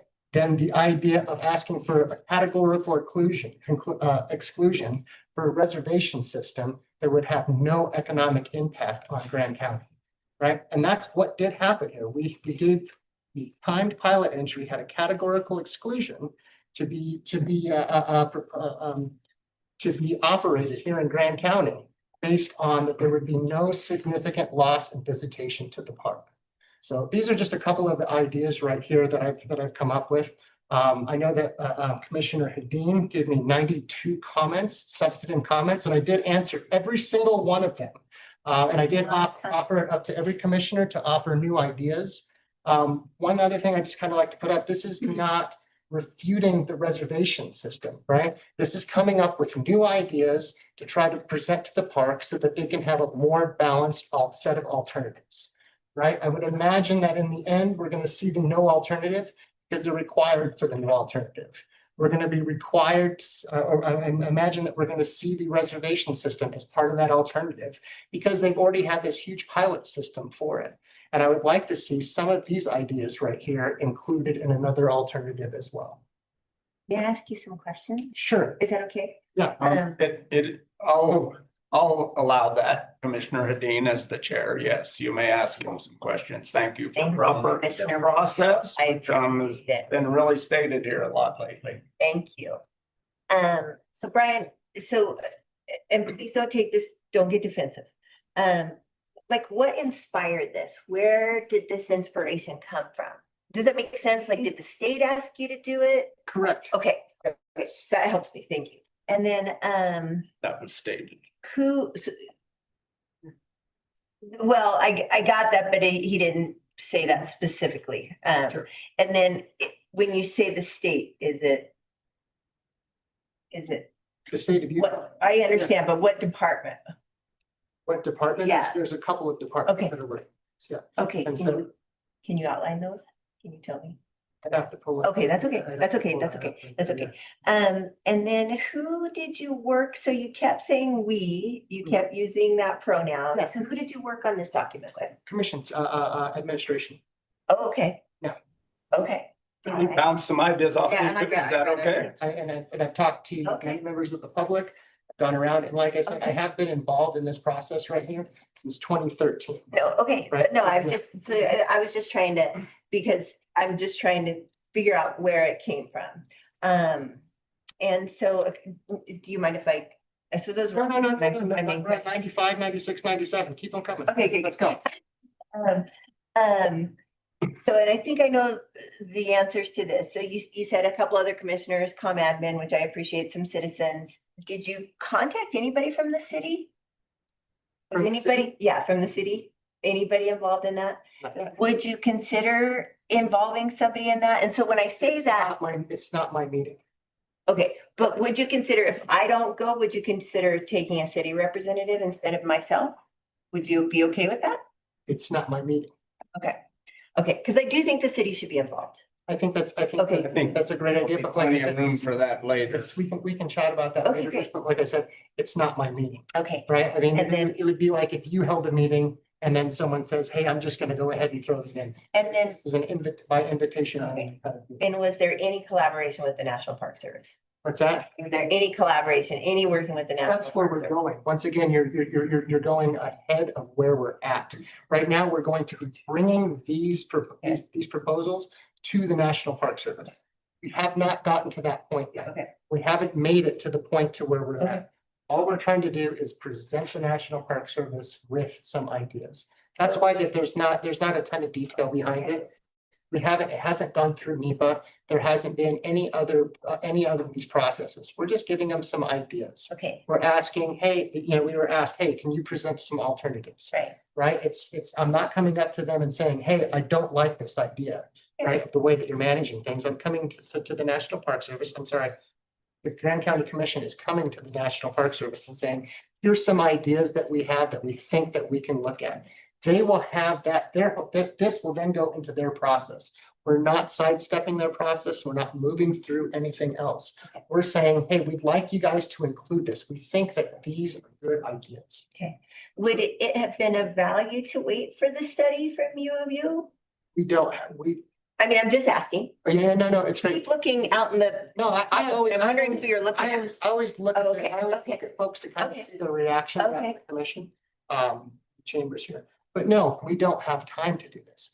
We were asked, we were asked to come in and present something on December first. Okay. And so I have put together a list of ideas. I put it out to the commission so that they could add to those ideas, right? And then from that point, we'll go to the National Park Service, we'll present it. And the state is going to either probably have their own ideas. There will be other national parks there. This is not for the special butterfly Grand Canyon, Grand County, right? This is going to be. This is going to be all of the national parks here in Utah and some heads of the Department of the Interior. And I will make the comment that I spent a tremendous amount of time going over that document and then going back over the document, right? I told you I was gonna do basic edits, which probably took me 2 or 3 hours. And then I went back and tried to make more substantive comments after I did some research. And that being said, I would hope that other commissioners will look at those comments. You know, because most of them were not taken. You know, and that is what it is, but I did put a lot of time and effort into, I mean, you took my grammatical, you know, fixing grammar, and I appreciate that, but most of the other ones you didn't, and. But they weren't, just no. real quick, so you want to finish or you want me to just say? Sure. When you guys look at them, they're not recommendations to changing the document. They are rebuttals to arguments that I've made right there. Mhm. So they're not recommendations that you made that said, hey, I think that we should change this sentence to this, or hey, I would love to see us include this as part of an alternative to this program. Okay, Right? They were, okay. I don't find the way that you've analyzed the data to be consistent with the way that I analyze. Okay, no, that helps. So next time I'll try to make recommendations. Mhm. Yeah, I can do that. Because I do take a lot of pride in my knowledge of natural resources. You know, I teach in a university, in the College of Natural Resources, and I do think I am of value when we're looking at documents such as this. I do appreciate you giving me the document. I would have liked to have been involved earlier on. And you know, the thing that I wrote here is I'm not particularly really offended by the document. It's more, I guess, the process. And I'm going to go back to that idea of the process. And I just want to see more collaboration. I feel like, yeah, I just feel like it'd be better to have, the more people that you have involved, the better product you're going to produce. That's just my opinion. And so I won't vote for it. But I appreciate the work that you've done on it, because of the process. And that's it. Commissioner McCurdy, I please. just had to make sure I could feel my hand, sorry. I'd like to make the motion. I move to endorse the access and capacity enhancement ACE alternative for submission to the National Park Service as Grand County's formal proposal on a future Arches National Park visitor use management plan. This endorsement authorizes Commissioners Martinez and Hedin to present the ACE alternative to the state of Utah and to the U.S. Department of Interior during the upcoming interagency meeting. Motion by Commissioner McCurdy, second by Commissioner McCandless. I will go to Mike, then Melody for discussion. So as part of the process, the Arches or NPS can like an alternative, or they can just disregard, right? 100%. We're not making choices for them. Thanks. That's it. Commissioner McCandless and then Commissioner Hadler. Yeah, I loved it. I thought Brian did amazing work. I've read it a couple times, and I know that this meeting was even supposed to be earlier. It was on the agenda last meeting, but we took it off because it was, we were in a good government shutdown. So it's not like this just happened overnight. It's been something that he's been working on for a while. And these are recommendations. Last year, about this time, I think I was at Grand Center, and you know, they had the different alternatives laid out for the community to come and give input on, and I give my own personal input on Arches and Arches reservation system. And so I think this is just right along that road. We're just continuing to give input and recommendations on what we think should happen in the park. And just on process, I'm just confused because I know I watched a lot of meetings last year when letters came about on the commission that, Mike and Bill hadn't seen. And so I don't think this is anything new to have a letter on, on the agenda to vote on. No, I just wanted to add in one thing that I did forget. So I did talk about the 1989 plan of the capacity and the park, right? And I really do think that one of the things that we need to do is we need to rethink how we want people to experience Arches National Park. Because I do think that travelers today are different than the travelers of the 1970s and the 1980s. I think that they would enjoy a more active park. And so I didn't bring that around when I had mentioned that in the 1989 general management plan. Thanks. Commissioner Hadler. I just want to start with, I don't hate everything in the plan at all. I think there's some really interesting stuff in here, especially some of the connectivity and some of the bike access. But of course, we have a separate group that's working on that involves National Park and other stakeholders that Brian and I are both a part of. I'm not going to vote for this. I don't think that's a surprise to any of you who've heard my opinions on this for the past 4 years. I just see this as an increased visitation plan without enough to satisfy me that there's mitigation for dealing with that increased visitation. And until I do see a robust plan to deal with that, I'm not in favor. Anybody else? All right, I will call for a vote on the ACE. Access and capacity enhancement. The motion was by Commissioner McCurdy, seconded by Commissioner McCandless. All in favor? Those opposed? Motion passes with 3 opposed, Commissioner Adine, Commissioner Hadler, Commissioner McGann. And we will move on to Memorandum of Understanding between Grand County, Utah and the State of Utah Division of Outdoor Recreation. Again, Commissioner Martinez. Come on up, Carly. Hi. Thank you for being patient. Introduce. Sure. Sorry. Go ahead and introduce yourself. Hi, everybody. My name is Carly Lanch. I'm the Trails and Planning Program Director with the Utah Division of Outdoor Recreation. We were the nation's first Office of Outdoor Recreation back in 2013, since evolved into a division. And we have a newer program where we have 4 regional trail crews throughout the state. One is based here in Moab. We have another one in Cedar City and Richfield, and then in Salt Lake City. So in my role, we support our trail crews, and then we do a lot of planning efforts and technical assistance and technical trail trainings. We had one here today in Moab for motorized and non-motorized. And so we were approached by Grand County to discuss this MOU. And so if it's helpful, we could go over some of the key kind of recitals within the MOU.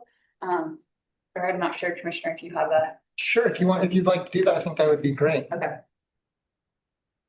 Right here. So basically the purpose of this MOU would be to make the trail crew that's based here in Moab more focused on motorized trail work. And so, as a state, we aim to have a 50% non-motorized, 50% motorized kind of purview up in the past. This would be directing more of our crew's efforts here in Moab on motorized trails specifically. And so this MOU would have the capabilities of funding between 1 to 5 trail crew positions, and the county would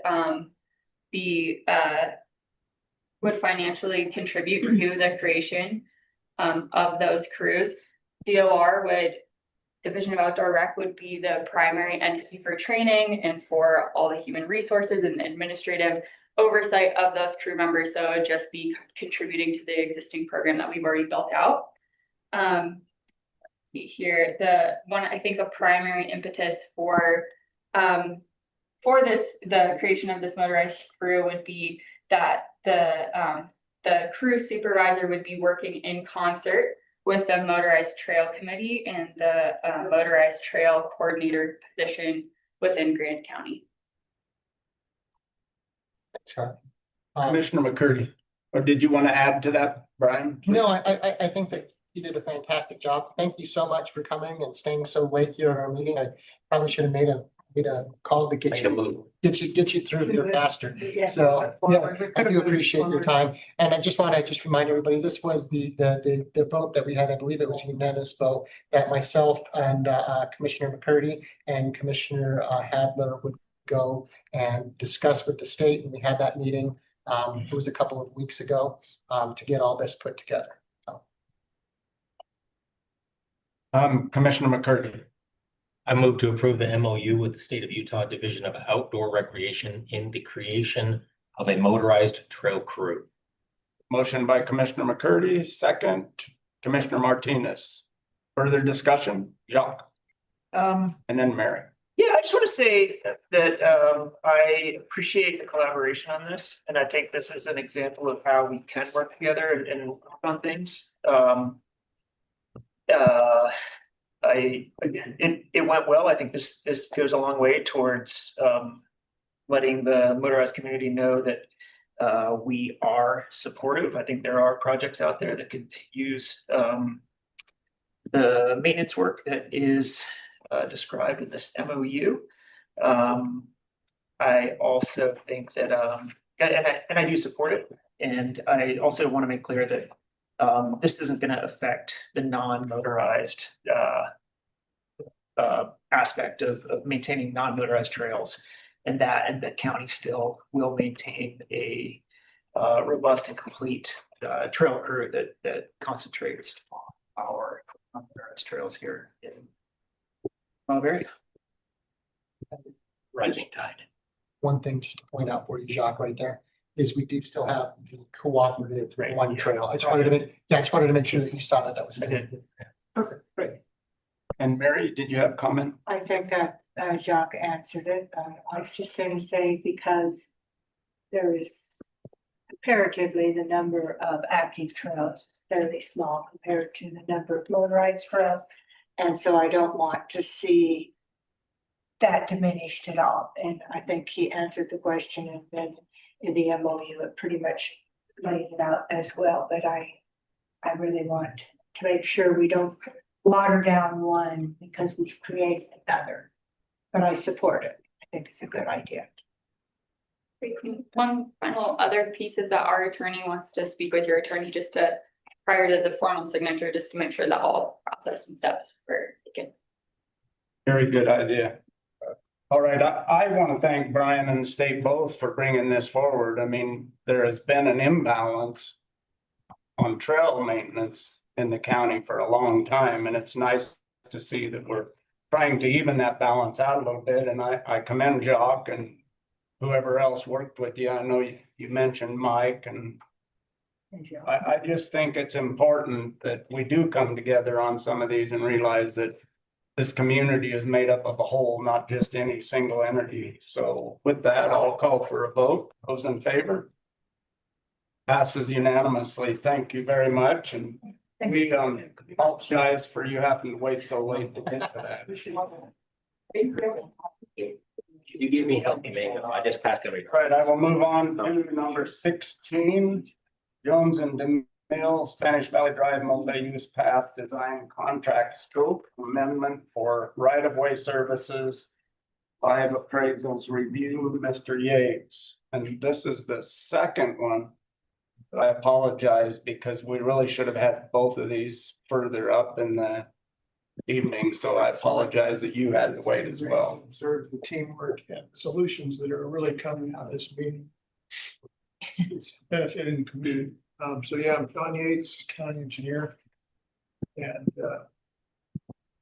early on in the scoping phase of a design task, it's nearly impossible or very difficult to anticipate what kind of right-of-way impacts you'll have until you further along down the design path. But I've stated here the agenda item, there are 5 properties that have been impacted by this use path.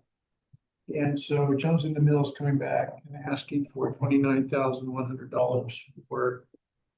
And that's based on hourly for 5 right-of-way appraisals and then 5 reviews of those appraisals, as well as the administrative contract document management associated with this. This does not include the actual acquisition of the property that we're gonna need. So that's basically it.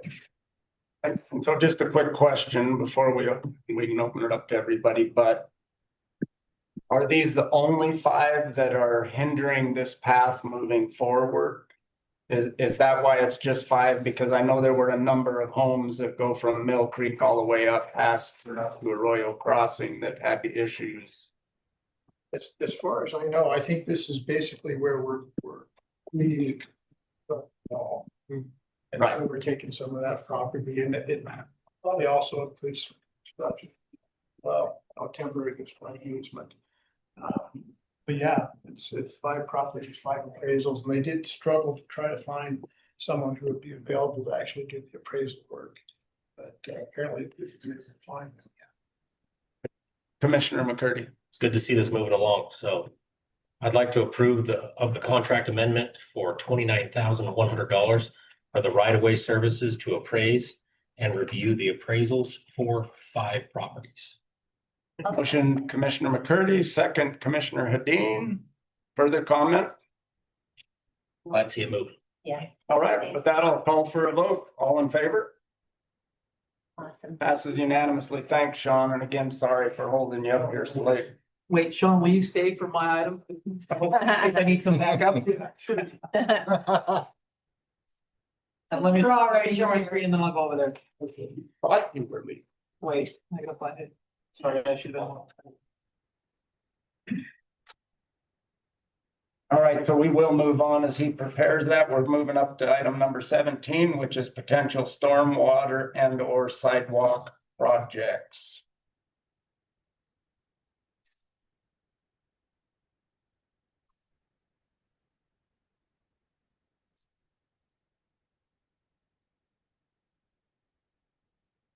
So this, I just kind of want to, well, I'm gonna force the commission to make a decision on this. We have the Holyoke sidewalk. That is, you guys, tell me if you guys don't know about any of these. So we have the Holyoke sidewalk and the Jackson Street Phase 2. Is everyone familiar with those 2 projects? The Transportation Special Service District has pledged a certain amount to each project, but we're still way out of balance. The Jackson Street Phase 2 is so expensive. It's a lot of money. So we have 3 options. Tell me if I need to fill anybody in on more of this, because I'm happy to talk about that later. But if we move, and this would require some discussion with the Transportation Special Service District, but if we can get them to move their contribution to the Jackson Street Phase 2 project to the Holyoke sidewalk project, then it's evened out at 0. And I put the math in the packet. But then that does still leave quite a balance needed for Jackson Street Phase 2. Jackson Street Phase 2, we've got a $400,000 grant and a $900,000 CIB loan at 1% that expires in 2027. So if we skip the Jackson Street and leave it behind completely, we're losing out on the $400,000 grant and a low interest loan. I understand that. It's an expensive project. We do have 2.5 million, 3 million, 2.5-ish in our stormwater mitigation fund. So, and we've talked about putting the Jackson Street Phase 2 out to bid. We haven't put it out to bid yet, right? We have not. In fact, we're waiting for the final plan set from Horrocks. I know they've been. But we're right on the edge. But if you guys are not on board with depleting or taking the stormwater mitigation fund down to just over $1 million balance, then why even put it out to bid is the reality of it. There's no point in wasting more and more time on this Jackson Street Phase 2 if we're not good, if the commission doesn't have the appetite to pursue it. So if you guys have the appetite to spend down the stormwater mitigation fund by about $1 million, then I think we could still put the Jackson Street Phase 2 out to bid and still take advantage of the CIB grant and the loan money. Okay. Commissioner McCurdy. I'd like to make the motion to move to prioritize the Holyoke sidewalk.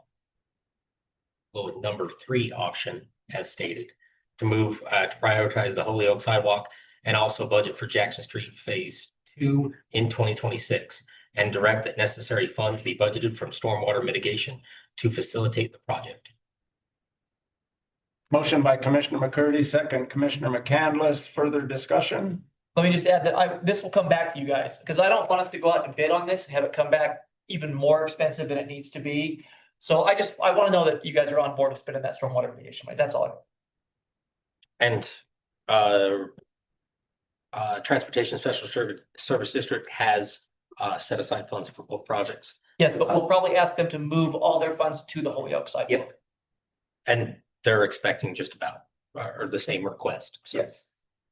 Commissioner Hadim. So I believe it was Chris Baird that started this stormwater mitigation fund. Tell me if I'm wrong. He was putting about 400,000 a year. And so I want to thank Chris for that and having that savings. And we probably won't be replenishing it this year, but it's something, we need to be thinking about if it, not in 26. Big future consideration. 27. And I do think that the balance and do I have what balance? Anyway, I think it will still have 1.2 in it. Yeah. No, I appreciate that. So I think if it was gonna go to 0, I wouldn't recommend it, but. Right. No, I appreciate that. That's where that fund came from. Him putting that money away and recommending to put that money away and then we need to think about replenishing it. Sure. Yes, Mary. I think this is very important to move forward with all of our storm mitigation. Seen so much impact in it. Jackson Street, hasn't been the impact for the last few years, but I remember the year that it became a priority when, the village market was just covered. I mean, it was just a mess. So getting this done so that we can start building our fund again to start looking at some other big projects, going back to the CIB, because it's going to take CIB loans and grants to deal with our stormwater issues. But thank you, Thank you. I totally support you. All right. With that, I'll call for a vote. All in favor? Passes unanimously. Thanks for your work, and Sean, you as well on this. It'd be nice to move both of those forward and not lose out on some valuable grant money. All right, with that, considering the time, I think we will skip the reports. Dana has them in if anybody would like to go and look at those online. And unless you feel that there is necessitates a closed session. Yes, Commissioner Adler. I just wanted to add a future consideration based on the Spanish Valley Drive. I would love to convene that subcommittee that Phil and myself are on and get an update on that. We haven't had one in a very long time since Adam's the engineer. And I've had a lot of people mentioning it lately, especially with the opening of the Mud Springs Trail system. So I don't know, maybe if admin can set us a date for that. We have had a couple of updates. We've had a couple of updates, but it would be nice to get a little bit more in depth like we've had, I think it would be nice to involve Cody because we haven't had Cody. Absolutely. Yeah, and Bill sat in on those. The last time we did that, it was Bill Jackson and Dan. And as well as Mr. Jackson would be able to participate as after one. Yes, I 100% agree. So. All right, with that, I will adjourn this meeting at 7:11.